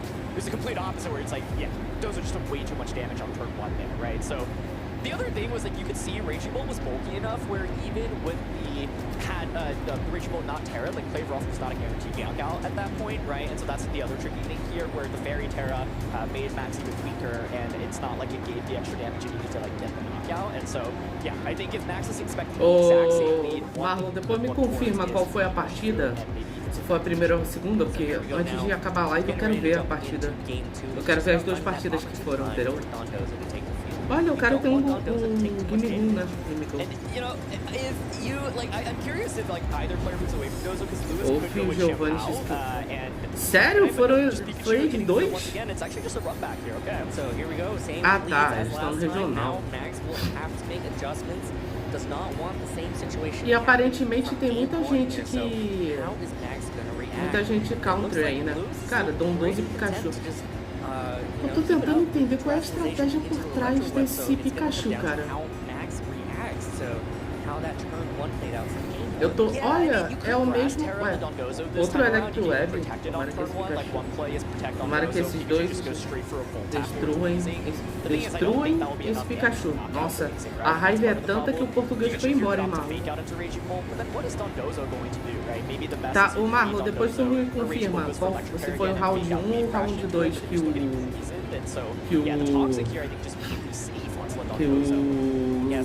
Wolf jogou, tá? Pikachu hard counter de Reagindo, por quê? Ele é o Reagindo é dragão e elétrico, né? O Pikachu é elétrico puro. So my big question to you, Dewey, once again, is tá, do you think there's Tatsugiri back? Because I think basically how turn 1 had played out in the previous game made me think, hey, Dozo's actually pretty good just to deal early damage if you're not relying on Dozo Tatsu in the end game. I like Lewis's decision to actually not terror this time, saying, look, I realized tearing on turn 1. Had he terrored, he would have given up a wave crash that would have done substantially more damage. Entonces, cuidado para no hablar exagerado, para não falhar. Turn. But once again, getting the toxic onto the opposing Dondozo is such a big needle mover. In like now, it shifts to Lewis. In Lewis, sabe uma coisa? Kind of power through with Dozo Tatsu. So, sabe like uma coisa que eu queria? Eu não sei se isso não acontece não, né? Uma coisa, um detalhe que eu queria muito que acontecesse era que a barba do Raging Bolt, a barba do Raging Bolt, ela só balança. Eu queria que ela ficasse circulando, ia ser legal. Deixa eu ver, o Raging Bolt desviou do ataque. Electro Web. We saw Dondozo survive last time, but Pikachu has not terrestrialized, so it takes that way better. But most importantly, gets very big speed drops down onto Dondozo and Pikachu now. Por que o Pikachu é hard counter do Dondozo hangs on. Here's a wave crash. How much damage can this do to the Raging Bolt? And the Raging Bolt actually hangs on from that spot. Por que o Pikachu é hard counter do Raging Bolt? Recoil. So now o jogo 2 não foi o Wolf, nem do Jill, nem do Giovanni. Ah, mas tu falou que o Wolf jogou? Então foi no primeiro? Ou não foi no round 1? Yeah, unfortunate miss though. Ele é imune ao golpe elétrico. Would have knocked it out and immediately, which then would have forced Lewis to bring out either Dozo or Tatsu. Now, being able to get an extra potential thunderclap bomb on her way out is honestly quite. Ah, é verdade, porque o pessoal normalmente sofre por thunderclap do Raging Bolt, né? Tem esse detalhe. Ah, tá. Então, né? Então só os dois jogos foram aleatórios, né? Os dois rounds foram aleatórios. Um deles foi da moça que teve o controle dela descarregado, né? Que você falou. Você não sabe se ela ganhou ou não. How important that neutralizing gas is because, you know, it just prevents Pikachu from just redirecting that attack as Urshifu will get to reset, will get to use that U-turn and pivot out as it knocks out the Raging Bolt. So now Mags will reveal their last Pokemon partnering up with this E o outro foi aleatório, né? It is that Tatsugiri. Yeah, and you can see Lewis, you know, fist pumping. He knows, okay, there's no tailwind now from your end. He knows we should just win the game. And so, the dazzling leap here. Tá, o Pikachu não vai usar... Ah não, o Pikachu pode usar o choque do trovão, né? Porque o Weezing, ele tá com o Neutralize de Gas, não tá com o Levitate, né? Então, nossa, ok. Ô, Marlon, tu tem visto muito o Pikachu nas tuas partidas ranqueadas? Ou o Pikachu só começou a aparecer agora? Ai, por isso que tá no regional. E pra tu ter falado que ele é hard counter, é porque provavelmente tá aparecendo, né?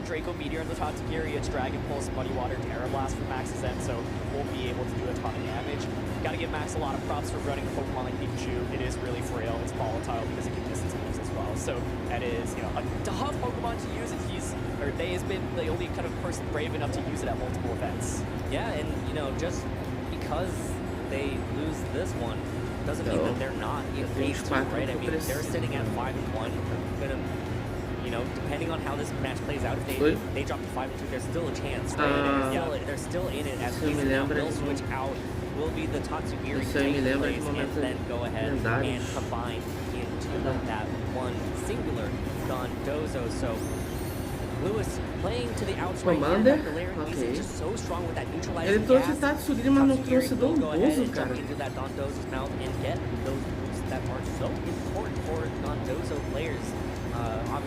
Coordenade versus Landos. 2 golpes, Brown e Venenoso. Ah, o teu Lando foi Terra Poison? Dondozo contentious flicked Earthquake. You know, part of the strength of Wheezing is being able to brand so many use with poison, and a single poison goes such a long way, especially the Dondozo here. Especially since it's toxic poison too. Exactly. So yeah, you know, part of what I was thinking is like because you choose really good at zeroing that Terra out of the Raging Bolt, if you get even a inclusive, tu viu quem é a capa aí daqui da live? Engraçado que eu não vi um até agora. Foi eu colocar ele de capa, não apareceu um até agora nas transmissões. Corviknight é imune a tudo do Lando. É, porque ele é Pera, ele é voador e metal. Metal não sofre pra poison, né? Isso. Ó, Terra Dark, Luxo Dark.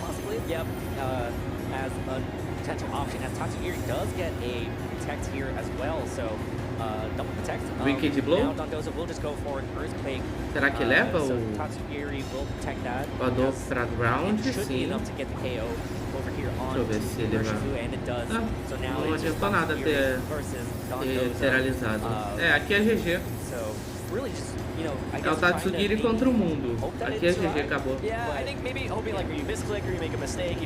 GG 2-0, tranquilaço. É. Complicado é usar Corviknight porque tem o Reagindo, mas dá pra usar. Marlon, não sei, você provavelmente já deve ter cogitado essa possibilidade, mas é Corviknight com Terra Metal. Corviknight Terra Steel, porque você provavelmente vai pegar mais Raging Bolt com Terra Fada do que com Terra Elétrica. Entendeu? Você aumenta tuas defesas, usa um ataque de buff e bate o mais forte que você puder com stabbing. É um mero jogador casual falando, mas vai que a estratégia funciona, entendeu? 2-0 no Pikachu, obrigado meu caro cavaleiro por este jogo no mais alto nível, principalmente por Solange Pikachu. A frase foi começando educadinho no final. Toma, bucha. Porque tu viu? Não sei se tu reparou, mas o Terra Metal virou um Terra. Se pá, eu posso estar falando besteira? Posso estar falando besteira, mas o Terra Metal se tornou um Terra se pá mais importante que o Terra Água, porque o Terra Água era o Terra mais usado por ser mais defensivo, agora é o Terra Metal. Não, cara, o Terra Dragão é melhor, porque o meu Corviknight tem um voador lutador. Considerou Terra Fogo. Valeu, mas Marlon, tu vai dar Terra Dragão, um Corviknight na frente de um Raging Bolt com Terra Fada, pô? É o que eu falei, provavelmente você vai pegar mais Reagindo com Terra Fada do que com Terra Elétrico. Entendeu?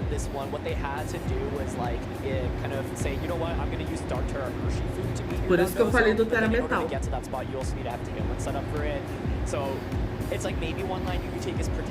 Ou então você usa o Terra Voador, né?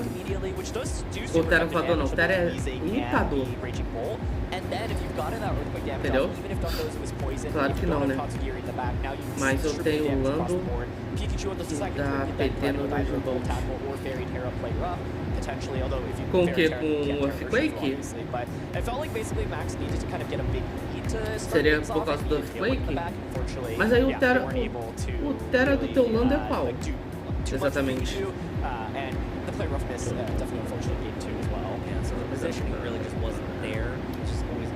next. Power. Ah, tá. Ah, é o Earth Power, né? Tem Earth Power, tem o Earthquake pra bater também se precisar. Mas eu acho que Lampo não usa, né? I need the Weezing out on the field right now. I need this Raging Bolt out to be able to deal with that. Não, o Terra. But at the same time, be able to bypass that Pikachu and Tu usa Terra Poison também no teu Lando? Porque o pessoal usa normalmente ou Terra Metal ou Terra Poison, né? Deixa eu pescar na memória, mas eu não lembro de ver outros Terras a não ser Metal e Poison no Lando. Deixa eu ver. Eu acho que só Terra Metal e Poison, que, né? Terra Metal e Poison são os que o pessoal geralmente usa no Lando, né?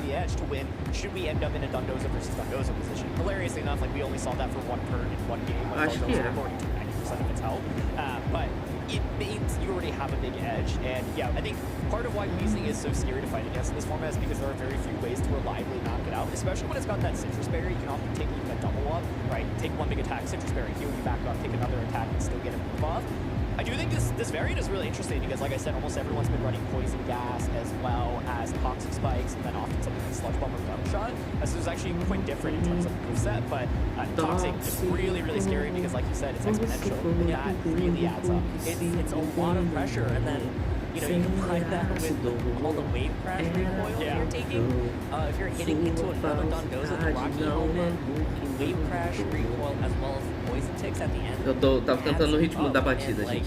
Desculpa. Me empolguei. You don't like to see that you're doing damage and you're doing more damage to yourself. Yeah, exactly. Right? I mean, we talked about that earlier with the Pikachu with the full tackle into a Dondozo probably would have done more damage.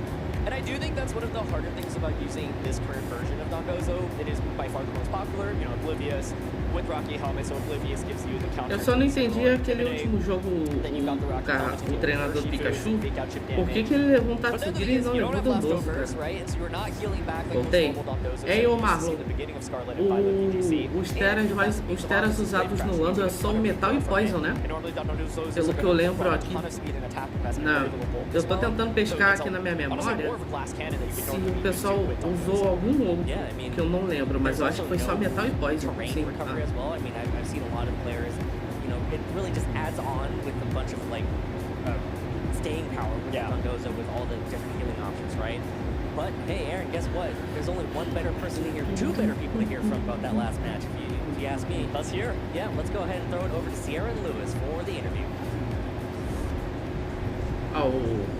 Thanks so much, guys. I'm here with Lewis out on the floor to talk a little bit more about that match. But first off, you've secured Phase 2 here at Houston. How are you feeling? Feel really good, especially because last year I was day 2ing everything. This year I've been struggling a lot. What do you do when you struggle? Hey, you go with Dondozo. So happy to be in day 2.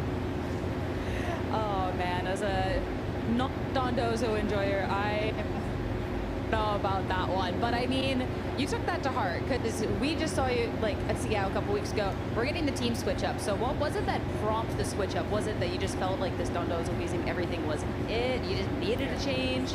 Yeah, all jokes aside, Dondozo's actually in a pretty interesting spot because if you just go really fast on that guy, he's outspeeding all of the boosters, special attack flutters. He's outspeeding all of the adamant GM-POW. So there's a lot of stuff that it outspeeds that normally it wouldn't, but right now it is. And the other thing about the team that really unlocked it, that was kind of shown on stream a little bit, was the Bolt with the Weezing.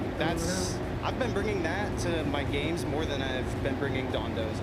I've just been leading that, clicking Electro Web, clicking Snarl. Weezing it hasn't really been all that good. This format, it hasn't found its place. But Snarl is what gives it the extra survivability so that it can toxic stuff, stall turns out, and then you can come in and sweep. And we definitely saw the toxic with it come in clutch in that match. And I want to paint a little scenario here, right? You're everyone feeling great. You're about to go on stream. You sit down and you see Pikachu in the team preview. Is it the hottest team you've gone up against? What are you even thinking at that point? Well, I knew the second I saw Max's name, I was playing Pikachu. I've known Max for 10 years. He was my local demon in 2016, 2017. And every format that Pikachu has been legal, he always uses it. So I saw the name and instantly I was like, okay, what's my Pikachu matchup? I'm probably the only one in this venue who would think that whenever they get their pairings, but that's the way it was. So But yeah, no, Max is like a great player too, and like it was a really rough matchup for him, so there's really not much he can do. But I'm really hoping that he makes day 2 as well, because I mean, we all want to see Pikachu do good. So. I was about to say rematch tomorrow, but then I remembered what you said about it not being a good matchup. So maybe you guys just sit next to each other going on for tomorrow's matches, which leads to the next question. You're scared for tomorrow. How are you feeling, especially too with Dondozo wheezing? You were saying it felt good into the event. You've had an opportunity to scope out now, like feel confident it can make the run? I feel a little worse now that I've played on stream, gonna be perfectly honest, because people are gonna see the team, people are gonna think about, oh, what do I do, what do I do? I'll just win all the 50-50s, it'll be okay though. Yeah, there you go, you got the plan, you're set. 2 more questions before we go. First off, you have any shout outs for friends out there, anyone who's supporting you? Yeah, big shout out, I'm gonna forget so many people. Big shout outs to Joe Selmer, because he's really the guy who got me on this team. I should have ran it at Seattle and I didn't, and it was like, all Joe that basically got us on this team, and a bunch of us are running it. My friend Logan, my friend Joe, Will, there's so many people, I'm gonna forget all of them. Joe's brother Joey, our friend Trey. So, I mean, for all of you day 2 people, you better know your Dozo matchup. Also, all of my friends who get me all of my Pokemon, gotta shout them out. My friends Micah, my friend Justin, so many more. I'm gonna forget everyone. There's no way I can do justice to all the people who helped me out. With me, it really takes a village, so just thank you to all of my friends and everyone who supports me. I can't believe you're issuing the challenge out there to everyone to make sure they know their matchup. That one just seems crazy. I thought you would want that to be a little bit more under the radar, but before I let you go return those friends, of course, we're in Houston and asking everyone, what Pokemon do you think would look best in a cowboy hat? Dondozo. Perfect. Love it. Congrats on the win. Best of luck tomorrow and the last round.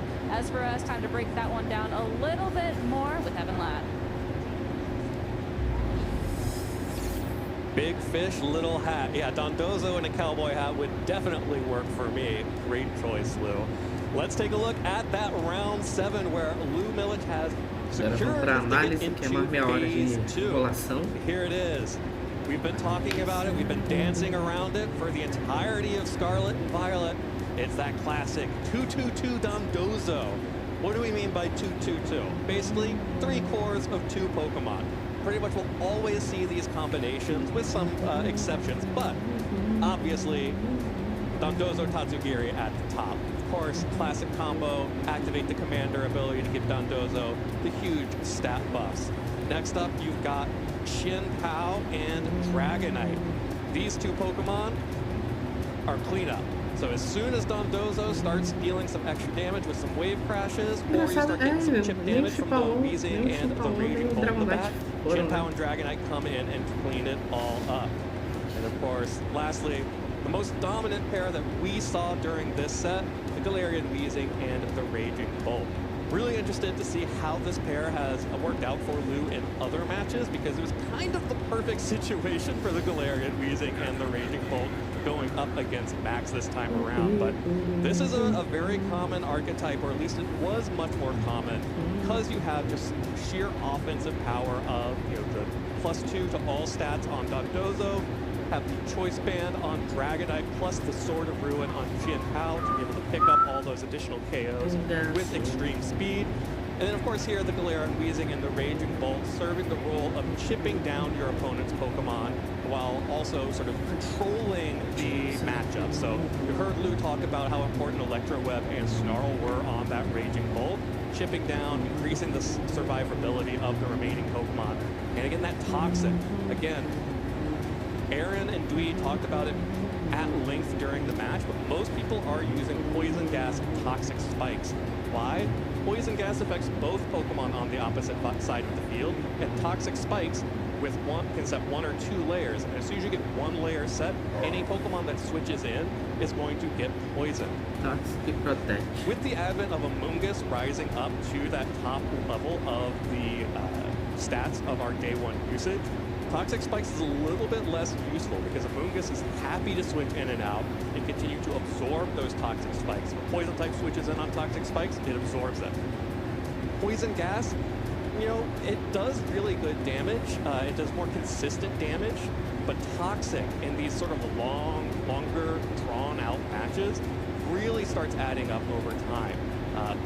Poison gas, one stage, regular poison just does a set amount of damage every turn. Toxic will continue to increase over time as the game continues, as the Pokemon remains on the field. So it's really good at forcing switches in addition to dealing that damage. If we look over at Max's team, they are also running the Dondozo and Tatsugiri.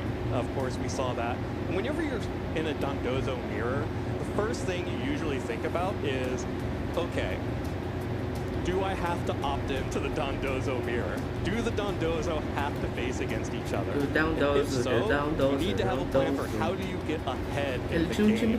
Especially if you end up having two healthy Dondozo up against each other, you really want to have the Pokemon advantage so that if you do end up going to time, you will be able to win on the tiebreaker because you have the Pokemon advantage by the end of it. Again, other positive combos here. You have the Pelipper and the Tornadus. And then, of course, you have the Urshifu and the Pikachu sort of off to the side. Now, I say, of course, you have the Pikachu and the Urshifu off to the side, but these are actually two. But Pikachu, obviously, we all know Pikachu. Urshifu single strike, we haven't seen a whole lot of. Rapid strike has absolutely crushed Urshifu single strike game usage. But it does have some interesting uses here, especially. The Wicked Blow with the Terra Dart and Choice Band is going to deal much better damage to opposing Dondozo than a Rapid Strike would, especially with the advent of Rocky Helmet, which both players are using. Now, we have to talk about Pikachu. I get it. I love you too, Pikachu, but I get it. You know, you turn 30 and some things just aren't as easy as they used to be. And unfortunately, Pikachu just wasn't able to keep up with the damage coming out from all of the other Pokemon that Lou had out on the field, and especially wasn't able to keep up with the Raging Bolt. But let's hop into our first game and let's see exactly how this all works out. Of course, this is a win and in as both players were sitting at 5-1. Of course, you have the Pikachu and Dondozo for Max up against Lou's Weezing and Raging Bolt. And here is the problem. Pikachu has a great matchup into Raging Bolt normally, but as soon as Weezing hits the field and the neutralizing gas fills the area, this Pikachu is no longer going to be able to prevent those electric type attacks from damaging Dondozo. In fact, it will be damaged by them. And Pikachu, while it can put out a lot of damage with that light ball, it is really frail. It is not going to be able to take those hits very well at all. At the same time, you have Dondozo out on the field staring down that Raging Bolt, which is instantly threatening super effective damage because it cannot be protected by the Pikachu anymore. And Weezing is on the field to threaten that Toxic immediately onto Dondozo. And that is exactly what happens in both of these games. As we hop into our first turn, I have to show it because who doesn't want to see Terra Fairy Pikachu launch a Play Rough onto a Raging Bolt? Well, maybe not the Raging Bolt player, but Lou is over here considering this option. You heard him talk about playing Max at their locals, and so clearly knew that this was an option to go for from the start with this Terra Fairy Play Rough into the Raging Bolt. Matches Terrasilizations to remove that weakness to the Play Rough, and instead is going to be able to deal a lot of damage back. This is also really good damage, really important damage to see for the Play Rough. Like was mentioned on the cast, it did barely under 50% damage, which means that even if Raging Bolt had not terrestrialized, it may not have picked up the KO anyway. You can definitely assume that this is something that both players, or Lou especially, should be thinking about going into Game 2. Now, without the Lightning Rod active on Pikachu, it takes a full power Electro Web from that Raging Bolt, and Dondozo takes so much damage. It's already down to basically a quarter of its health, and then gets Toxic on top of that. Dondozo only has a couple of turns left at this point, and then it goes for the Wave Crash into Raging Bolt, which at least picks up the KO there. But this is a big problem for Max, because they are now in a really weak position. Pikachu and Dondozo are both so weak at this point that it's so easy for Lou to just bring in the Dondozo and clean up from there. Max is able to reposition a little bit to protect Pikachu and get this Urshifu single strike out on the field. You can see it does a decent amount of damage coming up. This Earthquake, of course, not hitting a 2-hit KO is a big deal, except for that Rocky Helmet, which has been so important for these Dondozo to keep up in the modern era. Wicked Blow deals a lot of good damage, may be able to pick up a 1-hit KO with the Terastallization boost, but with that Rocky Helmet, additional damage, Urshifu is well into its 2-hit KO range. Another Earthquake just picks up these KOs, and then Tatsugiri has nothing it can do for the rest of that game. Hopping into game 2, our players chose to go with the exact same leads. Again, it is Pikachu and Dondozo up against Blue's Wheezing and Raging Bolt. And again, I get the idea here, but it's really difficult because that neutralizing gas just takes over the arena, and now Pikachu is not able to protect that Dondozo. The only options here would be to go for a Grass Terastallization on that Dondozo to potentially weaken some of the damage coming out from the Raging Bolt. But there is still always the option of Poison coming out from the Wheezing, which means that even if you do the Terastallization on Dondozo, you have a really fast timer on how many turns Dondozo is going to be actively effective during your game. What Max does a little bit differently here is to just go for the fake out onto Raging Bolt instead of going immediately on the offense. However, Blue does not do the exact same thing that he did on the first game, and instead does not Terastallize the Raging Bolt. This means it is able to resist the Wave Crash. It still takes decent damage from that attack, but it is able to resist it much better than it would if it had Terastallized. And again, the big win here is going to be the Poison onto Dondozo. This is exactly what Blue is trying to get on this first turn every time. As soon as Dondozo gets that Poison, it is no longer remotely as threatening when it combines with the Tatsugiri as it would if it was not poisoned.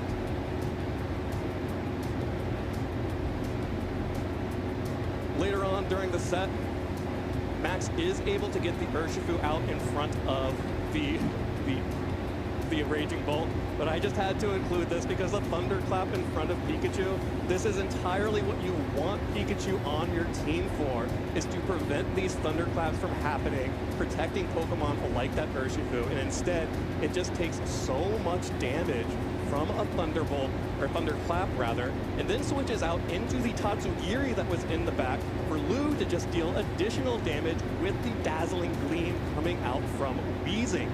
And again, we hit a point where there is just no option for Max here.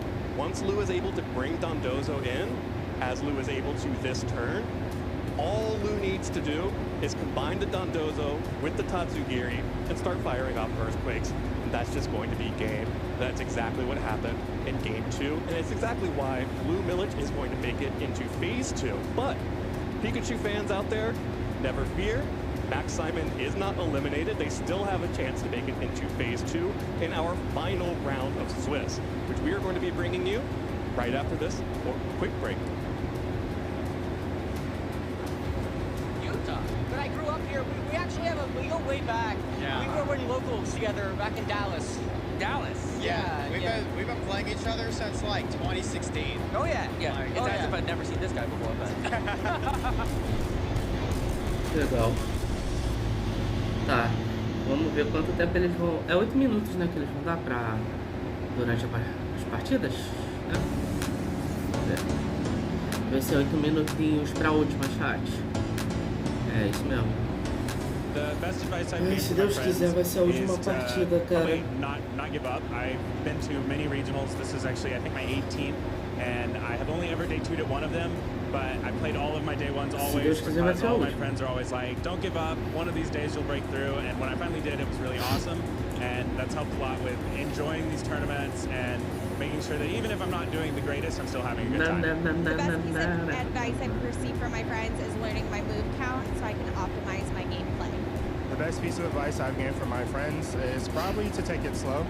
More specifically in a match when you're like really stressed out or maybe you made the wrong read. Try to just, you have a little time, take a breath, take a step back, reevaluate it, and then just see if you have any outs or see where you can go from there. Doesn't hurt. I believe the best piece of advice I've received from my friends is to just take it a game at a time, relax, don't worry about it, know your lines, and just have fun. Best piece of advice I received from my friends is, when you lose a match, there's always a lot to learn from it. So I always say, losing's learning, and that's a great way to improve and a good outlook to do better in future tournaments. I think one big piece of advice that I would give to people, or that has been given to me by my friends, is to find a Pokemon you like. Obviously, you can kind of see my get up here. I found Glaceon. I decided to use it on my team this year. It tests your limits in ways you probably wouldn't otherwise using more meta picks. And those are totally fine to use, but for me, choosing my favorite Pokemon and finding a way to make it work, it was really impactful for me. I would say Wolf has to be the toughest opponent just because he lives up to the reputation, He's the world champion way back when, but he's still got the juice now. And I think playing against him on a world stage was particularly stressful, I gotta say. My favorite Pokemon is Ursaluna Blood Moon. Ursaluna Blood Moon has gotten me a lot of championship points. It's one of my favorite Pokemon to use in a competitive setting. It's just really cute, to be honest. I know people might not agree with that opinion, but I think that Ursaluna is just a cutie patootie. The most underrated Pokemon in VGC right now is probably, in my opinion, Frigidraff. I think Frigidraff has a lot of potential as a priority blocker, and there's previous formats where Frigidraff has done quite well, obviously, but I think in this format specifically, it's a little lesser hailed near the end of Regulation F the first time, so I'm excited to be bringing it back for this tournament. Dragas! Voltou, Dragas. I don't have a funniest competitor. I have a funniest match. The first time that I played against Justin Tang it was Peoria, Illinois. We played on stream. I was playing a pretty goofy team with Ilamise, and the entire stream set was just completely goofy. It was just, we were bantering back and forth, and every time that Ilamise got to do something, the crowd just went wild for it. So it's it was a very, very fun and silly stream set. Build connections, build yourself into some communities that are maybe a little already established, and that way you have more veteran players who are able to give you advice and pointers. A great way to do that, you can go to locals. Locals are where I met some of the first friends that I ever had in VGC that I still have to this day. So yeah, locals, online communities, they're going to be the most help that you have getting into the VGC community. I work at a movie theater, and I make the best bag of popcorn that anybody would ever see. So I don't know if you have your home popper or whatever, mine's better. It would be a psychic type that has an ability that sets Trick Room as it hits the field. Would it be balanced? No. Would I love to play it? Absolutely. Yokohama Worlds 2023, it was the most surreal experience, not only just because we got to go to Japan for it, which was surreal in its own right, but also because the tournament itself was very, very fun. And my first day to Worlds, it was very, very memorable. That's a very difficult question to answer. But right now I'm thinking about steak. So I'm going to go with steak. Pizza, because it's so flexible how you can have a bunch of different types of pizza, and I would feel pigeonholed by hot dog or cotton candy, to be honest. Ó, vai aparecer o Pocop ou é o Ventos e Ondas? Ah, o Pokémon Ventos e Ondas, ó. Caso alguém não tenha visto, gente, aí ó. Porque eu acredito que todo mundo já saiba, né? Chat, bebam água, não esqueçam de se hidratar. Chutou. Owen. Ensinou. Noiva.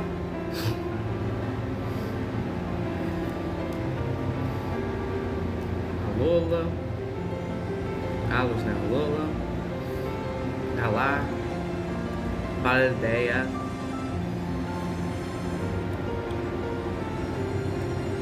Ah, o Pikachu, que bonitinho. Que bonitinho.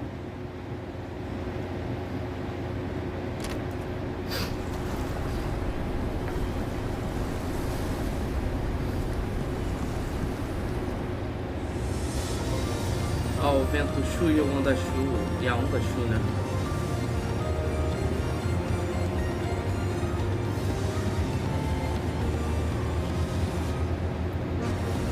Agora que eu reparei, eles têm um negocinho na cauda, né? Game Freak. Eu não tinha visto que eles têm um negocinho na cauda.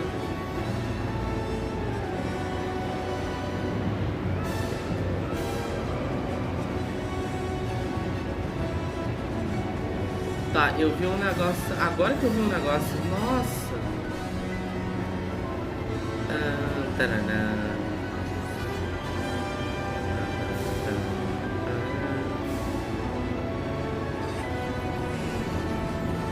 Mano, se isso aqui tiver no jogo... Nossa, o pessoal vai falar horrores, tá?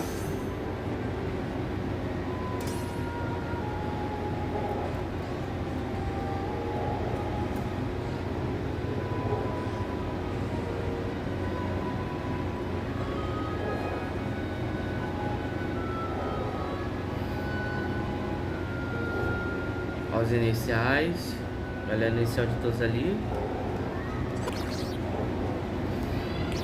O melhor inicial de todos, Roach. É, um doguinho. E o pior inicial de todos.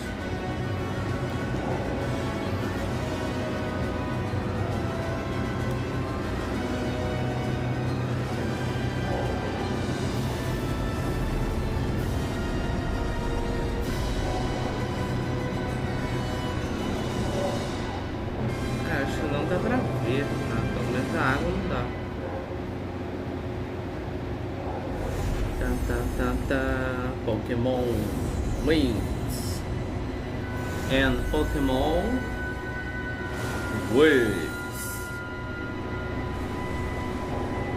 disponível em 2027.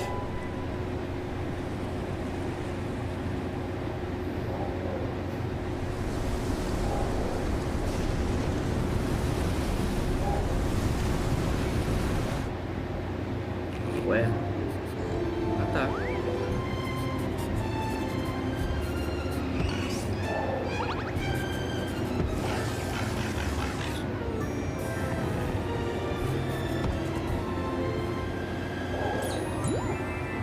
Que bonitinho. It's been an exciting day Gostei da mochila do moço at ali. the Houston Regional Championships. We've been through 7 rounds of Swiss here at the cheesecake Video Gamer Tournament, but it's about time to end our day strong, to end it the best way we can, and that's by setting us up for Phase 2 tomorrow. Joe Brown, Gabby Snyder on the call. We're going to round up this rodeo, okay? We're going to take everything down, set it up again tomorrow when we will crown our Houston Regional Champion. But I think it should be a hype match, no matter what we choose. I don't think we're going to actually tear everything down, though. No, that takes too much time. Yeah, no. We just leave and then we come back. We'll save the lassos for tomorrow. Yeah. I don't think they actually lasso anything. I was at the rodeo. They were lassoing. I saw it. You did? Yeah. Okay. And then they just like dropped it right after. They'd be like, all right, here they go, timer, boom, and then they throw it, and then they dropped it, and everyone was like they were popping off. I don't understand the rodeo. That's the rodeo I went to. You know, maybe I should go check out the rodeo. Well, I guess I guess you still haven't been to your first rodeo. That's the issue there. No, I have not been to my first rodeo. This is not our first rodeo dealing with win-ins or undefeated players in round 8 at a regional, though. I can tell you that much. I mean, whoever we're going to feature, I bet you they are all good picks, and I just trust whoever's making the decision that they are thinking the right thing, and they're going to pick a great match. More important conversation for us to have right here. Are you a wind gamer, or are you a waves gamer? I love the ocean too much. I'm going to be a waves gamer. Okay, I'm with you. I'm a waves gamer. I was so excited when we saw that in the presents. Like, I was popping off. I was popping off a lot because it just looks so cool, right? Like, it's a region that's inspired by some cultures we haven't really seen in the Pokemon universe before. It's a lot of tropical vibes, and I'm a very tropical vibes kind of person. I've always said that about you. Thank you. There's new Pikachu, because I love Pikachu is just on stream. I feel like we can't really cover this enough, right? We had the whole match of it, the precursor, the total, recap with Evan, and like I feel like we still need more time to have a conversation about how, if it wasn't for that darn Clarion Weezy, Pikachu kind of would have popped off in that match. There's still hope alive for Pikachu, and I mean, you and I have seen Max do incredible things with their team. It was the G-Max Butterfree back in the day with G-Max Befuddle. What did it? Yeah. Yeah, no, that was a real thing. thing. Unfortunately, no Gigantamax Butterfree available for Max in that match. So that definitely would have swung the tide. Oh yeah, well, let's go back to this game at this tournament where we have the current Swiss standings here going into round 8.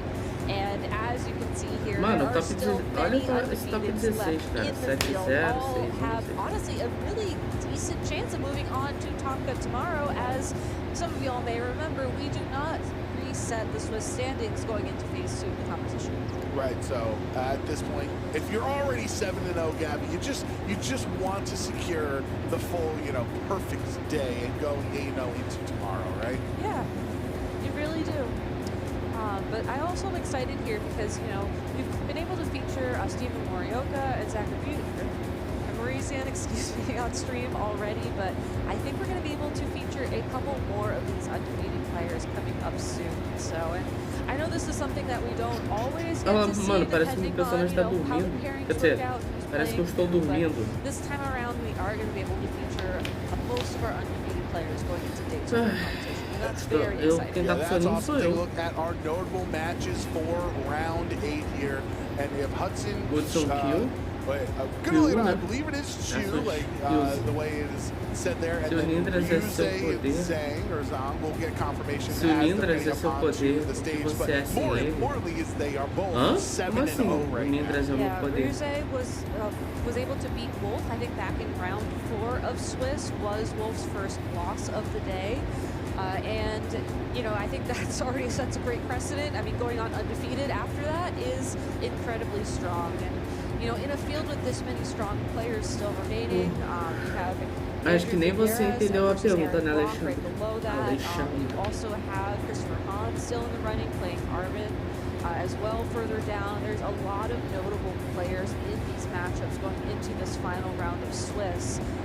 To be undefeated at the end of the day is such a huge accomplishment. And even just making it this far undefeated just really goes to show how strong these trainers are, even if this is really their breakout performance. Personally coaching, I mean, that stands out. That'd be a really fun one if I was out in the crowd, right, watching out there, seeing how that matchup goes. But you certainly cannot go wrong with the Denver selection. So we have 2 7-0 trainers because there will be only a couple of, there will only be, I guess there's 5 right now, so there's going to be 3 undefeated going into tomorrow, if I'm doing my math correctly. Well, it depends on how the pair down works, but... Well, let's find out here. I think overall it's been a really fun day. I think this is, as we're closing out with Reg F 2.0, I think there's been some new developments. We saw Pikachu, we saw Articuno. We've had a lot of Dondozo, which has been kind of lacking in the last couple of events, right? Yeah, it's so funny. I think the story out of Seattle was hyper offense, right? And it feels like to me, people saw hyper offense and then just went ultimate defense with Dondozo. Yeah. I mean, fair. It was slowly roll partner, That's how it is a cyclical meta, right? Yeah, no, it totally is. You're absolutely right. And I think the secular nature also comes out, especially going into the final tournament or the final regional tournament. Obviously, there are still opportunities for local tournaments after this. Of a format, because you're not necessarily going to want to invest a lot of team building time into this format if you know that you're going to have to immediately pivot into Regulation I afterwards if you are going to Orlando, or maybe if you have some other events afterwards that you want to put more focus into. Yeah, I mean, Orlando, it is right around the corner. So it is like 2 weeks away. Literally, so I mean, if you were in these players' perspectives, how would you handle trying to close out Reg F and trying to have the best team for Houston as you possibly can, but also making sure you're prepared for the next format in Orlando just 2 weeks away? I mean, personally, I would play favorites. Like, if I enjoyed Regulation I more than Regulation F, I would just play whatever I'm comfortable with in F, see how it goes, and then focus my time more on preparing for Regulation I, which was my favorite. It actually is my favorite in comparison right now. Yeah, I've had better luck with Regulation I, but also I just like Callie Rich Ice Rider. I think we've established that plenty of times on this broadcast before. And then, if you're not me and you like Regulation F more, then, maybe put a little bit more time time into this format, maybe consider a Pokemon like Dondozo that could have the opportunity to break the format open and use the time to get more comfortable with that Pokemon if it's not a Pokemon that you use a lot. But what I find really interesting is that a lot of the trainers that are using Dondozo in this tournament, I think Stephen Morioka is the first one that comes to mind. You know, that was a Pokemon that he's been running time and time again, and you can just see that experience sort of come through, and you know, I think that's why he's undefeated right now. Yeah, and I think you make a great point about like choosing the preference or choosing the time on which format you appreciate more and which one you're enjoying more. Because at the end of the day, Gabby, we're here to have fun. We're here to play Pokemon. We're here to hang out with our friends in Houston and have fun time sharing this this unique competitive community that we're all a part of. And if you like Raging Bolt more than you like Calyrex Ice Rider, then you should focus on Reagindo. Yeah. I don't know what else to say. Yes. No, that's not. I can't good. argue with it. It's good to hear. No, it's good to hear the validation. Yeah, I want to yes and you, Joe. You know? Thank you. That's all I'm ever looking for in this world. But we are still getting ready for round 8. So, I think one thing we haven't really talked about the venue. It's a massive venue. This is my first time ever in Houston. I've never been to San Antonio. The last couple times we had that. But how have you been enjoying Houston? I've been enjoying it. I've been to one other conference, like an actual conference, mind you, in this building, and it was very different compared to having Pokemon here. I like Pokemon being here a lot more than being here on official business, let's say. But no, it's a very fun space. I think that there is a ton of space, which is nice. There's plenty of players to compete. There's the rodeo that you guys actually went to, which is something. It was apparently it's like all the Texans are gonna come after me, but it's like over a whole month. It takes like 4 months to plan and everything, and it's at the NFL stadium, so it's like massive. It was a pretty big ordeal. Yeah, so if you plan on coming to Houston at some point, maybe we have regionals here again. I don't know. I guess more stuff to do. Go to the rodeo. That's the best part about regionals, Gabby. It's the stuff in the venue is fun. We can have popcorn over at the stand, which Gabby and I are very much feeling to have some of the popcorn because it smells delicious over there. You can play in the side events. You can obviously play in the main tournament here on Saturday. But really, it is some of your favorite memories from traveling the world with your friends playing Pokemon are not from playing Pokemon. They're from the surrounding circumstances of the weekend. Yeah, I've actually been seeing some people out in the hall playing Fire Red and Leaf Green on their Switches, and that is absolutely sending me. I love it so much. Like, it just brings me back to, like, way back in the Journey Across America days where, I was there with my little Game Boy SP, like, playing in line, waiting to compete, waiting to redeem my event Celebi from the people working there. I don't know. Time is a circle. Whatever happened to your Celebi? I still have it. Yeah. You still have it? I still have it. It's, that's sick. If it's not in Pokemon Home yet, it's in Pokemon Bank. Okay. So I know where it is. It's just one of those two places. I think about so many of those old events of picking up the mythicals at stores, and putting them in games and everything. They're gone to history. Well, that's why you just gotta be like me and be slightly crazy and keep track of everything. But what I haven't been keeping track of is time, as we are finally ready to get into this final round of Swiss. So, Joe, why don't you go ahead and walk us through these teams? Yeah, let's get excited here with Hudson and Ryuze on their teams. And another Alolan Ninetales, second time, but this time around, instead of having Articuno as a team, it will be Galarian Moltres with Amoonguss, Entei, Iron Bundle, and Iron Hands. We're going double future Paradox Pokemon in round 8, Gabby. Vamos supor que o Roblox sai do Brasil. Você gastou, vamos lá, R$300 no Jujutsu Shenanigans. Cara, o Roblox saiu do Brasil, você perdeu uns R$200 que você gastou, entendeu? Último jogo é pra ser o Dragapult, vamos ver.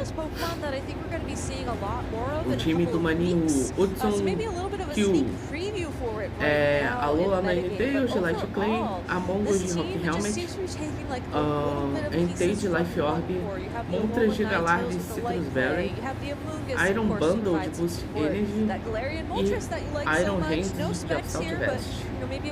Entendeu? Aí o que o Jujutsu Kaisen tinha de fazer? Já cogitar em fazer um launcher próprio para que se saísse do Brasil, o Brasil tem um launcher. Você viu Batman Gráficos dos Destemidos? Mó da hora. Sim, eu gostava pra caramba, achava legal. Eu só achava meio paia o Capitão Átomo desse desenho. Porque diferente do desenho da Liga da Justiça Sem Limite, o Capitão Átomo, ele, né, na Liga da Justiça, ele respeitava muito todos os 6, né? Que era o Batman, o Superman, a Mulher Maravilha, o Lanterna Verde, a Mulher Gavião e o Caçador Marciano, né, o John. Então todos eles, todos os 6, todo mundo respeitava. E no Batman Os Bravos e os Destemidos, o Capitão Átomo tem um episódio que ele fala que o Batman não serve pra nada, né? Deixa eu só falar o time do Ruiz e Zen. Parigirac de Citrus Flutterman de Boost Energy, Incineroid de Assault Vest, Tornados de Rock Helmet, Ursa Luna de Flame Orb e o Chico Dark de Fox. Vou ter que sair. Falou, Alexandre, até amanhã, beleza? Nos revela isso porque tem um homem elástico. Esse aí nós revela isso porque tem um homem elástico. Então, o homem elástico nesse desenho ele é legal, ele não aparece tanto nos outros. Tanto que se o pessoal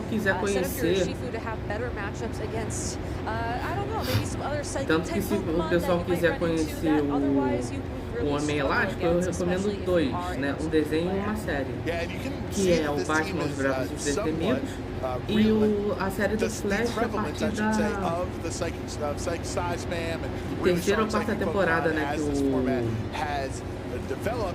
Que ele aparece, entendeu? Where you have Fergraph, who is a psychic type, resist expanding force, right? You have Terra Steel on the Tornadus.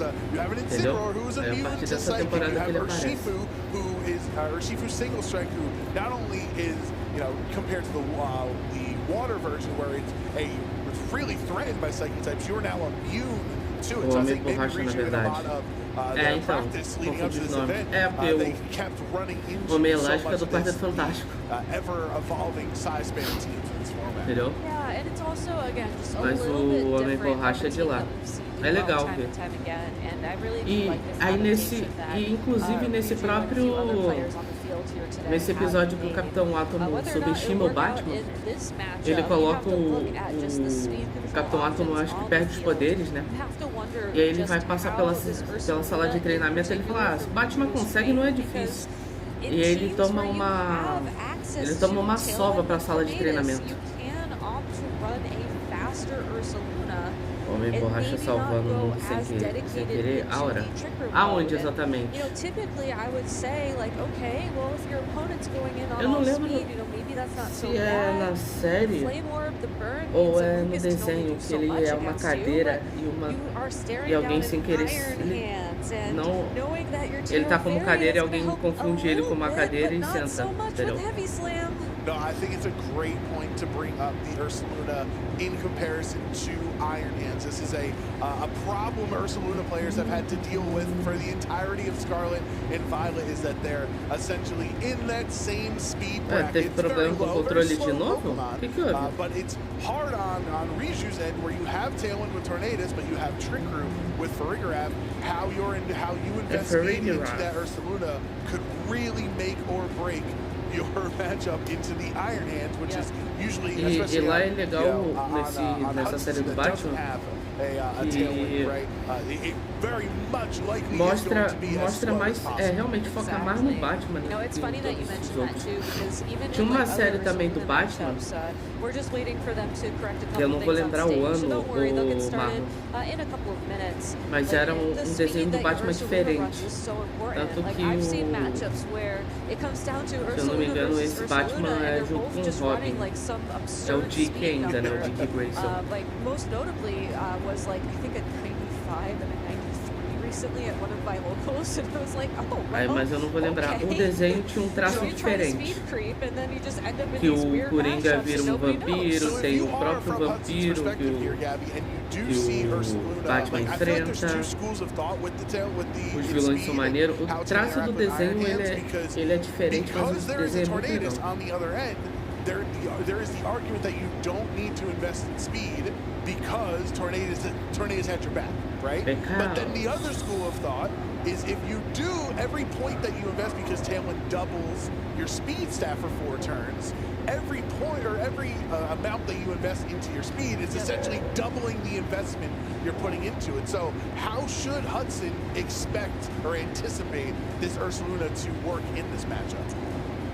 If I were in Hudson's shoes, what será que o Saluna aparecerá? Não, por que tem uma... Ah tá, a Ninetales é pra setar a Aurora Veil aqui. E o Bundle deve se beneficiar. O Bundle tem...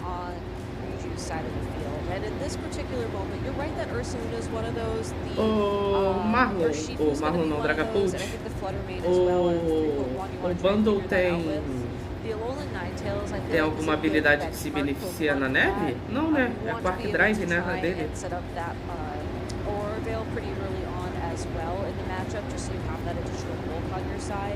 So I wouldn't be surprised if we see the Alolan Ninetales out in the lead for Hudson, as it is traditionally one of the faster Pokemon in the metagame. It can try and help suss out chat, bebam água, não esqueçam de se hidratar. As for what goes alongside of that, Iron Bundle could also be really helpful, but again, it's just so naturally fast. You have to wonder, like, well, is it too fast to help you figure this out? Right, the Iron Bundle, and that is so exciting because, you know, if we flash back to the early days of Scarlet and Violet, some of the earlier regulations, right, Iron Bundle was a mainstay. Iron Bundle was a staple of VGC for many formats because of the speed booster, because of it naturally outspeeding Flutter Mane and using Icy Wind, and then of course Freeze Dry in the mirror against other Iron Bundles. And it really has fallen off as the power level has gotten higher in, you know, the later regulations, but it still is, it's not like its support has changed, it's not like its value has lessened. You're absolutely right, and that value is only going to go up as we return to a format that's more kind to it, but I think more importantly as well, finally start this match. Let's get it started. Round 8 of the Houston Regional Championships. Cho, both 7-0. They're saying this town ain't big enough for the two of us at 8-0. Only one of them is going to end day 1 undefeated. Hein, o Dragapult? O Iron Bundle não tem nenhuma habilidade que se beneficia na neve, não. É Quark Drive é a habilidade dele, né? Ah, o Iron Hands também é. Legal.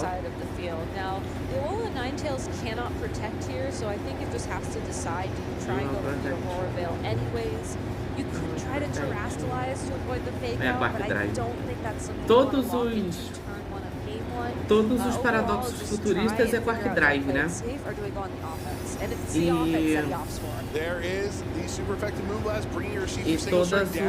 todos os paradoxos do passado é protossíntese, né? É isso? Impressionante que a habilidade de um Pokémon sem habilidade é tão bom. Não, mas não é que ele seja sem habilidade. É o que é o que é o leque de possibilidades que isso pode ter, entendeu? O Quark Drive, ele aumenta a habilidade, ele aumenta os stats que você mais tem, né?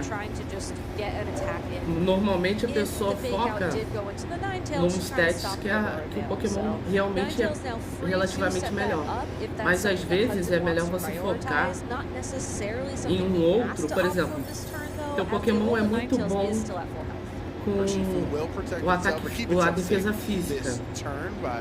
A defesa especial é mediana, mas o fato de você aumentar a defesa especial, às vezes te faz sobreviver a golpes que você normalmente não sobreviveria se você tivesse se buffando na defesa física. Entendeu? 50%, and with the U-turn into the Alolan Ninetales, it hardly does any damage, but it does allow Reagindo to get some momentum by bringing não tem nenhum Pokémon no terreno elétrico, ele fica sem habilidade. Ele é muito bom assim, imagina se tivesse algum. Tivesse Intimidate. Se ele tivesse Intimidate, seria o fim do VGC.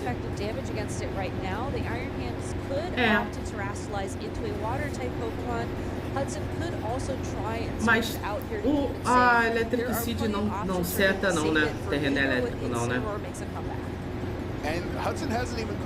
Ou seja, só tá por pouco Miraidon. É, só tá por pouco Miraidon, né? Que beneficia ele, né? Não. Electric Seed só dá buff, né? No caso. It's a tough call to make here. You know, you can see him considering it here. This or Icy Wind. Icy Wind would hopefully pick up the KO onto the opposing Urshifu, would also lower the speed of that Flutter Mane by one stage, whereas the Aurora Veil would give the Iron Hands a chance of holding on for just a little bit longer. Incineroar swapping into the Urshifu position, so Reagindo understands how valuable Urshifu can be in this game, even if there's only one hit point remaining. He wants to. Eu acho que foi preguiça. And Entei's gonna tank the Moon Blast, so a great switch for Hudson. Instead of being super effective, gonna resist that as a fire type. Icy Wind does connect onto both of Reagindo's Pokemon, lowering their speed, and now it should be the case that Alolan Ninetales outspeeds the Flutter Mane. Acho que é o bem clichê, que é aquele ouriço do mar, aquele bichinho marrom, preto, sei lá, cheio de espinho. É ele? Ele certo terreno elétrico. Iron Hands com Intimidate só com essa possibilidade. Again, Aurora Veil or speed control is really just how he wants to set the pace of the game at this point in time. I like how he's keeping Reagindo guessing about whether or not he's going to go for, you know, some of these não tem bigger nenhum attacks or ataque que try to troque get habilidade. Tem, né? Tem um Trick. Não, o Trick troca. O Trick troca item. Skill Swap ele trocaria a habilidade?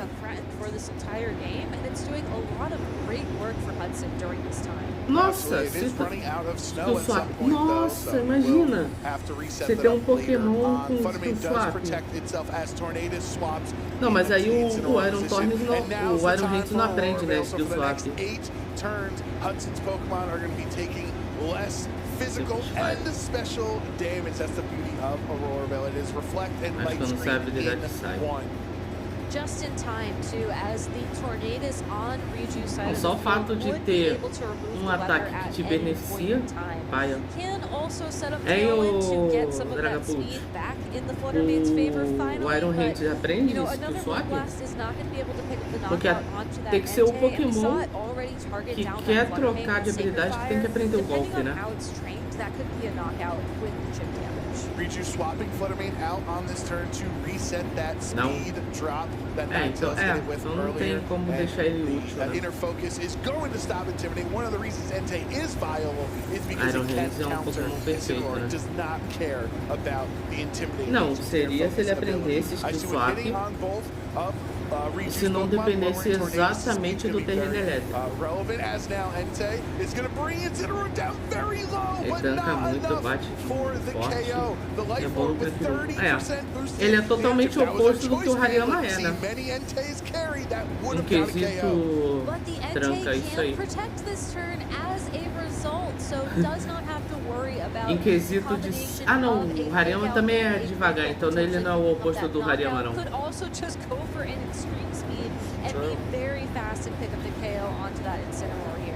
So Entei, yes, it is sacrificing a little bit of extra damage that would have gotten a knockout there, but giving itself a lot more playability in return.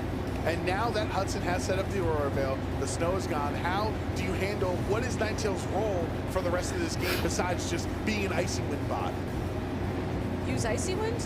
No, I don't think that snow is necessarily... Eu já não... Cara, eu acho que a Pokémon... Eu acho que a Urgepon, ela sofre do... A Urgepon sofre de habilidade mal feita. Entendeu? Calyrex Ice também. Não, Pokémon com... Não falamos de Pokémon com 3 habilidades, tá, o Dragapult? Só falamos de Pokémon com 1.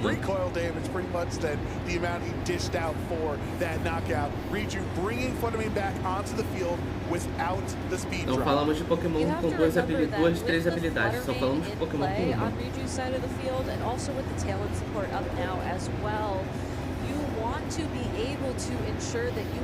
Fala em um Pokémon mais perfeito? Ué, segundo vocês, o Slaking. Shedinja. If you can get that Urshifu back out on the field, you know, that'll certainly pick up the KO. But again, Fluttermane is really the key Pokemon that Hudson needs to focus down on here. You do have the benefit of being able to terrestrialize your Iron Hands away from its dual weakness to both Pokemon here, but it's going to have to take 2 hits before it can fire back an attack. Well, Iron Hands is very much known as a Terra Hug, we like to call it on team. É porque eu não sei, a habilidade da Flutter não é Photosynthesis também? Because of that very weakness and so many Fluttermane in the meta, you're going to terrestrialize into a water type now. Good defensive use of it, so now you're no longer weak to the Moonblast. Just gonna be with your Assault Vest and Aurora Veil barely even touching his Pokemon because of those defensive abilities, and in response gets the knockout with Heavy Slam. That was easy knockout as well for that Iron Hands, as it is so much não, tem um item. And the Fluttermane. E o... It's almost tough for Reagindo in that spot. Pera, you know the Terra Water's coming. Paradoxo Futurista também ativa, né, com a cápsula, né? Com a Bush Energy, né? Exactly, and at the end of the day, you can't even try and switch in that Urshifu sneakily there because they're still going to take that 1 hit point of damage to get the KO. At least now you can go for a Você pode fazer live jogando para um Stars? Judson, eu posso até pensar, cara, em trazer, mas tem uma cota que eu não trago e eu desinstalei o jogo, entendeu? Eu tava tendo um problema de não conseguir renderizar o meu vídeo, entendeu? Mas rende com o booster é meio Another interesting point here as we're starting to wrap up game 1. Reagindo terrestrializing Tornadus into a steel type in this spot. His Hudson has not revealed his 4th Pokemon yet in this matchup. Wicked Blow, always a critical hit, will get the knockout onto Iron Hand. So now Hudson can either bring Entei back in to keep that information concealed or reveal the 4th Pokemon to let Reagindo know going into what the plans were. Ninetales actually going to avoid the Icy Wind here, but it will crucially... I apologize. It's the Tornadus. I thought with the way the animation played out, the 1-hit point Urshifu gets to stick around. And that was the Pokemon that you wanted to stick around, as it is going to certainly threaten both of the Pokemon that Hudson has left. A ilha lutador e ele. O Shifu também é perfeito. Não, a habilidade do Shifu de atravessar Protect é quebrado, cara. Ele tanca tudo físico, ok, do lado especial. Aí a gente procura alguma coisa que tanque o lado especial.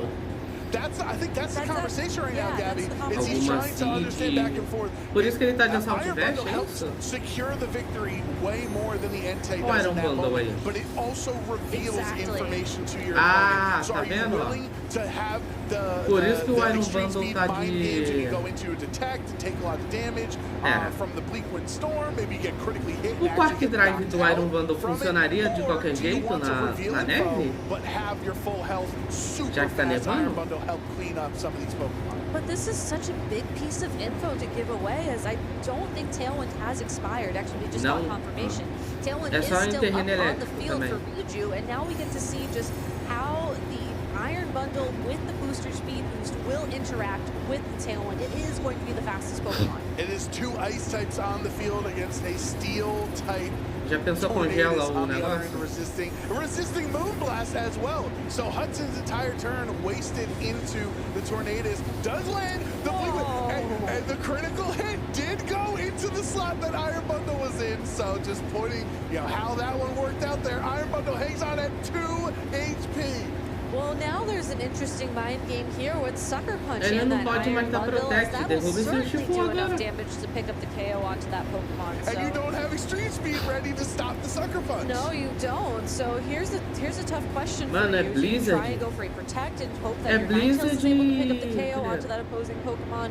Do you think that your opponent's going to go for the Protect and then you just Help avoid the Hand Sucker Punch Blizzard this não turn? aqui? It's tough calls, tough calls. Also 53 seconds remaining of your time for Hudson in this match. The Sucker Punch into Ninetales, but it's resistant. It hangs on in the red, and Icy Wind connecting, crucially, finally onto this Urshifu single strike, which has been Aqui não era at 1 Help Hand HP Blizzard for não, the Dragapush? entirety of this game. Finally gets knocked out, and Tornadus is by itself in a 3-1 deficit.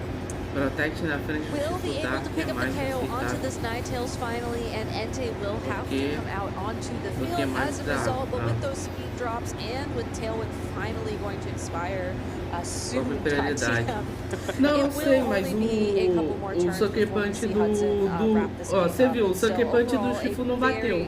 Então era Help Hand, era da Help Hand no Iron Bundle e Blizzard, porque tinha a chance do Tornado de tomar crítico ou ele congelar, entendeu?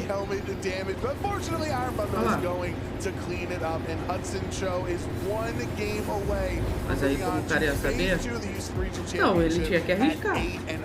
É o que eu falei, às vezes você, cara, você fazer um golpe arriscado é mais seguro do que você fazer o simples. Aqui eu tenho certeza que das duas uma, ele usava o Help Hand no Iron Bundle, ele não ia cair ele não caiu pro Sucker Punch, mesmo que a Ninetales caísse depois. O Iron Bundle mandava o Blizzard, levava o Shifu e tinha a chance ou de congelar o Tornados ou ele gritar, entendeu? E mesmo assim ainda deixava na range pro Entei finalizar também. Jogador bom não se arrisca? Eu não vi isso não. Eu não vi isso não. A habilidade do Shifu Dark bufa, né, os ataques Dark, né? Não é igual do Shifu de água que atravessa Protect, né? Já volto, gente. Number 2, I think Reaju has a couple of different adjustments he can consider here. I think one is just trying to play the weather game a little bit sooner. It's really scary when you have to play it against an ice-type Pokemon, as, that Tornadus, if it doesn't terrestrialize right away, will be taking some really big damage from blizzards, from icy winds, but I almost feel like Reaju terrestrialized a little bit too late in that matchup. Yes, you're worried about the Entei and Sacred Fire, but at the same time, while you're worried about that Pokemon, it was still just sitting on the field worrying about taking the Icy Wind as well. So I do think that you have to try and position the Tornadus in a way where maybe the Aurora Veil isn't in play for as long as it was. And then, or just not in play at all, really. Remove the Alolan Ninetales altogether, and then sort of find the opportunity for your other Pokemon to attack. Because the Alolan Ninetales was there for most of the game, just unthreatened. Well, we'll see what Reaju can do to force a Game 3, and it will be a switch-up with Farigiraf next to Fluttermane. Alolan Ninetales and Iron Hands is the lead again for Hudson. Farigiraf notably having access to Helping Hand, which will certainly help this already special attack boosted Fluttermane deal a ton more damage. And there's really nothing Hudson can do to stop it, as Fake Out won't work with the Armor Tail nor the Ghost typing that the Fluttermane has. Could also opt to terrestrialize the Fluttermane into a Fairy type Pokemon if it wanted to try and do even more damage in this situation. Overall, though, does have to worry, I think, about how Hudson adjusts in this position.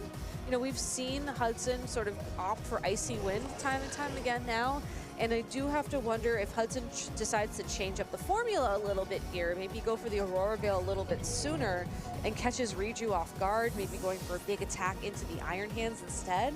He could already be up to a very strong start. Farigiraf will switch into Incineroar here on turn 1, so if you thought maybe there'd be a Helping Hand or clicking something else, no. And no Terrestrialization either, just a regular Moonblast. That is super effective. We saw Iron Hand switch to a Water type last game to get out of that weakness, but takes so much damage from the Moonblast. Fortunately for Hudson, he is able to get the Aurora Veil up, and Heavy Slam gets the one-hit KO. Even with the Intimidate onto that Pokemon, still able to pick up the KO onto the Fluttermane, was not able to, I think, make the trade that Reiju was hoping for that turn. Does get the Incineroar on the field now, which is good. You do have Fake Out pressure once again, and you do have some decent pressure against the opposing Pokemon. You have, I think, Incineroar here being able to pivot or otherwise just being able to threaten a big Flare Blitz into one of these Pokemon, you know, ignoring Aurora Veil, is something that Reiju has available to him. But overall, I think he really needs to find an opportunity to open up the board for himself. And I'll be honest, Joe, the only thing that's coming to mind is that what if that last Pokemon is the big adjustment in this matchup? What if this is the Trick Room setup?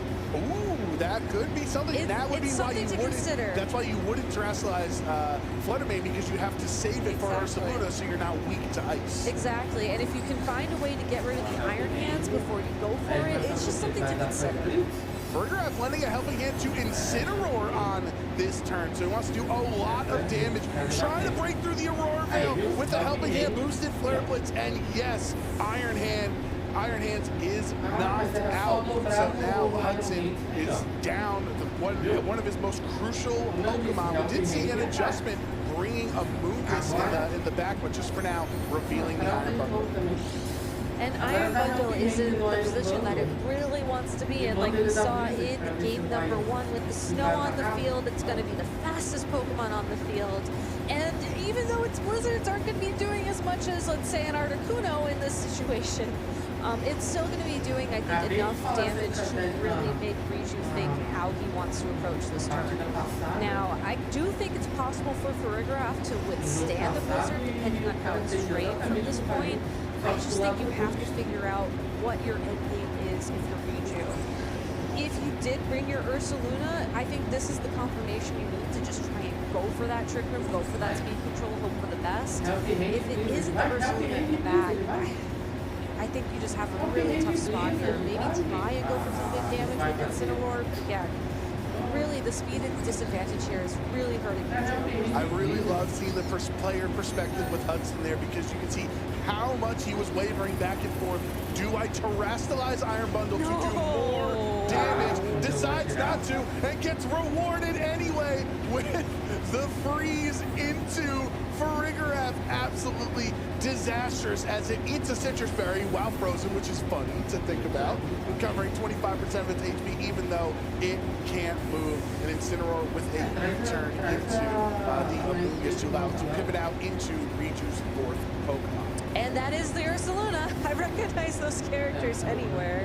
And unable to thaw out. Yeah, I think he definitely went for the Trick Room there, yeah. Yeah, that is really unfortunate for Reiju. You can still try and play your way around this. At least you don't have to Terra yet, because you can just protect. I guess you can try to protect as you try to thaw and click Trick Room, yeah, right? Because you're not going to be able to be put to sleep, because the frozen status will last until you move to try to thaw, and Trick Room will ensure that you will be slower than the Amoonguss. So you do have that opportunity this turn. and maybe you'll get lucky, maybe you'll thaw. If it gets to it, you can consider attacking yourself with Flare Blitz, but maybe don't do that. I mean, that'd be crazy. That'd be a little bit too crazy. We're getting dire. He's 7-0 at this point, and that'd be a crazy thing to do. Terra Ice Iron Bundle, getting rid of the water typing, now just a pure ice, but you can do way more damage with those blizzards. Amoonguss with Rage Powder will redirect any single target attacks away from the Iron Bundle and towards the Amoonguss. With the Blizzard going into Ursula's Protect, as we were anticipating, and now the Terra boosted Blizzard into Frigoraph does so much damage. But it does! It's perfect time, but he doesn't click Trick Room! Instead, it's just a dazzling gleam for hardly any damage. I mean, it does do a little bit of damage there, and there is still the Terastallization available to this Ursaluna, and depending on how it is trained, you can make sure they're pretty specially bulky. I mean, this isn't a Flutter main we're staring up against. It is going to be an Iron Bundle, and being able to do as much damage as it can with Guts, with the Facade as well as an attack, provided it's not redirected, there are options. That might be the best option because you're worried about Amoonguss redirection to just Helping Hand Earthquake, because it's not likely your Friggoraph's going to make it through the turn anyway. You could Helping Hand Earthquake, you could protect your Frigoraph and try and stall out the remaining snow turns and hope for a Blizzard miss. There is the Helping Hand, so Frigoraph going to be knocked out this turn, giving one little boost left to the Ursaluna. Riju's entire game right now relies around this Terra Fairy Ursaluna making it through the turn. Frigoraph knocked out. Ursaluna brought down under 50% HP here, but he did get a Helping Hand boost, and it's Facade into Amoonguss for the knockout. Will be taking a ton of damage though when you add in the Rocky Helmet recoil on top of the Blizzard. So while the snow will stop this turn, the Alolan Ninetales is going to immediately return to the field to set it right back up for that Iron Bundle, ensuring that those Blizzards are going to be fully accurate once again.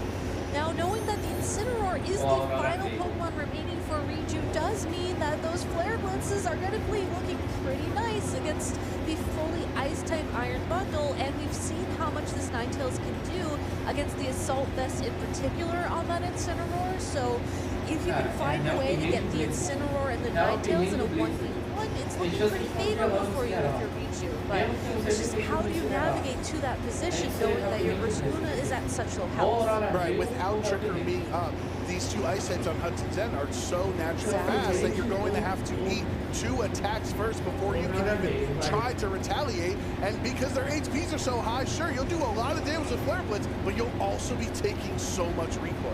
Exactly. Now, there is an option here where if the Iron Bundle decides to rely on Hydro Pump and it misses, that could be an opening for the Incineroar, but it will connect. When my Iron Bundle uses Hydro Pump, it misses. But for Hudson, that's a clean knockout into Incineroar. Reju only having Ursaluna remaining at such low AP, so Hudson one knockout away from feeling on top of the world, moving into 8-0 tomorrow. And Ursaluna, you know, one of the best Pokemon to have as your final Pokemon standing. Certainly capable of picking up these 2 knockouts, but just doesn't have the speed. There's the forfeit, and Hudson Cho will finish Phase 1 of the Houston Regional Championship undefeated, having so much momentum heading into tomorrow. Yeah, going from winning the 2025 Sacramento Regional Championships as a senior, getting top 128, Phase 2 of Seattle just a couple weeks ago, to undefeated here in Houston. That's quite the accomplishment. Absolutely. We'll take a replay, or we'll take a look at the replay here. Iron Hand, that Hudson ended up being right. It was not as important in this matchup because of the adjustments that were made as Reju had went more for the Trick Room option.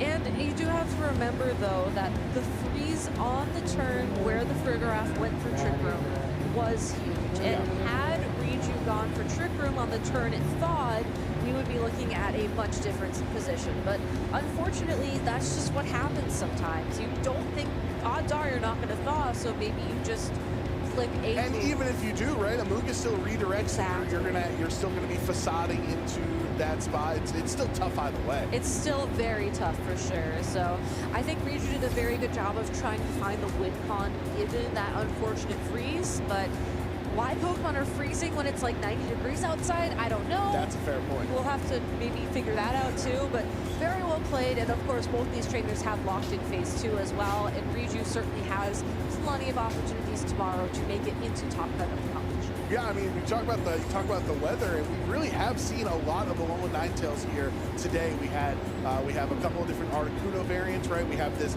even though we didn't see Galarian Moltres, that's definitely one of the cores that you try to nasty bot behind in Aurora Veil, right? So this Galarian Moltres variant of Alolan Ninetales with Iron Bundle, I think like it is really showing that even if it's not the highest on the usage, it kind of is dominating Houston right now. It really is, and it's the bulk, right? It's the Aurora Veil bulk, it's the Dondozo bulk, it's the natural response to seeing a hyper-aggressive metagame in Seattle. You just slow things down as easily as possible, and honestly, I was sort of wondering if you were going to see Grimmsnarl kind of be that Pokemon in this position, but I think that, again, Fluttermane just existing means that Alolan Ninetales and Dondozo, I think, are just better equipped to be that Pokemon right now. Yeah, for sure. I mean, I've always been a big Alolan Ninetales fan ever since Sun and Moon. I was always trying to cram that Aurora Veil onto my team, even when it didn't deserve to be there. So it's happy to see the glow up that Ninetales has had here in the Scarlet and Violet era compared to Sun and Moon. But seeing Iron Hands, right? Seeing Iron Bundle, seeing Entei, that was awesome, and I can't wait to hear more from Hudson with his winter interview. So Sierra, take it away. Thank you so much, you guys. I am here. That's an 8-0 here at Houston. How are you feeling? Undefeated. Yeah, I feel incredible. Like going 8-0, like that means when I'm in phase 2, I just need to win 2 more to make top cut. So like this is like way beyond my goals. My goal was to just day 2 again, and like hopefully finish top 64. And now I'm 8-0. I think I can really go deep this time. Especially too, talk to me about this team, because we got to see this at Seattle, not quite the same effect, but what made you believe in this team to rerun it back? Because it's definitely unlike anything we've seen. Well, yeah, so this team, like, I personally, like, created and I brought it to Seattle, and I ended up going 8-4 there, which is, like, pretty good, but, like, I tried to do, like, another team, like, I tried Arcaladon Raid. That was one team I really wanted to learn, and then, like, I got, like, decently good at it, but then, like, there were some matchups I just didn't like how it felt, so, like, about a week and a half before, I decided to stick with my own team, the team like I personally created, and then it's proven to work. And how did you even come up with this team? Because there's a lot of Pokemon that we haven't really seen within this current regulation. I don't really remember the last time I've seen an Iron Bundle. Alolan Ninetales isn't the most popular. Galarian Moltres is kind of up and down. Like, how did you figure out this group of Pokemon? Well, I really like Iron Bundle. I really like the idea of Talonflame de chapéu really strong. And like having that move on like a really fast and offensive one like Iron Bundle, I think is like really incredible. And then like Iron Hands is like also like one of my MVP on this team. Like Iron Hands, the typing and the stats are just so incredible, and like it matches up well into so many Pokemon. And now you're talking about, yeah, you feel strong with this team. You've obviously had an opportunity to kind of play a whole day of Pokemon, know what's in the fields. Like, what's the mindset going into tomorrow? Is it still like that one game at a time? Yeah. Is it just like you've won an event before? I know, like you just think I can go all the way. Yeah, definitely gonna be one game at a time. I try to like not think about, oh well, I need to win like so and so games to like top cut or like day 2. No, I just think like that if I win the next game, I'm like 1 step.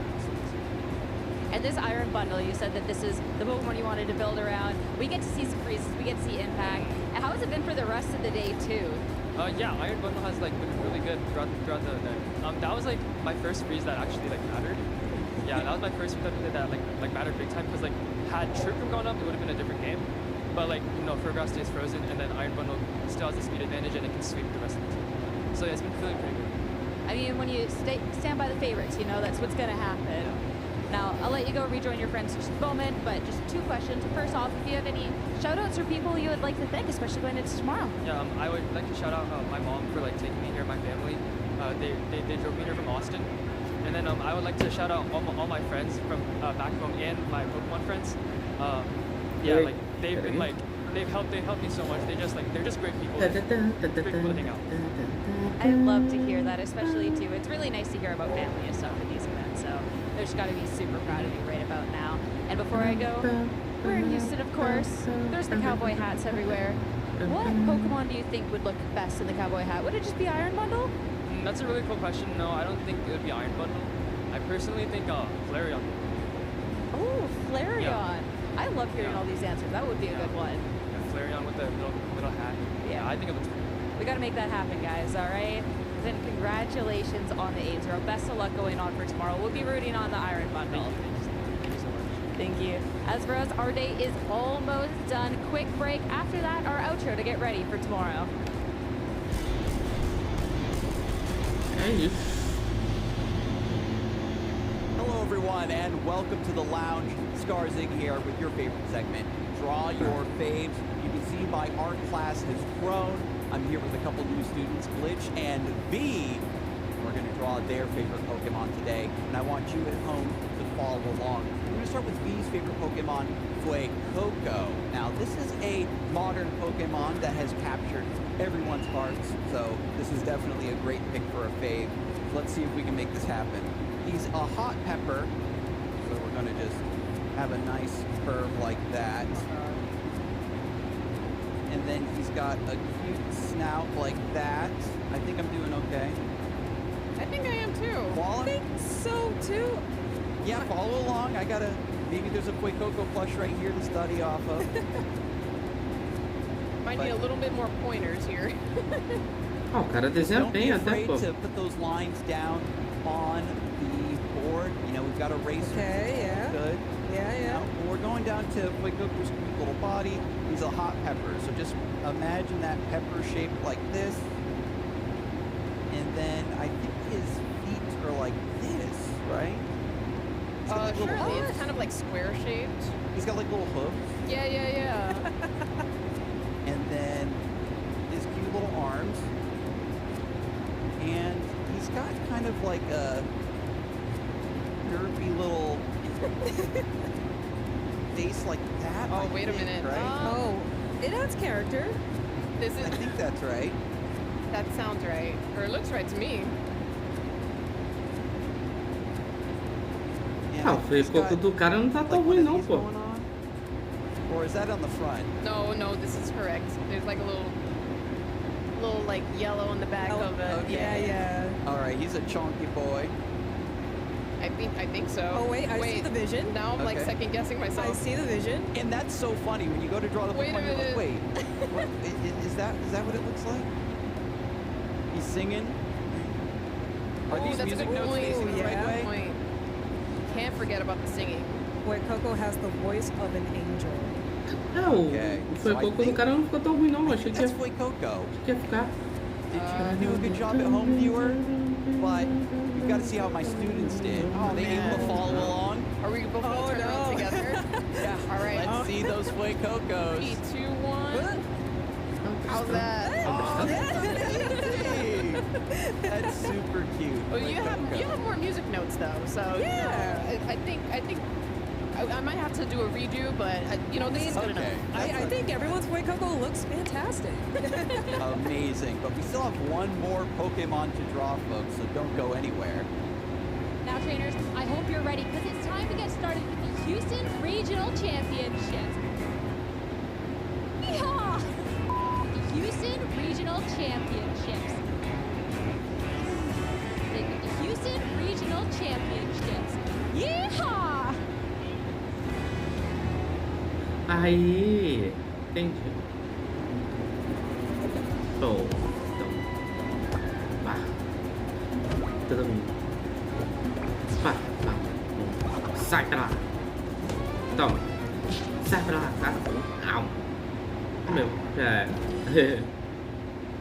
It has been a great first day here at the Houston Regional Championship. Smiles everywhere, some great battles out on the fields and on the broadcast. And yeah, it's just been a great weekend overall. We're wrapping up our great day, but I have to say, the first showing point for some dropped the cowboy hat. Dewey was throwing them. I thought I did pretty good. I mean, we got that in like 5 tries. O Iron Zeng tá assim, ó. They were making it where they needed Gente, to go. eu tô cansado, eu só quero ir pra minha casa. That's all I'm saying.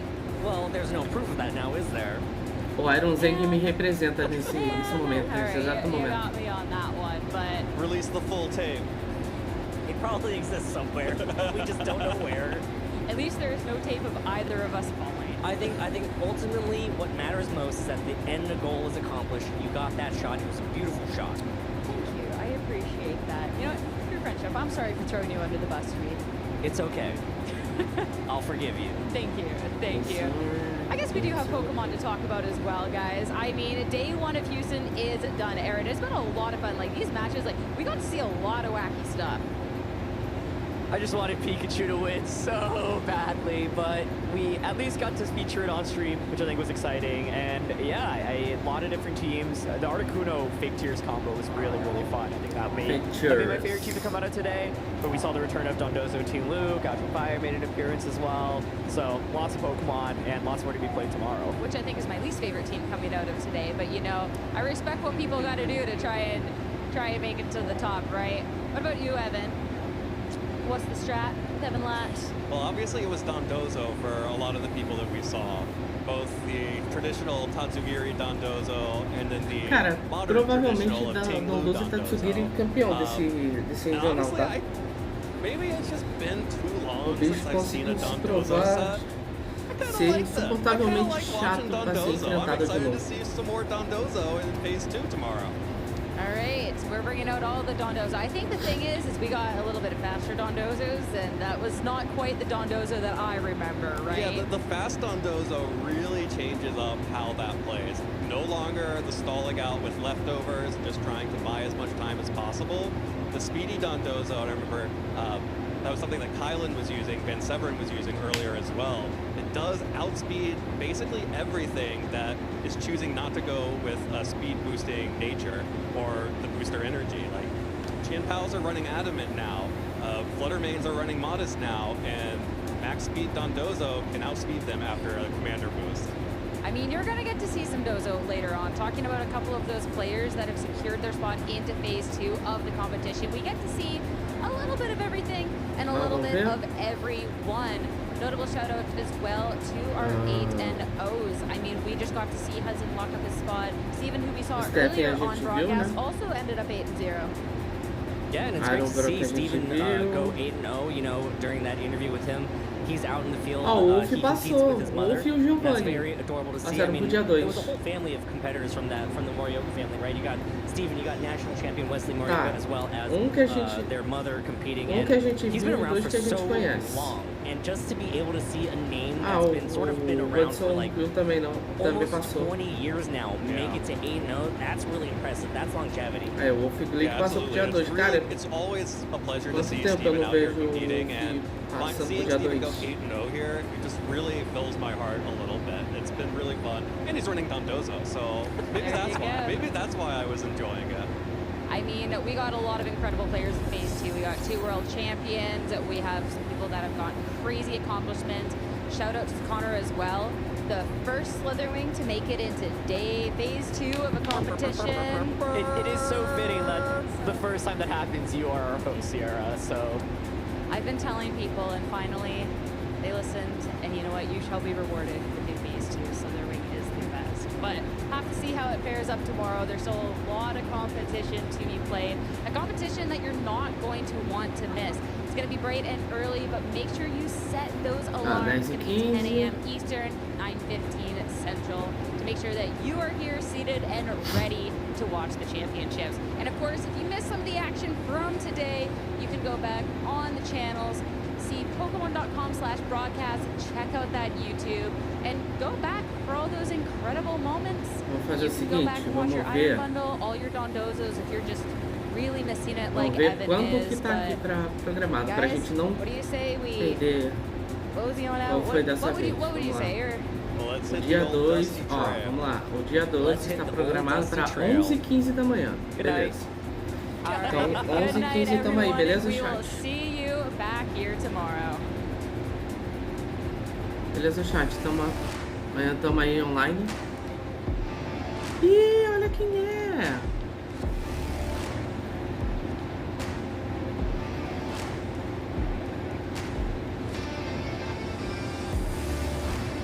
Cara, não é a... Não é frente Malamar, né? Não é a moça do meu amigo Malamar que tava aí?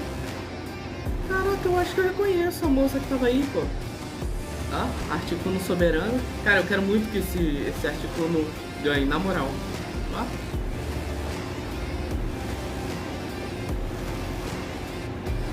Um Pikachu do nada. Altos Pokémons e do nada, um Pikachu.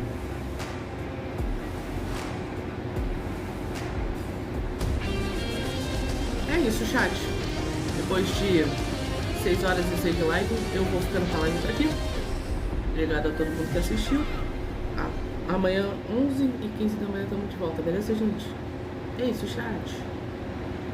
Um bom restinho de